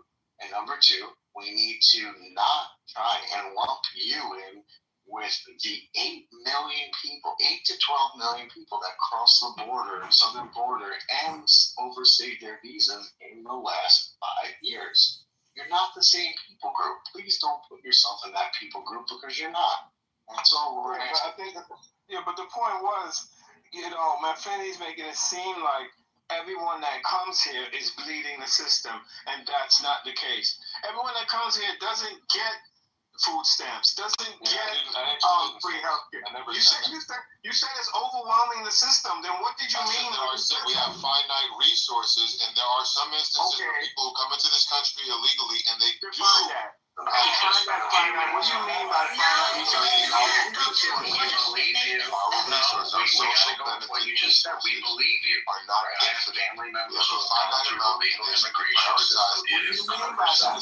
When I hear that, I think Medicaid, I think food stamps, I think healthcare. What do you mean We're just trying to say finite resources? Let's go through the top 5. We're talking about delineating between Emergency rooms can get overflooded with people who are here illegally. Emergency rooms, so that means doctors and resources in hospitals in your favorite city along the border or your favorite city anywhere in the country. If you have a population of illegal immigrants just popped in, they're sick, will end up in emergency rooms taking resources away from citizens who need medical attention. Now they got to wait longer.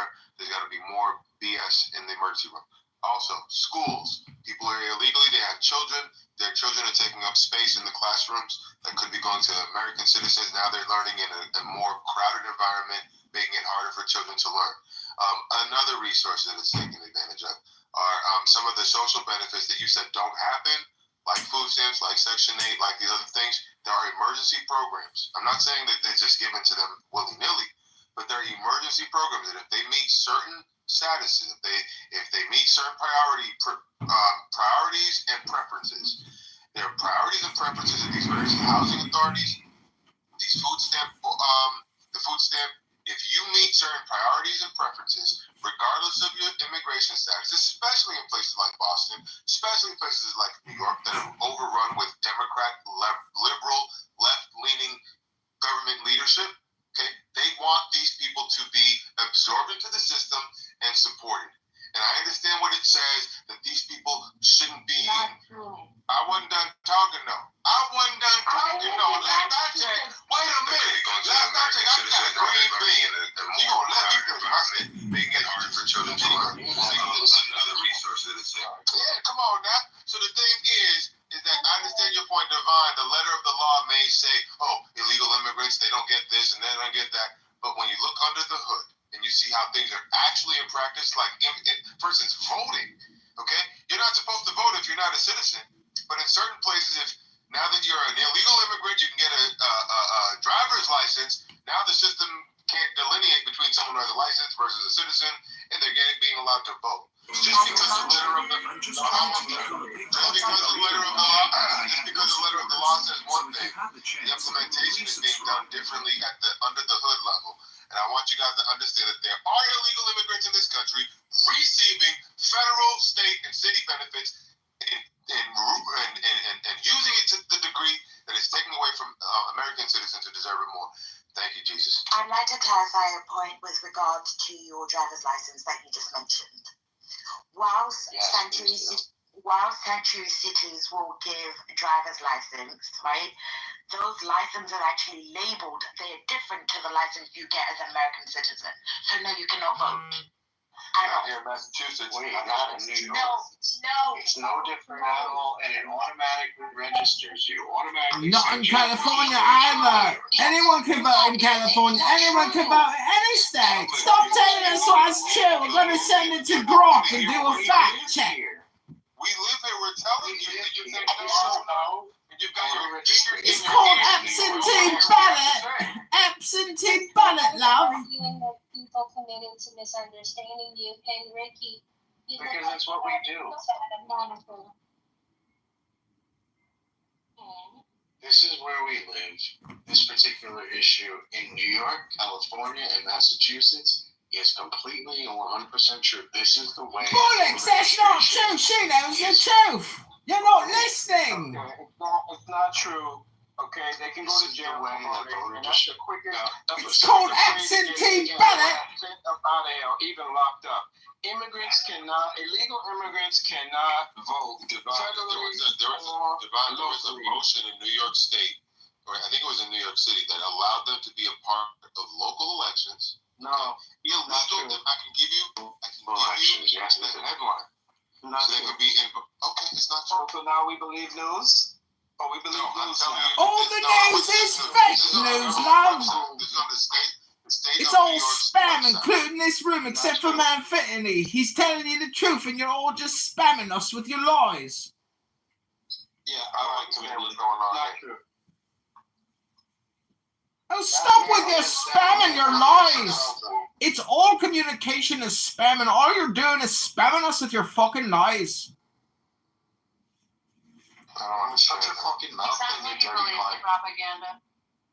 You believe the propaganda you're following? What did I say that was propaganda?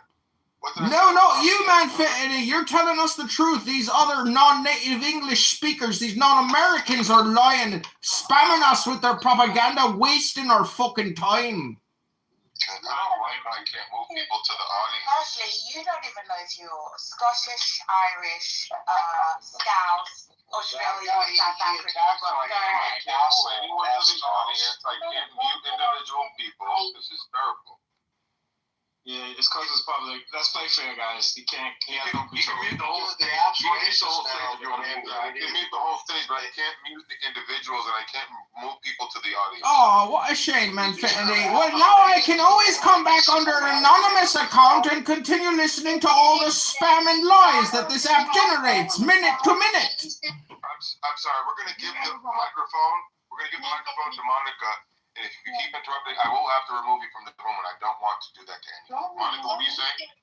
The three dots to the top right, just change the settings of the room to anyone can join the stage. You have it set to no one needs an invite.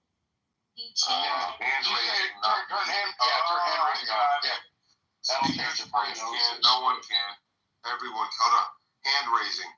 Speaker, which should I put it? Everyone can, speakers, friends can, or no one can? Everyone can. Everyone can. It's boring. Just your parents all the time.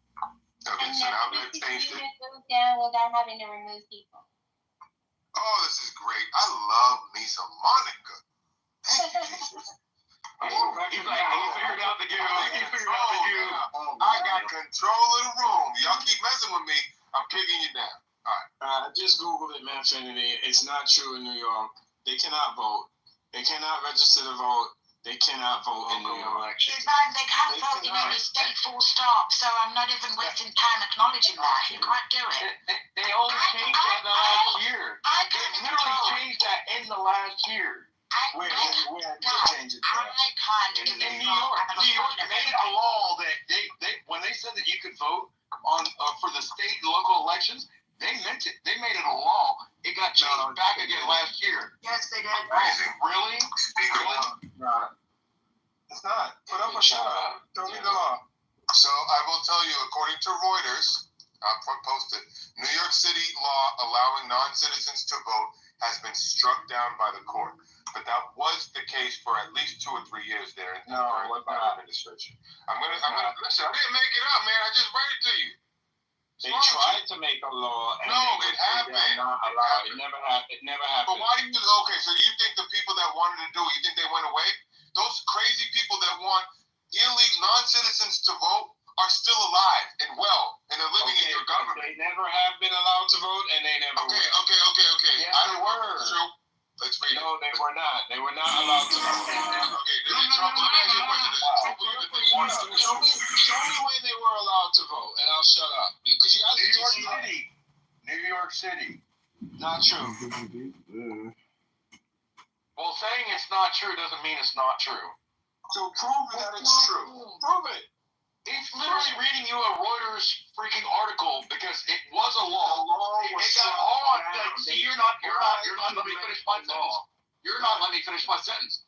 Well, they made it a law, and then they put it on the books, and then it got contested, and it took them 2.5 years for it to go through the Court of Appeals for them to strike it down. But for that time that it was on the books, people were allowed to vote on local and state level. Jesus leaves us, bro. All right, divine. All right, we're gonna go slow. Wait a minute. No one else should be speaking. I want to hear a divine response to what Doc just said. No one else should speak. I'm in New York. Quick Google search. It was never on the books. It never happened. Okay. Alan would like to say something. Everyone, please be quiet. Alan? Yes. I'm sorry, Rachel. Please allow Alan to speak. hey, how are you? And my friend Alan. I ask right. Non-citizens are generally not allowed to vote in U.S. federal and state elections as voting in these elections, blah, blah, blah, blah. However, some local jurisdictions in the U.S. have passed measures allowing non-citizens to vote in specific municipal elections, such as for city council, school boards, or local ballot measures. Okay, California, San Francisco, since 2016, non-citizens who are parents of or guardians of children in the school system can vote in school boards. Tacoma Park, Hyattsville, College Park, Monterey County, Vermont, Burlington, Montpelier, and Winooski, New York. In 2021, the New York City Council passed a law allowing non-citizens with legal permanent residency or work authorization to vote in municipal elections. For instance, for mayor, city council, and local ballot measures. This would apply to approximately 800,000 non-U.S. citizens. However, the law has faced legal challenges in the state appeals court ruling unconstitutional in 2022 as of 2025. So from 21 to 22, it was allowed Washington, D.C., also allowed in 22. Stop for a second, Alan. What is your source? What are you reading from? Excuse me. I want to know where Alan. Excuse me, Alan. Where were you reading that from? Grok on X. What is that? Grok. AI. Instead of Google, I use that. Grok? I've never heard of Grok. Yeah, go on X. It's the X. Okay, so Divine, I want no one else to respond. Divine, how do you respond to what Alan is from? Legal, he said it, legal permanent residency. You guys said illegal immigrants are voting. That's what you said. No, I said non-citizens. Let me read it again. However, again, the synopsis. However, some local jurisdictions in the U.S. have passed measures allowing non-citizens. Whether you have legal residency does not make you a citizen. You can. Okay, but the part you read was under New York. You're applying. If you're read the New York part again, I was listening. Okay, all right. I'll read the New York one. Let me go. In 2021, the City Council passed a law allowing non-citizens with legal permanent residency. They're still not citizens. That means we're letting you stay, but you're not a citizen. The law says if you are not a citizen, you can leave at any time. You want to vote in this country, commit to this country and the Constitution, and then you can go in that ballot box. Until you make that commitment, go away, you don't get to vote. But you'll take the tax that they pay, right? They can go away. Yeah, are you getting the benefit of working in this country? Are you getting the benefit? Then pay the tax. Okay, so Divine, do you concede to the point that there's an effort? Let me ask the question. Don't tell me no, I didn't ask the question yet. I didn't get to ask you the question. You concede to the point that there is an effort to allow non-citizens to vote in this country. You're changing the question. You're changing it, but yeah. You said 5 minutes ago, illegal immigrants are voting. Now you're changing it to non-citizens with legal status. Like if they're paying taxes, yes, they should be allowed to vote. If they have legal status, and they're going to get due process, allow them to vote in local elections. Why not? City council, city council, school boards, things of that nature, things that affect their day-to-day life. We say it all the time on these stages. Local elections matter. That's what really matters. So let me ask you a question, Alan, and what you read, does that allow for, I know in New York it was the permanent legal status, but like in San Francisco, I didn't grasp what you mentioned there. Is that the same thing, or did that allow for illegal immigrants? Okay, in San Francisco, Okay, so there was non-citizens who are parents or guardians of the children in the school system can vote in school board elections. That in Oakland, they approved a measure that non-citizens, including legal residents and undocumented immigrants, to vote in local elections for city council, mayor, school board, starting in 24, and in 22, Berkeley voters approved a measure to allow non-citizens to vote in municipal elections, though implementation is pending legal clarifications. So in all cases, they're saying non-citizens. Yeah, as far as they're working in this country, congratulations. You are now in a country that gives you greater opportunities. If you would like to participate fully, first of all, come here legally, because there are plenty of people who are willing to wait their turn to come here legally, and just because you can walk across the border doesn't give you the right to cut in line and take jobs from the people who want to obey the law. And second of all, again, working here, you're participating in the country, you can pay taxes, and when you fully commit to being a citizen and upholding the Constitution and obeying the laws, well, then you should get to vote. And yeah, local elections do make a difference.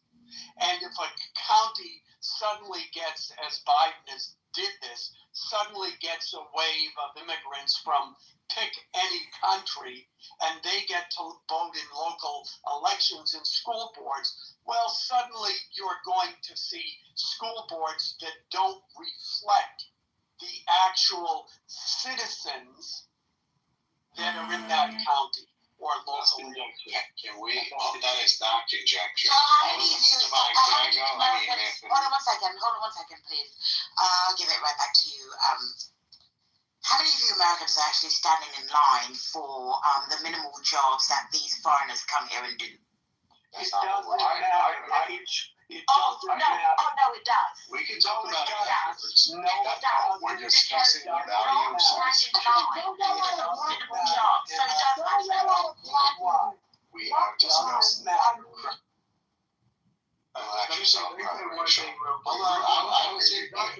Doctor, I'll go after you.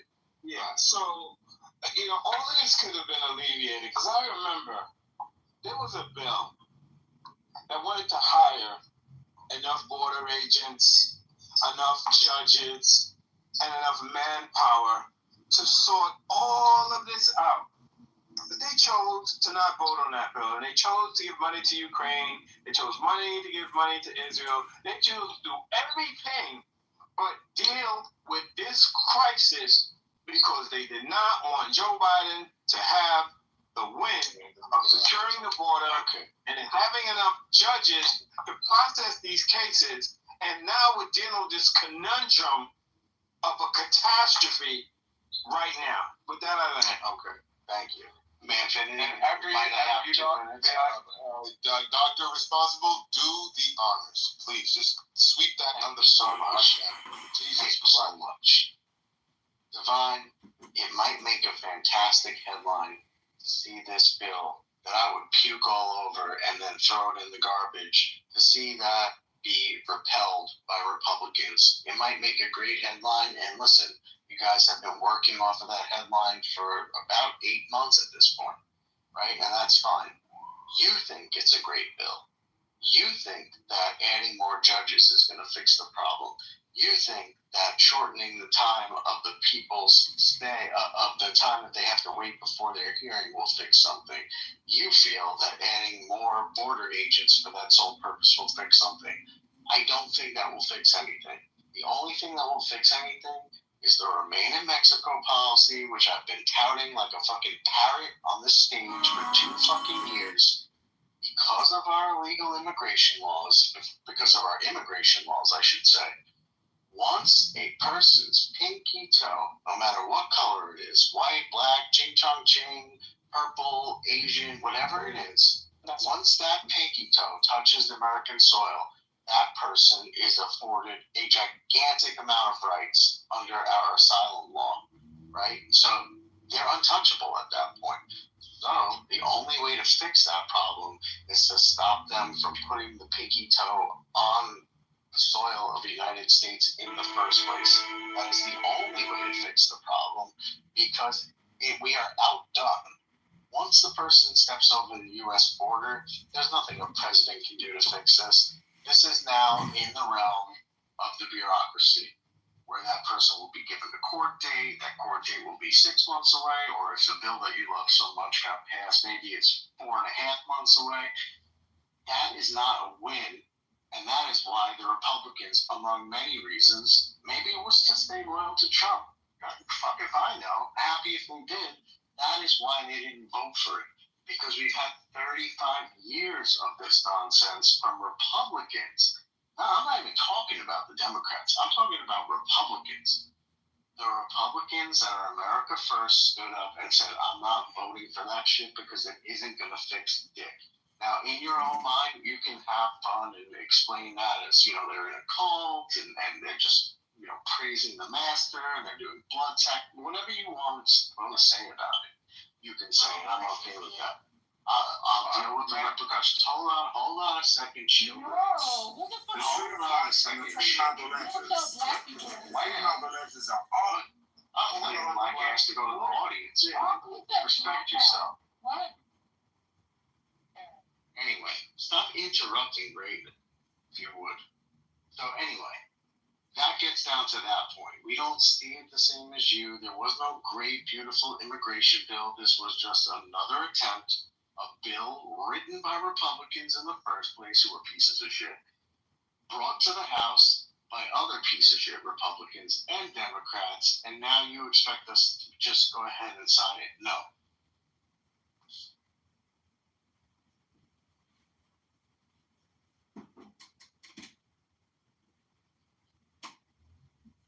The link sharing thing can be useful, but it's just a troll to a yoga account.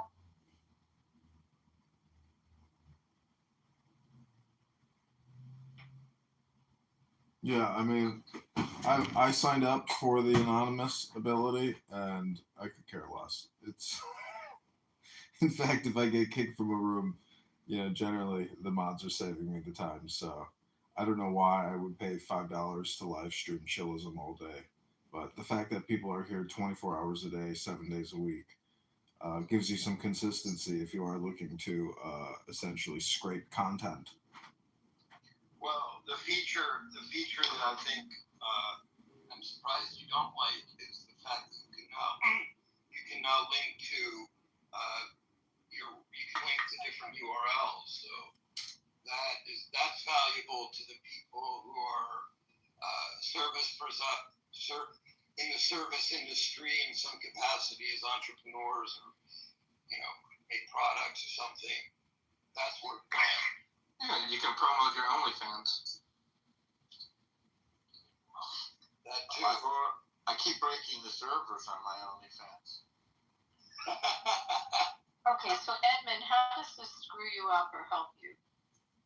It's pointless. I mean, I'm just consuming spam like you. I mean, this app is literally just spam, and it doesn't help me or hurt me. I'm wasting my time here, but I don't know. It's funny today. I was thinking, I'm like, if it was the end of the world, I'd still probably prefer to listen to random people have random conversations than turn the television on, or just, there's so many alternatives to what you're listening to on a 24-hour cycle. So I don't know. I find it interesting content to live stream because YouTube, I have, 10 YouTubes going, and sometimes they pop and you get, thousands of views. But again, there's no interest as to like, what app is that, or who are they? What are they talking If you're in a room under anonymous, if I'm understanding what Jasper told me, you can't be removed, right? Yeah, so it throws, I'm probably one of the most thrown out people in all the rooms. So if there's like a big room, I mean, that's the thing is I have 5 accounts. I would rather just spend the $15 to get a new account on a new burner phone than even sign up for the monthly. It's like I would just rather invest in a new Clubhouse account. So their model doesn't impact me as a consumer and user of their model. I would rather just create a new Clubhouse account than do any kind of subscription for these fuckers. One account. So there's like an anon in the room. I don't know who this is. But the person can't even put in the chat like they're testing it. So yeah, it's just no, that person just will live in the room. Yeah, and this is the thing. You can't click on them. You can't do nothing. You click on this. No. But honestly, haven't all of the most dramatic conversations already happened? I mean, if there's a war or something, major conflict escalation, I mean, there's times where certain speakers here may have interesting insight. And as someone, you know, it's like you got to do all the work. You got to go through the hallway, try to find, you know, what you think is the high value content. And all this shit on this app and all these other rooms are so, I hate to say it, but, you know, it's not even I hate to say it. I don't know. It's just, it's low value content. It's just, it's not intelligence. It's just, you know, it's a certain demographic. Well, I get to go spy on people with the anonymous thing. I'm thinking this could be interesting. I'm going to try it now. All right, I'll be back. It does like force people to clean up their speech, I think, which is probably the best component of it. But it's also, can it create some like legal problems? I mean, to have this anonymous listener where there's no, you know, like tracing or sourcing. I mean, I don't know. I mean, I think people having anonymous listeners is I think it's gonna end the app because people are just gonna be too cautious. Not really. There are people on here who love to throw shit to the wind or throw shit to the wall, see what sticks. I mean, because that's the I proved that the premise of anonymous is redundant because you can just create an infinite amount of very agnostic accounts where no one can identify it. And the thing is, I've listened to all of the interesting conversations or all the supposed interesting people. It's all just spam. So there's no reason to, you know, invest in a monthly or annual subscription to this stupid platform. I mean, there's just not, because you can create a new burner for $15 and create an agnostic profile that the mods can't necessarily detect unless they cross-reference and go to my live and confirm it's me and they say, yep, that's fucking Edmund. You know, that's the thing. It's like, but I'm the only loser doing it. So how many people are going to sign up for this stupid shit? A couple hundred people? Wow. Moving fucking mountains with hundreds of subscribers at $5, $7 a month. Wow. Well, wait, isn't this good for you? The fact that you can have these anonymous accounts, you can go in and no one will remove you? No, well, that's my point is I would rather just spend the money on creating a new account and not attaching it to anything and play that game again. Because for me, it's a game. All right. It's like a game for me. So when somebody detects me and they say, that's fucking Edmund, kick him. You know, I mean, but I'm just who they assume every time. I've conditioned people on this app in this little micro universe. And Evan, you made no true statement, because every troll I see, no matter what, I believe it's you. I don't know if I'm right or wrong, but I definitely you're the number one suspect of everybody.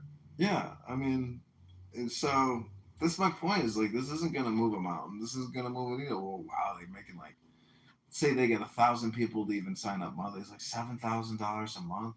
Do you know how much they spend in fucking server costs on this stupid app a day compared to $7? Like, the model doesn't work. If they don't empower the creators here and give them a revenue share, fuck them and fuck their stupid platform and fuck their stupid business model. Like, make this an economy. They don't make this an economy. I mean, make this a fucking economy, a place where people can actually earn a living, you know, and then it'll get some fucking traction. They need to turn it into Patreon or something, you know? It's totally pointless. We were getting traction. Somebody changed the title, which is totally fine, but we were getting traction with my title. I'm guilty, and you definitely right. When I changed it, I thought it might help, but it definitely hurt the room. Oh, okay. You know, it's fine. I was just curious. Yeah, I just thought we were talking about that. No, I think that was right. I feel no, it was actually wrong. It was a good thought, but it was the wrong move. Edmund, the one advantage of using the anonymous option as it is like access to houses. So if someone opens rooms that are only for house members, you can go into a room anonymous if you're a house member. You can't otherwise, but it doesn't really matter for a bunch of the houses that like don't have any limitations on people joining. Yeah, I mean, if you could just fully automate the scraping of this stupid app and then have it auto post to YouTube, that would be cool. You know, it's kind of complicated to do, but I'm sure it could be done. But it always requires a manual entry of some sort, so it's just not worth it. Club Deck wasn't like I haven't used it in 3 years, but Club Deck wasn't that hard to use. Yeah, I have there's a guy on here who, you know, records rooms and posts it to a YouTube channel called How to Waste Your Time. And it's got all of the rooms, like a lot of big rooms. I mean, he has captured a lot of big rooms, but there's a thing, it's just like, you know it and I know it, that this app is just a drop of water. I mean, it's totally insignificant. It's just fucking chatter. That's all it is. It's spam. Spam with feelings.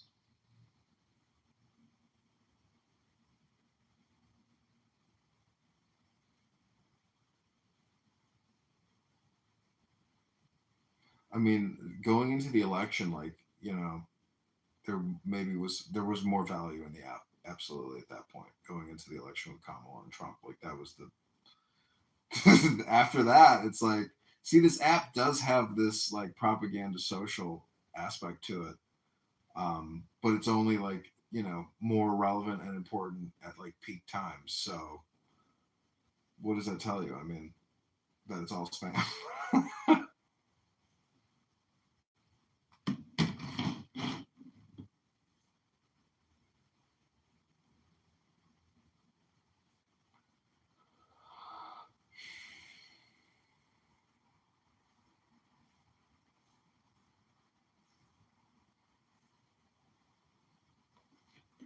I don't know. It was more entertaining, you know, in 2020, 2021. It was humorous when there was like late night rooms with like 6 people and Matt Gaetz in a room. Yeah. Lex Fridman was funny on here. I was recording him, and he got furious with me that I was recording his conversations. He was messaging, "Not cool, bro. Not cool to record me without my permission, bro."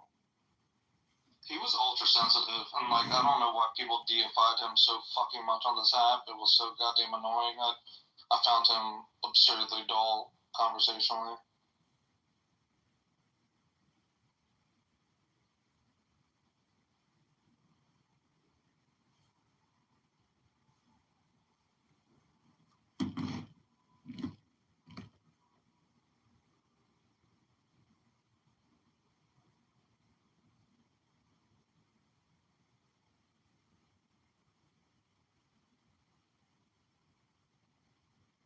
So is Pink Taco going to make an appearance?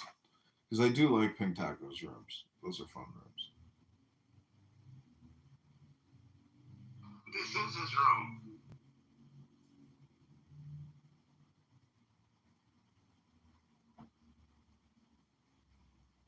You know, do you think it's rude, Dr. Jordan, if a woman demands that you wear a condom, but she also demands that you provide oral sex to her? Like, as a man, what's more valuable? You know, the tip of your penis or your throat?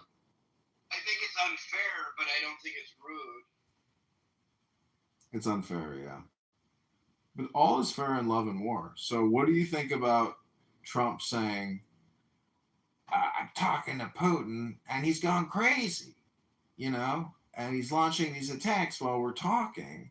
So how do you view, you know, well, actually, that what statement? I think is funny is, I don't mean to change the subject, but I was on the treadmill today when I saw breaking news scroll across CNN that Barron Trump did not apply to Harvard, and it just the way it was taken out of context, or I took it out of context, but it was hysterical. But go ahead, I'm sorry, I interrupted you. Yeah, I mean, I don't know, like why people think Harvard is all that great. I mean, but anyways, it's just that brand name recognition, and I guess that Rolodex, because I was thinking today, even if I were to go through, I have like these alumni directories, and I was like, man, how I could probably raise a lot of money out of this alumni directory, for a political campaign. So there is a certain aspect to having an Excel sheet of contacts, but that's like if you even work it. I mean, most people never even retroactively, I mean, how do you use your networks like outside of this app? I mean, have you ever, done alumni stuff or mass communication to people? Well, I mean, I like LinkedIn. I mean, I don't really get involved in alumni affairs. I probably should, but I don't.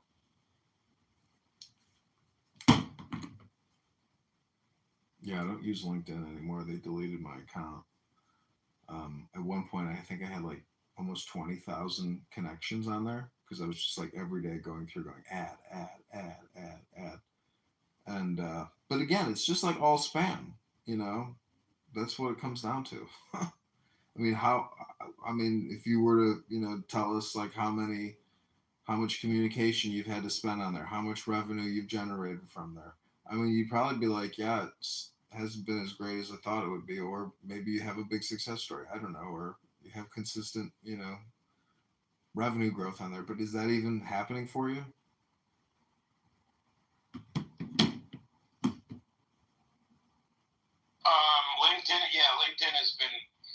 LinkedIn has been helpful recently, but they're all saturated, and they're all it just becomes more and more competitive. It's a rat race to kind of get your brand out there and get the visibility and get opportunities. So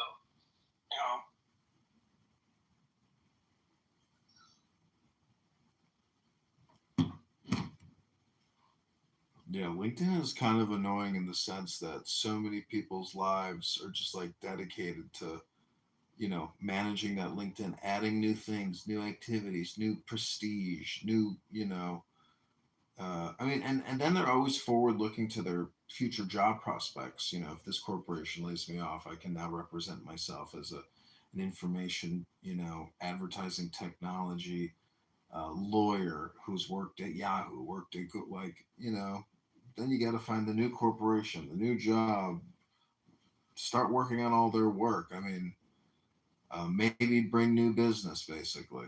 So everybody ends up becoming a business consultant, or a chief revenue officer to a certain extent. It's like fundraising, basically. So I don't know. There are some people who are very personable, and if you happen to go to their event and you're worth $200 million, you might become a donor. Well, you're right that LinkedIn, they've come up with, every kind of way for people to funnel clients, but everybody's doing the same thing, and they're, these newsletter things, everybody's got people signed up on their newsletter. I mean, there's no way that people have the amount of time to read other people's newsletters and create their own, and it's just too much information. It's voluminous, in my opinion. And then you've got groups, you've got private and like Facebook, you've got private and public groups, and you've got this. I mean, it's a lot. I agree. It's just information overload. I'm using X a lot, and I've been asking Grok a lot of questions. And that has been an interesting form of content generation. How's the Adrian Titman stuff going? I've rebranded everything Republican, because I figure that's like a brand that's never going away. And so to have like a bunch of Republican digital assets is basically a political consulting and spamming business. But the Adrian Dittman stuff, he does still hold. He holds private rooms for subscribers only on X, and then he's also doing sometimes a Saturday room. But well, wait a second. You just told me you weren't going to pay for this app, this new thing. Not here. I'm saying on X. If you want, no, but you're not. You told me you weren't going to pay for this on Clubhouse. I did. Yeah, I just signed up for it to test it, and then I canceled the subscription. I see. Yeah, it's stupid. I mean, I've had a lot of fun with this app and bouncing around, but I have they took down one of my YouTube accounts recently, which had thousands and thousands of Clown House recordings, but I don't know. I have approaching 20,000 videos on YouTube, 15,000 videos on Instagram. It'd be so nice if YouTube had a way to. What about how often you record on Twitter? I've been recording a lot of anti-Semitic, racist, low IQ pieces of shit on there in a room called JQ Radio, which is Jewish Question Radio. And all they do is talk about Adolf Hitler, his speeches, the Jews, everything and anything. And they have weird guests come in. I don't know if you know Brother Nathaniel. He's this like Russian Orthodox. He's Jewish, and he's from Brooklyn, and he's a self-hating Jew. He hates Jews, and he's a self-professed. He's insane. But the point is, these are little hot spots of hate and extreme hate and racism and toxic communication. Total waste of time. But I like to go in there, ring my bell, and just remind them how they're all wasting their time and just spamming each other.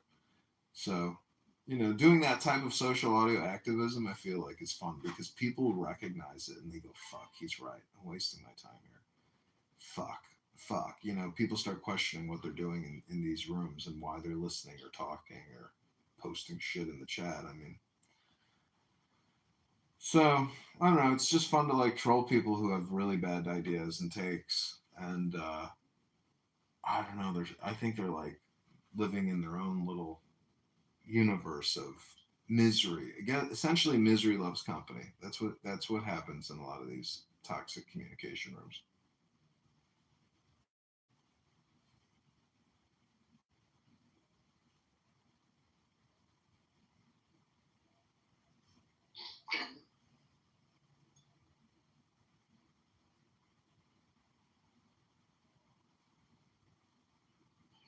Why don't you educate people? Why don't you? I do on YouTube. I have millions of views of people that have listened to me reading books on YouTube. I create shorts, 1 minute, 3 minute clips of me reading books, and that's my educational contribution. You should post that on Clubhouse. It's all just algorithm, No, nobody here is ever going to see it. I mean, you could go to my YouTube and actually look at my YouTube and listen to me reading a variety of wisdom-based books.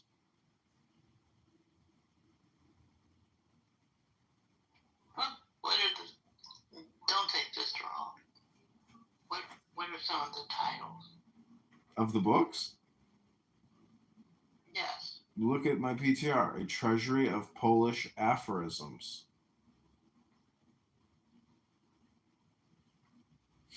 I'm not being facetious or actually joking. I mean, this book is really pretty amazing. And I was reading it to El Normo yesterday, and I told him that it was Jewish aphorisms. You can't tell the difference. They're just aphorisms. I don't know. They're Polish, but because they come from Polish translations, but the aphorisms, I have a couple books on aphorisms, and a lot of these things are universal knowledge, basically. You would get following if you would on Clubhouse. Not that you needed it.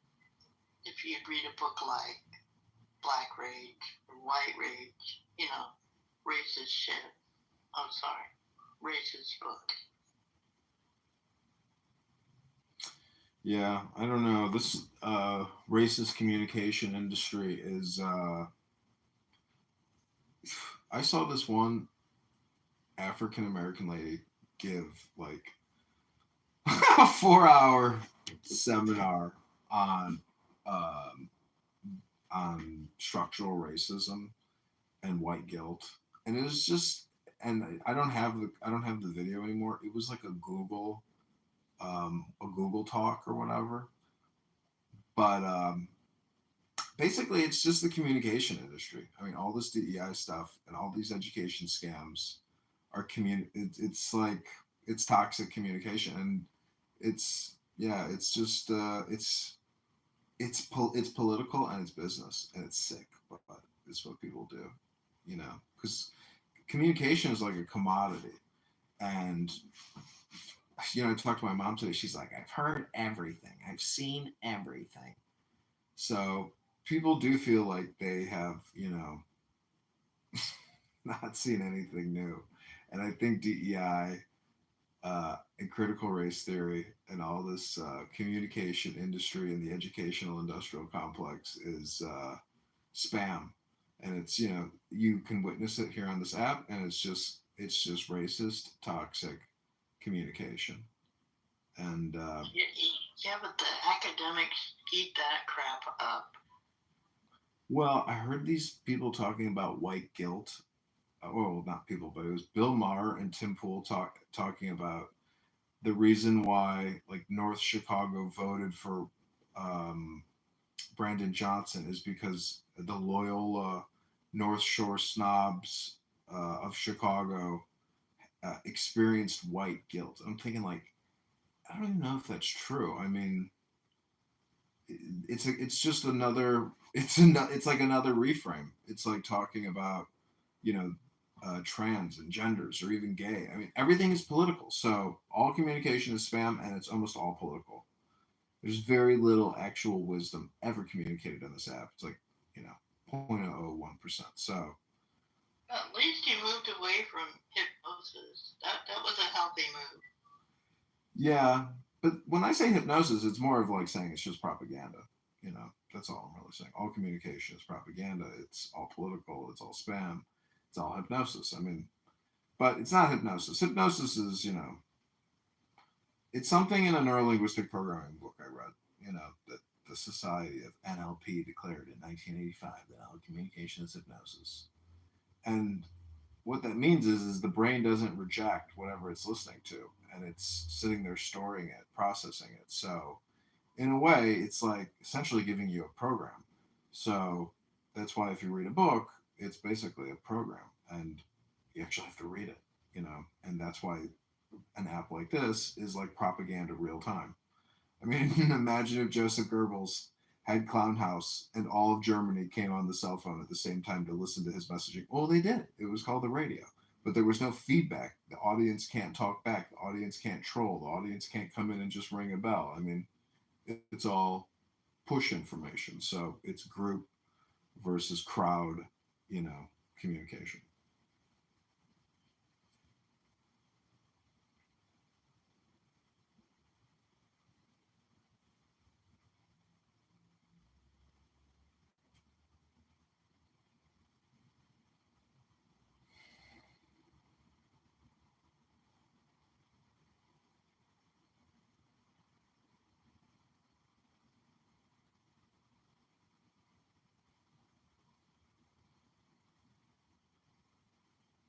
In the game is being played, and he wants to find her before she learns how to read.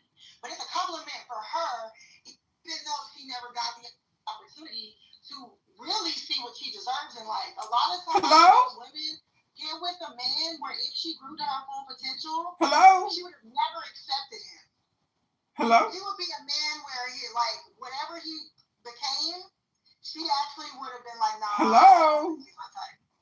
So it's almost like predatory. So even though you say it's a compliment for a woman to get married as young as possible, to dedicate her life towards a family, if that were universally true, then how come the man is 40?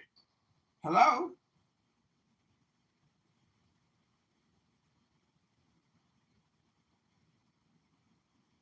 Well, okay, so you said, okay. What I'm saying is, it looks like, I'm just looking, again, as an observer, looking at that dynamic, I don't see it negative.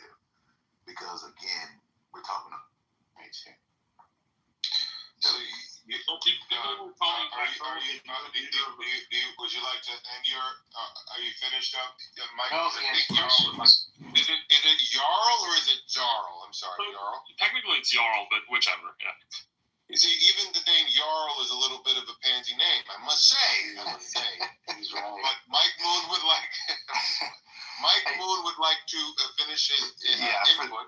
For the benefit of Doctor, I want to say that I'm pleasantly surprised by things Trump's doing in his second administration. I see him as an agent of change, a change that was necessary to the status quo of the United States of America. Whether or not you like him personally, we have been doing much of the same thing for a very long time, and increasingly so, countries, especially European countries, decide somehow that they're our fucking equals, and they're not our fucking equals. We've always been their fucking daddy.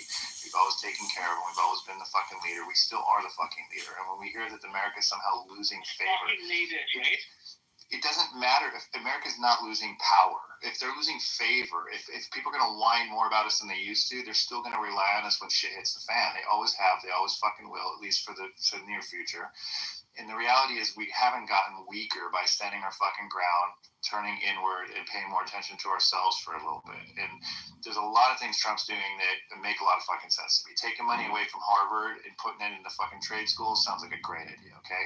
Tariffs on the movie industry to start freaking coming back to the United States and making the movies here. I live in Atlanta, right? We built giant studios for Marvel to film their shit, and then they ran off to fucking England as soon as they got 5% more royalties or paid over there, or discounts. So the reality is this: get them the fuck back, or they can go pay twice as much to go overseas. It's the same with Canada, by the way. Canada's 35%. Fuck them. So there's a lot of shit he's doing to basically say, listen, let's reevaluate and figure out what the fuck to do in America. He's doing things, okay? Now, whether or not these things pan out, whether or not these things end up being good or bad for America, a lot of this shit, I'm almost done. Congress, let this American citizen speak, you fucking dirt napper. Go ahead. A lot of this shit that's going on is new. Congress, you can go. Congress, I will allow you to go, but you just have to wait your turn. You can't jump the line. You can't cross the border that way. Please allow Mike Moon finish. I apologize. Please. There's a lot of shit. I'll wrap it up here. There's a lot of shit he's doing that it remains to be seen how it's going to pan out. We don't know. But the fact that something's being done to look at these things from a new perspective is very important to me, that it gets done. And if he's an agent of change to start the process, and now we think a little more about things in ways we haven't considered before, I'm totally good with that. Whether we end up with another Republican or Democrat in the White House doesn't really make a difference to me. I just want something that will continue focusing on America. And it appears that he kind of knows what he's doing this time a hell of a lot more than he knew the first time. The first time he's a little bit like fucking what do you call? I don't know. He was out of his league. He didn't know what the fuck to do. But the first time, the second time, he kind of got it figured out, and he's doing some shit now, and he's being very deliberate about it, and he's being strong. And if people don't like that strength, or they say they don't like it, in the end, when shit hits the fan, they want it. So fuck the rest of the countries that have a problem with it. Kick ass. Go America. All right. Jarl, Congress, you're up next, but I want to give second for Jarl, or I think it should be Jarl, but wait, if you want to be fancy, we'll say Jarl. Can I say 10 seconds? Can I say 10 seconds? Sure. Bro, I will just say this. Mike has been very anti-Trump, as he would tell you, for 5 years at this point. At least 4 years on this side. I don't remember Mike Moon. He's a guy who puts his heart on his sleeve. He believes, and then he goes and puts it out there. And he didn't even say anything that Trump is good or Trump is great or anything like that. But just him giving a chance to let the guy do his thing, and then we can judge him on the basis of the results. I mean, this is like breaking my heart right now in a good way, and I appreciate it. It's called having a wait and see attitude rather than the left who has an I already know attitude, arrogant, and that's the difference. Yeah, I don't know what I don't know, and I'm open-minded. That's what it is. Absolutely. So Jarl, if you'd like to respond, or Jarl, if you'd like to respond, very quickly, we'd like Congress to voice his concerns. Sure, I'll be super brief. So obviously I disagree with Canadians being pansies, but you guys are allowed your opinions. Just really quickly, the Hollywood thing I think is interesting because Hollywood to me is like the industry that America, like movies specifically, that America like dominates. There's not a single country that comes close to making entertainment like America. So it's just like crazy to me. I don't see how terrifying like American movies made in other countries is going to help, right?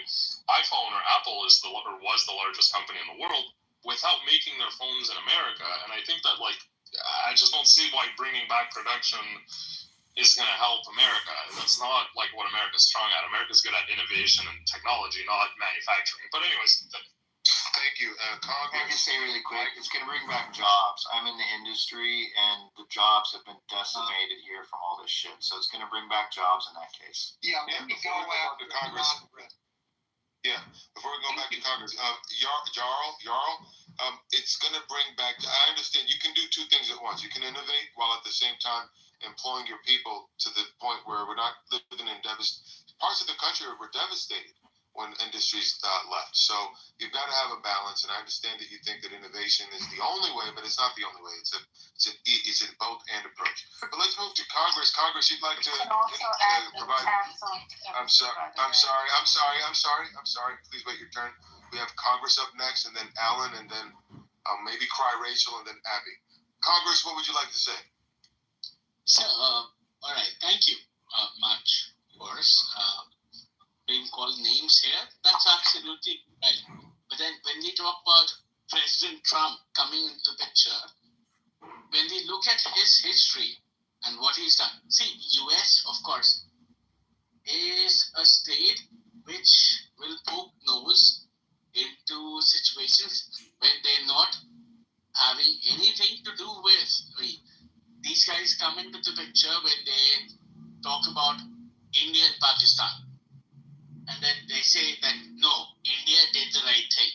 Yet, your premier is signing a deal with Pakistan, with a lot of other countries when they so just to give you an idea, trade policies, Trump's when we look at him, bigger picture. I'm sorry, I'm going to let you finish, but you have to. I want you to be clear. What is your input? What point are you trying to establish? Because I'm getting lost in what you're saying. See, what is your main point, and then I need you to try to establish it. What are you trying to get across? US has seen better leaders who've actually helped the entire global hemisphere. But then when we talk about Trump, someone who is a menace in his own life, it's weird. And so your point is that Trump is not a good leader?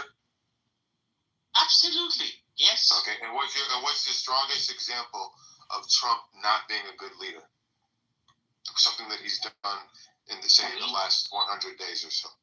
Him saying that India is a very good friend, blah, blah, blah. And the recent back in Pahalgam, what happened? I'm sorry, I'm having a hard time understanding you. What did he say? I'm having a hard time understanding your English. So tell me, what did he do that makes him such a bad leader? One more time.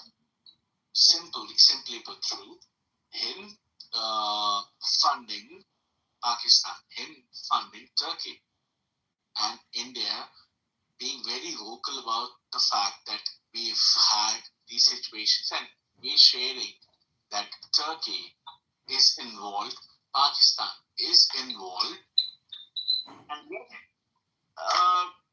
US signing a deal with Turkey for, Okay. But this is an example of his poor leadership to you? Can anyone translate to me what's happening? What did he do in Turkey or in Pakistan that makes him such a... I don't know. Alan, wait a minute. I'm appointing Alan to translate what Congress is saying in very short, brief terms. Please, Alan. Yeah. I mean, I understand what he's saying, and I actually, on this point, I agree. I don't like Trump's position when it comes to his support of Turkey, and I understand if he's making I didn't know this, if he's making deals with Pakistan, no, I don't like that either. And that's one of the things I had to consider when I was voting.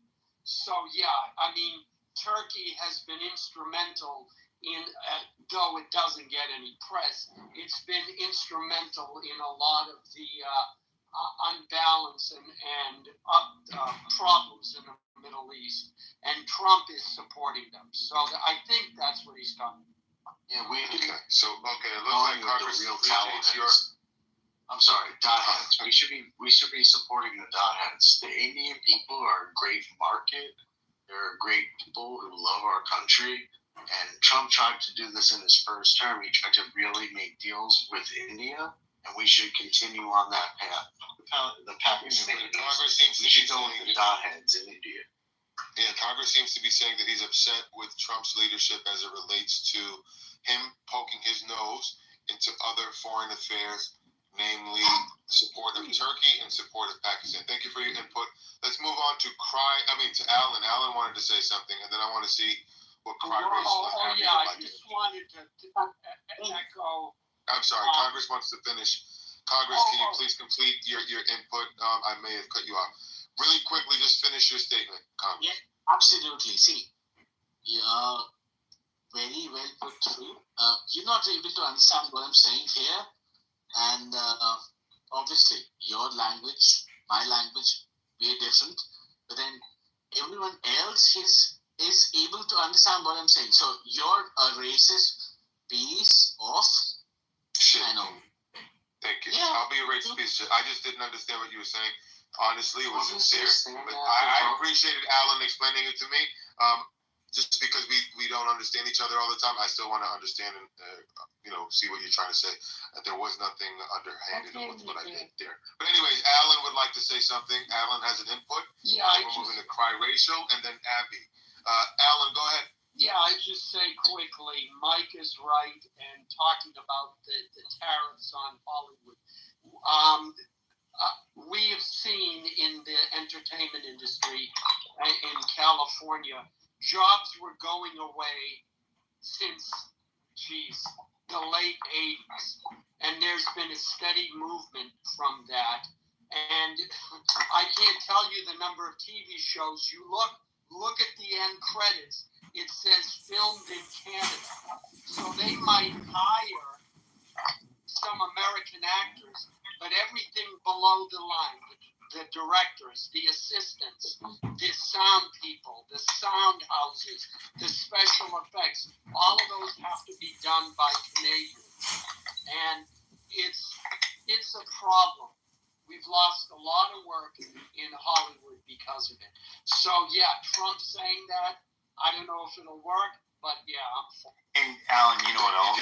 You know what else I came to the conclusion of, which is that all of those reasons that they go elsewhere in order to film for like different aesthetics, basically, it's the reason we don't have large backlots anymore. It's the reason we don't have the construction people anymore to build these giant sets and things. We're doing less and less sets because we're bouncing around the world and saving money at the same time.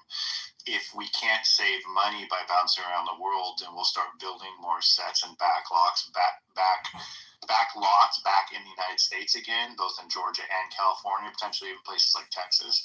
And then we'll start having all of that below the line labor hired again. I can tell you right now that about 80% of the people that I know below the line in IATSE are struggling to find jobs right now. Georgia has about 2/3 less projects than they had 2 or 3 years ago. And even though we invested all that money into there, even Marvel, the last shit they filmed, they went to fucking England for it because England offered 35% and Georgia offers 20 or 25%. Yeah, and let me explain what that means. That means if they spend $10 million, or if the budget is $10 million, and a country like Canada or someplace else is giving incentives, they will get $3.5 million back from the, I don't know what the correct term is, the federal Canadian government, and then the provinces have their own incentives as well. So it can be something like almost, 45% of a budget that a production company gets back. Now, if you're filming and you're going to say, well, instead of it costing me $10 million, it's only going to cost me $5 million. They can't resist that, and American companies can't compete with those kind of incentives. Okay, thank you, Jesus. We're gonna move on. I wasn't calling Alan Jesus. I was just saying thank you, Jesus. All right, Cry Racial. You've been waiting patiently. I want to see what you have to say before I ask you to speak. Mike Moon, how did you get your hair and your beard to do that? Is that a real picture of a man? That's a real picture of a man from actually 1918, and there was a brief period in the United States when that was a popular haircut. What the fuck? What did they call that? I don't know what it was called, but it's in the pre-1920s, and there was actually multiple people that used to do their hair that way. We don't really care. Does that have anything to do with the moon? I'm gonna look it up. All right, thank you. Cry Racial, what would you like to contribute to the conversation? So how did he win? He didn't win shit. What are you talking about? How did who win? Your lover Trump. I don't have a lover named Trump, but Trump won on a number of Trump has won. First off, Trump won on November 5th when he wiped. Excuse me, ma'am. Trump won on November 5th when he wiped the floor with one Kamala Harris. No, he a radical. That's why he your president today, man. Okay, so we're gonna talk about that. He won on election day, and he won on a number of issues since then. So we can first talk about the election. That's how he won. And did you want to dispute that? He didn't win shit. So why is he your president today? When men clean up after activities. I'm sorry, so why is he your president then? Thank you. All right, we'll move on. Moving on to Abby. Abby, how would you like to contribute to the conversation? Two things. First, to what Alan and Mike were saying. Hey, guys. And I've talked to them about it before. My daughter's a filmmaker, too. And with respect to Hollywood, we're building in Nevada a huge studio right now and picking up. We just created tax incentives, state tax incentives. Her last films, one was filmed in Italy, one in South Africa. And the price for production was so substantially less. Also, she has a project in New Mexico and in Georgia.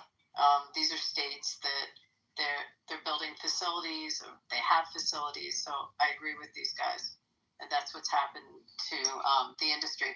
What I think is, I'm also in a state where 1 in 5 people are taxed or tipped employees. 1 in 5 are tipped, and the no tax on tip that was his plan, which now has gone through Congress. Hopefully, will clear through both chambers of Congress and get signed. It is incredible incentive where I am, and a game changer for our economy, for people to have that extra income and not have the tax on their tipped wages. So that's a big issue where I am, and I want to say that's a win-win for him. Thank you. I want to go around the room, starting with Anthony. I would like for you to name, since Trump has been in office, his biggest win and his biggest loss. Starting with Anthony, what would you put out there for Trump's biggest win as president since January 20th and his biggest loss in your perspective? Anthony? Let's see. Trump's biggest win since he's entered office, I think that, honestly,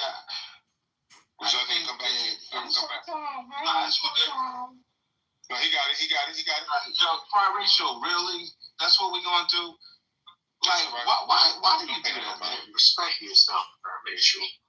What is it's really sad. Nah, she called me Uncle Tom. Yeah. Oh, Lord. Anyway, exactly. I just came in the room, and here she comes, coming at me. Uncle Tom. All she knows how to do is cry. Yeah, so, I'm not a fan of the bill, so I don't want to say that, this bill is his biggest accomplishment. What he's been doing in terms of the illegal immigrants, I think, and if I had to point to one thing, it's the border crossings. The attempted border crossings are like all-time lows. So I'd say that was his biggest win. Biggest loss is the situation in Ukraine. I genuinely believed that he would have had this thing squared away. Okay. And it's not. Can I give mine too? Hold on, we're coming around. We're coming around the mountain. Thank you, Anthony. I think that's a very fair and good assessment. I'll go next to Abby. Abby, what would you say for his biggest win and biggest loss at this point? So biggest win, I might also echo what he said with respect to the border and the amount of crossings on the border, and also what's personal to me is seizing the problem with anti-Semitism and going at these colleges and really trying to get them to control it. And he's just taken the bull by the horns in an incredible way. And with so a you're lot coupling of that with the biggest one, with the border. You're coupling the border with his fight against anti-Semitism. For me personally, I would put anti-Semitism first because it affects my life directly. I see. So I'm going to put that as the win. The biggest loss, it's an interesting one. It's probably also in some of the foreign policy. I don't think it's all gelled yet. I don't know if I'd say it's a loss, but I think on Ukraine, that's probably within the foreign policy something that's just got to get harnessed more. And other than what he mentioned, Anthony mentioned on the Ukraine, he thought he'd have it handled by now. Is there another thing on the foreign policy front that you can point to other than I think he's handling the Middle East well, with strength and with conviction. So I'm comfortable with that. But I gotta circle back around on the loss with me, because there's probably some other things that are concerning. Okay, Congress, a vocal Trump. I don't want to call you a hater, but you oppose Trump.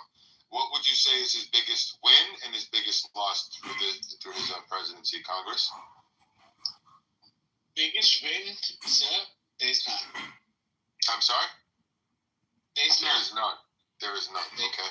And what is his biggest loss in your eyes? See, at the end of it all, when we talk about America is not built around just Americans. I mean, it's a country. I'm sorry, you're rambling again. I need you to be clear. What is the biggest loss? His loss. I need you to be very succinct. The fact that he is helping, terrorists, paying them and helping them with technology.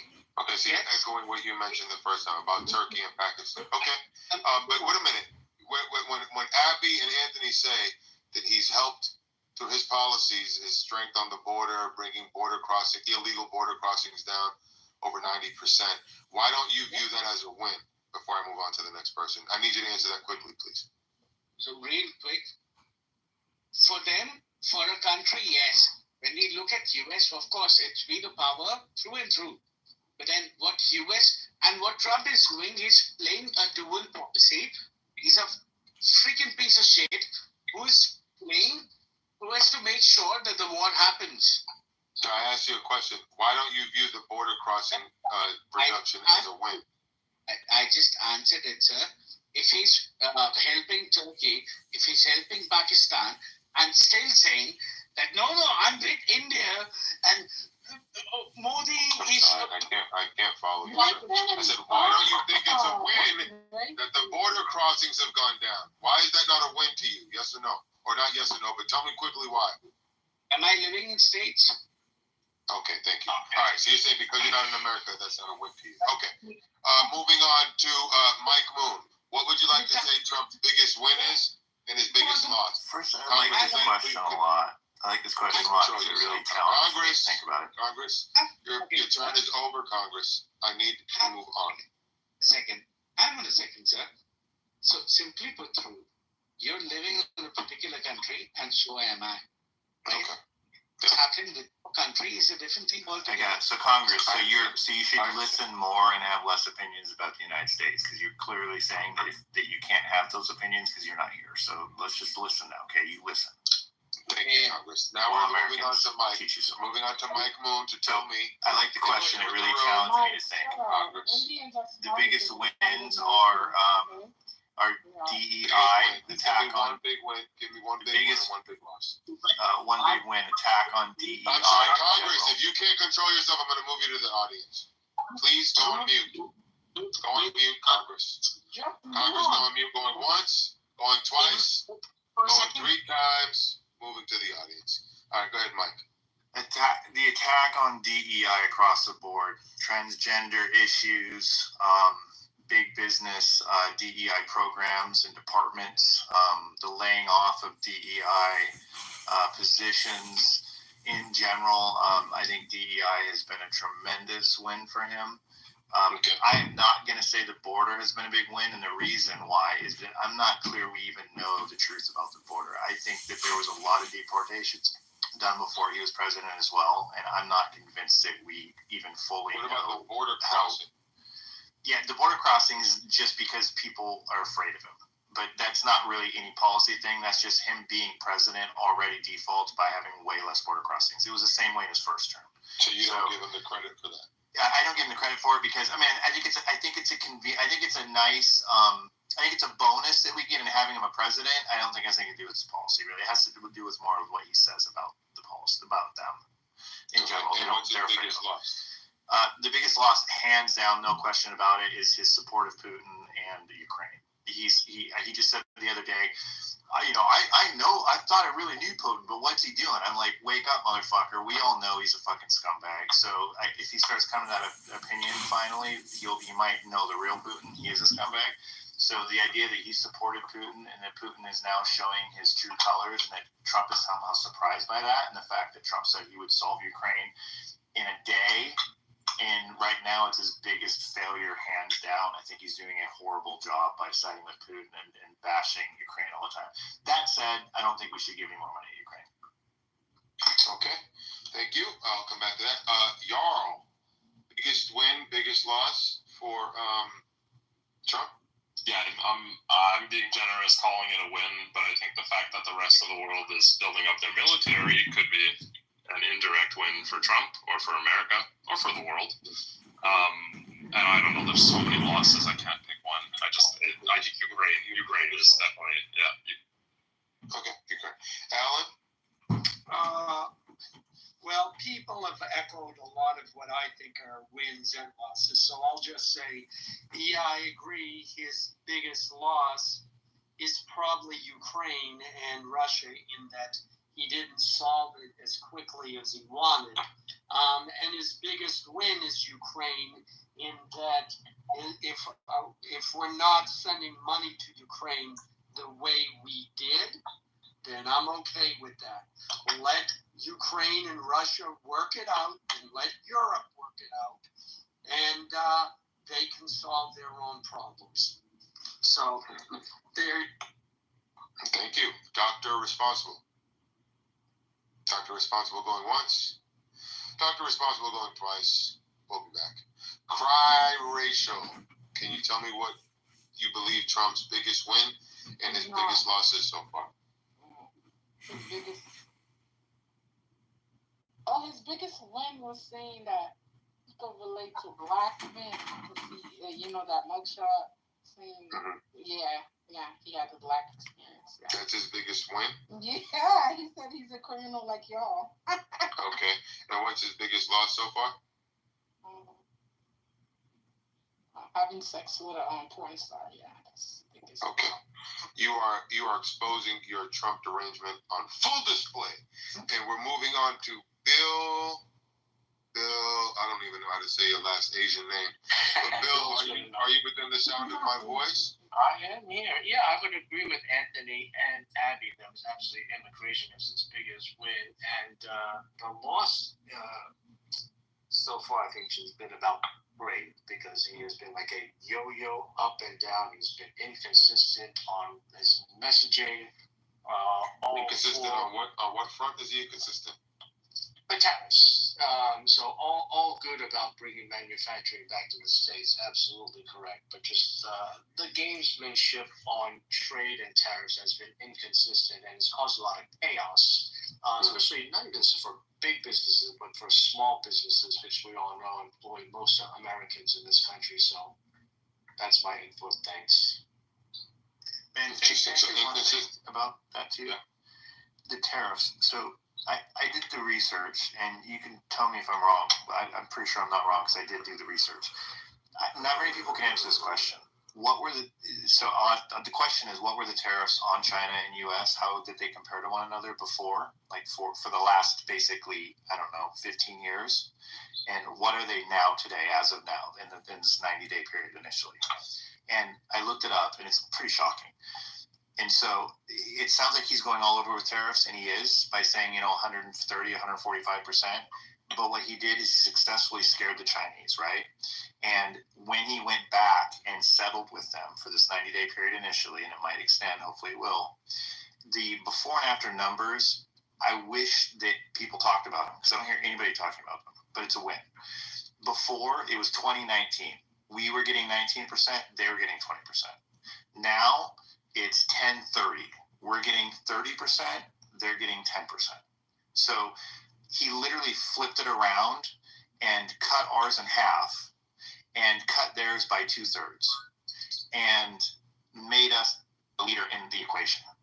And those numbers, I'm not hearing anybody talk about them. They talk about the flip-flop, but that's his MO. He goes out there and he says something bombastic, huge, to freaking stir the pot, make it real extreme, and then he's hoping that they're going to back down and get scared, which China apparently did. And I think that's a win too, by the way. But I just want to say the numbers themselves, it's fair.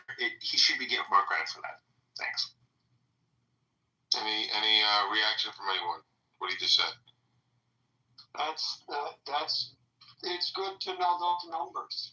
I didn't know that. Thank you. Also, it's nice to hear you have Good job. There you go. That's the right move. Moving on to new voices, ladies and gentlemen. Paul, are you approaching us to the right or the left? Paul, the right.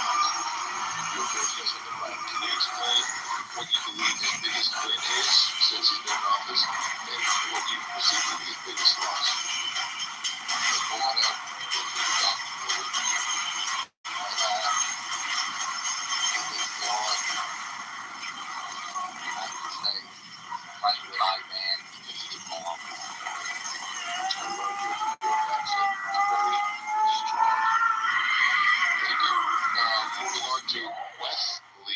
Wesley, are you within the sound of my voice? Hey, what's up, guys?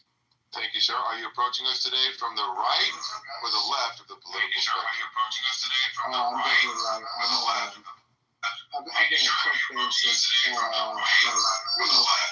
when he was running the series, when he came to how we're getting beat up. So can you explain to us, what you think his best move has been since being in office and his worst move since being in office? I'd say best move is I've never seen anything like it when he signed all those executive actions on live television, like day one. That was the best thing. That's how you make change happen. Worst.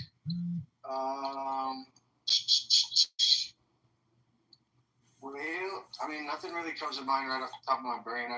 Maybe I can get back to you. Let me rack my brain. I need your critical thinking. I suppose his dependence or his aversion to calling out Israeli influence in American politics. That's a meaty issue that we can get to, especially with some of the people we have on stage. I'm sorry? Yeah, I'd like for you guys, maybe once we get through this round robin, maybe Abby and Wesley can engage on that a little bit. But moving on, thank you for your input, Wesley. Moving on to comedian, I want to get the last name if I can find it. Comedian, comedy. Can you share with us, first off, if you're approaching us from the right or the left of the political spectrum, Mr. Comedian? I would say I'm probably approaching the from the center right. Thank you. So this should be quite easy for you. You call balls and strikes. What can you name as his best move or win, or worst move? I mean, and worst move and loss. And like his best moves and his worst moves. Yeah, just one of each. I don't need more than one of each. I'd say his best move is not being hyper reactionary, meaning that there's so much communication every day generated by the media and him also, but his response has been, I think, great, meaning he hasn't been vitriolic. He has. I like this. I like the inauguration. I don't know about you, but I was. So you're saying in comparison to his first presidency, his response to 100%, the media framing of things has been a lot more measured. Oh yeah, he spent way too much time combating the media daily. Insulting journalists, getting his feathers ruffled. Now he really seems, in my opinion, to be in his element, in his historic, frame and control. And he's not spamming us. He's. So what about the other day, just to push back a little bit, the other day when he had the South African government in his Oval Office, he referred to, can I remember his name, the NBC reporter as an idiot and a jerk. Called him an idiot twice and called him a jerk once. I'm just curious, how do you, when you know that happened, how do you integrate that into what you just said about it? Yeah, I mean, the South Africans are doing drill music on their people. They're doing the same type of propaganda. No, he wasn't talking to South Africa when he said that. He called an American, I remember his name now, Peter Alexander, an NBC reporter, Oval Office, White House correspondent. He referred to a White House correspondent in the Oval Office with all the cameras rolling, a jerk, an idiot, and then an idiot again. Good. I'm asking, how do you integrate that in your framing that he's a lot more measured in his response with the media? That's great. Let him be authentic and say what he feels and feels what he says. That's why we voted for him. And if he thinks that journalists you don't want that brand of him to be out there. Listen, I'm just saying that it's night and day compared to the first time around. I mean, he's controlling, he's controlling the communication now, which is a great thing. Gotcha. So you're saying you're fine with him doing it. It just needs to be a lot less than it was in the first time. Meaning he wasted so much of his energy communicating with the media. He needs to just give us the entree and, we don't need to read the menu anymore. We want the entree. We're ready for the filet mignon. I mean, give us Trump steaks is what I'm saying. Got it. All right, so that's his best move, more measured approach. What is his worst move? What's his biggest loss? Comedian going once. I really want to hear. I don't know. His biggest loss, I think, is probably not enacting the Doge cuts or fully supporting thrift and frugality and making that a major communication message to the American people. Because all these taxpayers, if you're driving an Uber and you're only making, $45,000 a year and you're paying taxes on that, and you see how this money gets spent and this woke spending through the Doge exposure, you have to be pissed off. Because that we've been sold down a river. The devaluation of the dollar, the $40 trillion debt, the $100 billion a month in interest payments, and you see what they're spending the money on. And there's so much coming out with Doge with regards to even government money printing computers. I mean, these things sound ridiculous, but they're not. We know that they're wasting money and shipping it overseas for all types of waste, fraud, and abuse. So as a taxpayer, as an American, I mean, this has to be the uniting issue, that this uniparty Democrat Republican bullshit, the spending and what they're spending it on is so egregious and so stupid. We should all be sick to our stomach that no senator, no congressman even exposed any of this shit prior to Elon Musk having the ability to actually technically even go in and do this type of auditing.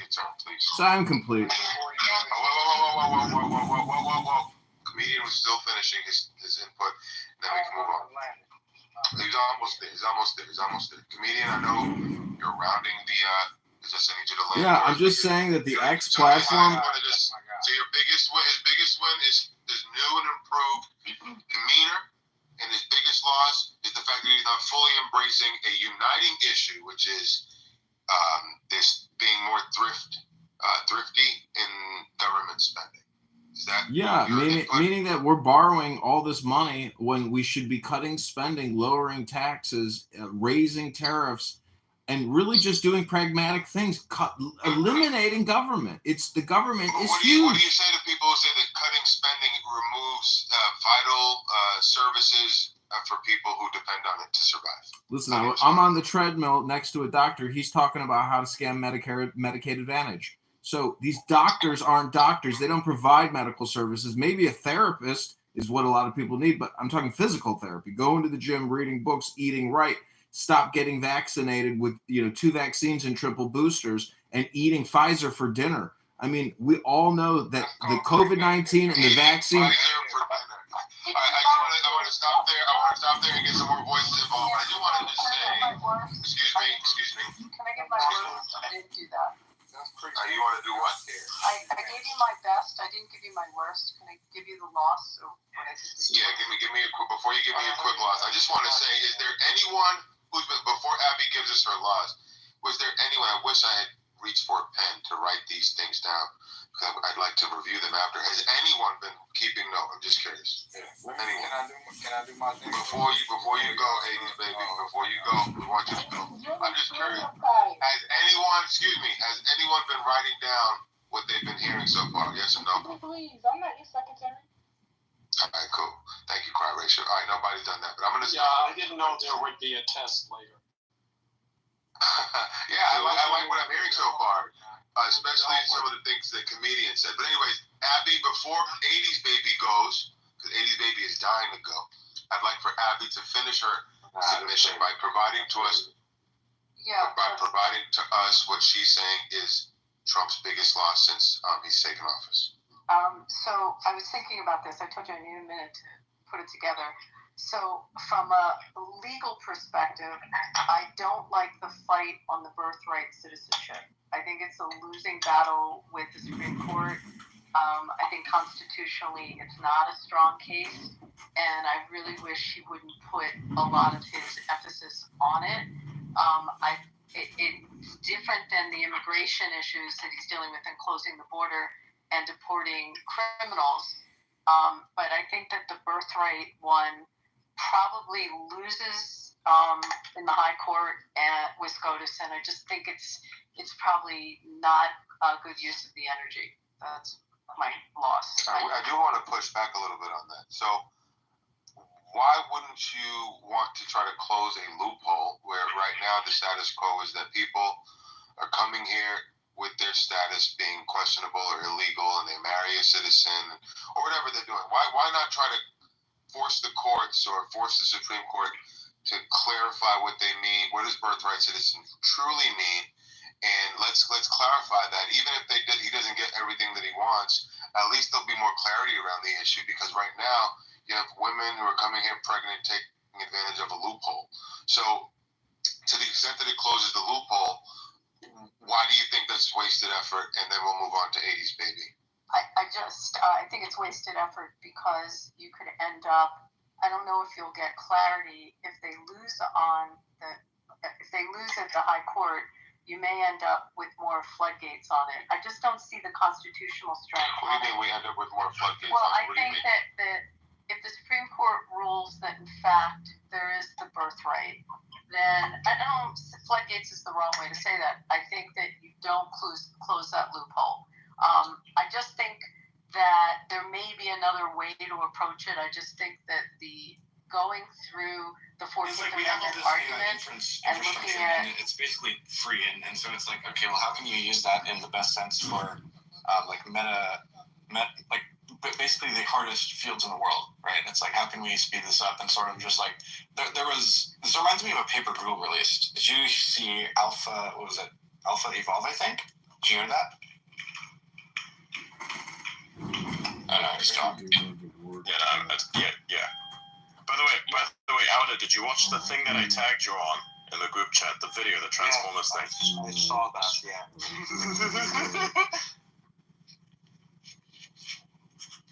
Was that the sound of Elliot learning how to drive a manual? that's the sound of me sitting inside of my car and it just beeping for no fucking reason, because it's like it's on and the door is open, right? It's like it's on but not entirely on. It's like on before the engine on, because I have like one of those, those cars, the ones that you just like you press the button, you don't even like to have to insert the key or anything. You just like press the button and it goes, and it's an automatic. So yeah, you have to like turn it on, leave it there. I like the aesthetic of like having a car where you have to physically keep the key inside of it. Like that was nice. I don't know about you, but there's like something about that I quite enjoy. Like an old little fucking like a manual, like a manual what are those things called? Ignition switch. No. Fucking there's a company, the Toyota. It was not a Land Cruiser. It's the other one. It's a Hilux. Yeah, you have those little guys with a fucking manual turnable key and like the manual fucking transmission, manual everything, fully fucking almost entirely analog, save for the fact that you got like this thing that's at the center there with like where you put the disc in, but you can't put the disc in there, because if you do that, the disc is fucked and the internals are fucked, because it's a work machine, and which means that all the dust gets in there, so you cook by default. That's why they decided, hey, we're gonna have these little latches that we can like open up so we can put the disc inside of it. You have to like hold it as the disc goes in, and it's like, yes, nice. And then sometimes they moved away from that and they said, hey, we're just gonna like put the USB and Bluetooth, and then you can be satisfied. And then you have the most retarded innovation of all kinds, which is you have this like physical thing that you put inside of the car, this like center screen thing, which then can connect to the internet. I'm like, why the fuck would I want my car having proprietary ass technology like this connect to the internet? I don't want internet inside of my car, save for the phone, and that's bad enough. Oh, and you know what the latest thing is that people have done? They're starting to like get those batteries that have like these little electronic regulators on top of them, and it operates by Bluetooth. Who the fuck? Like, huh? Why? Oh, this is like the lack of intelligence that is required to like come up with, like, it escapes me. It physically it's like it hurts and disgusts me. I can't explain what that feeling is. It's a feeling where it's like just no, can I please beat you up type of feeling. It's like, just please let me beat you up so you can learn from this and never do that again. We don't need blue.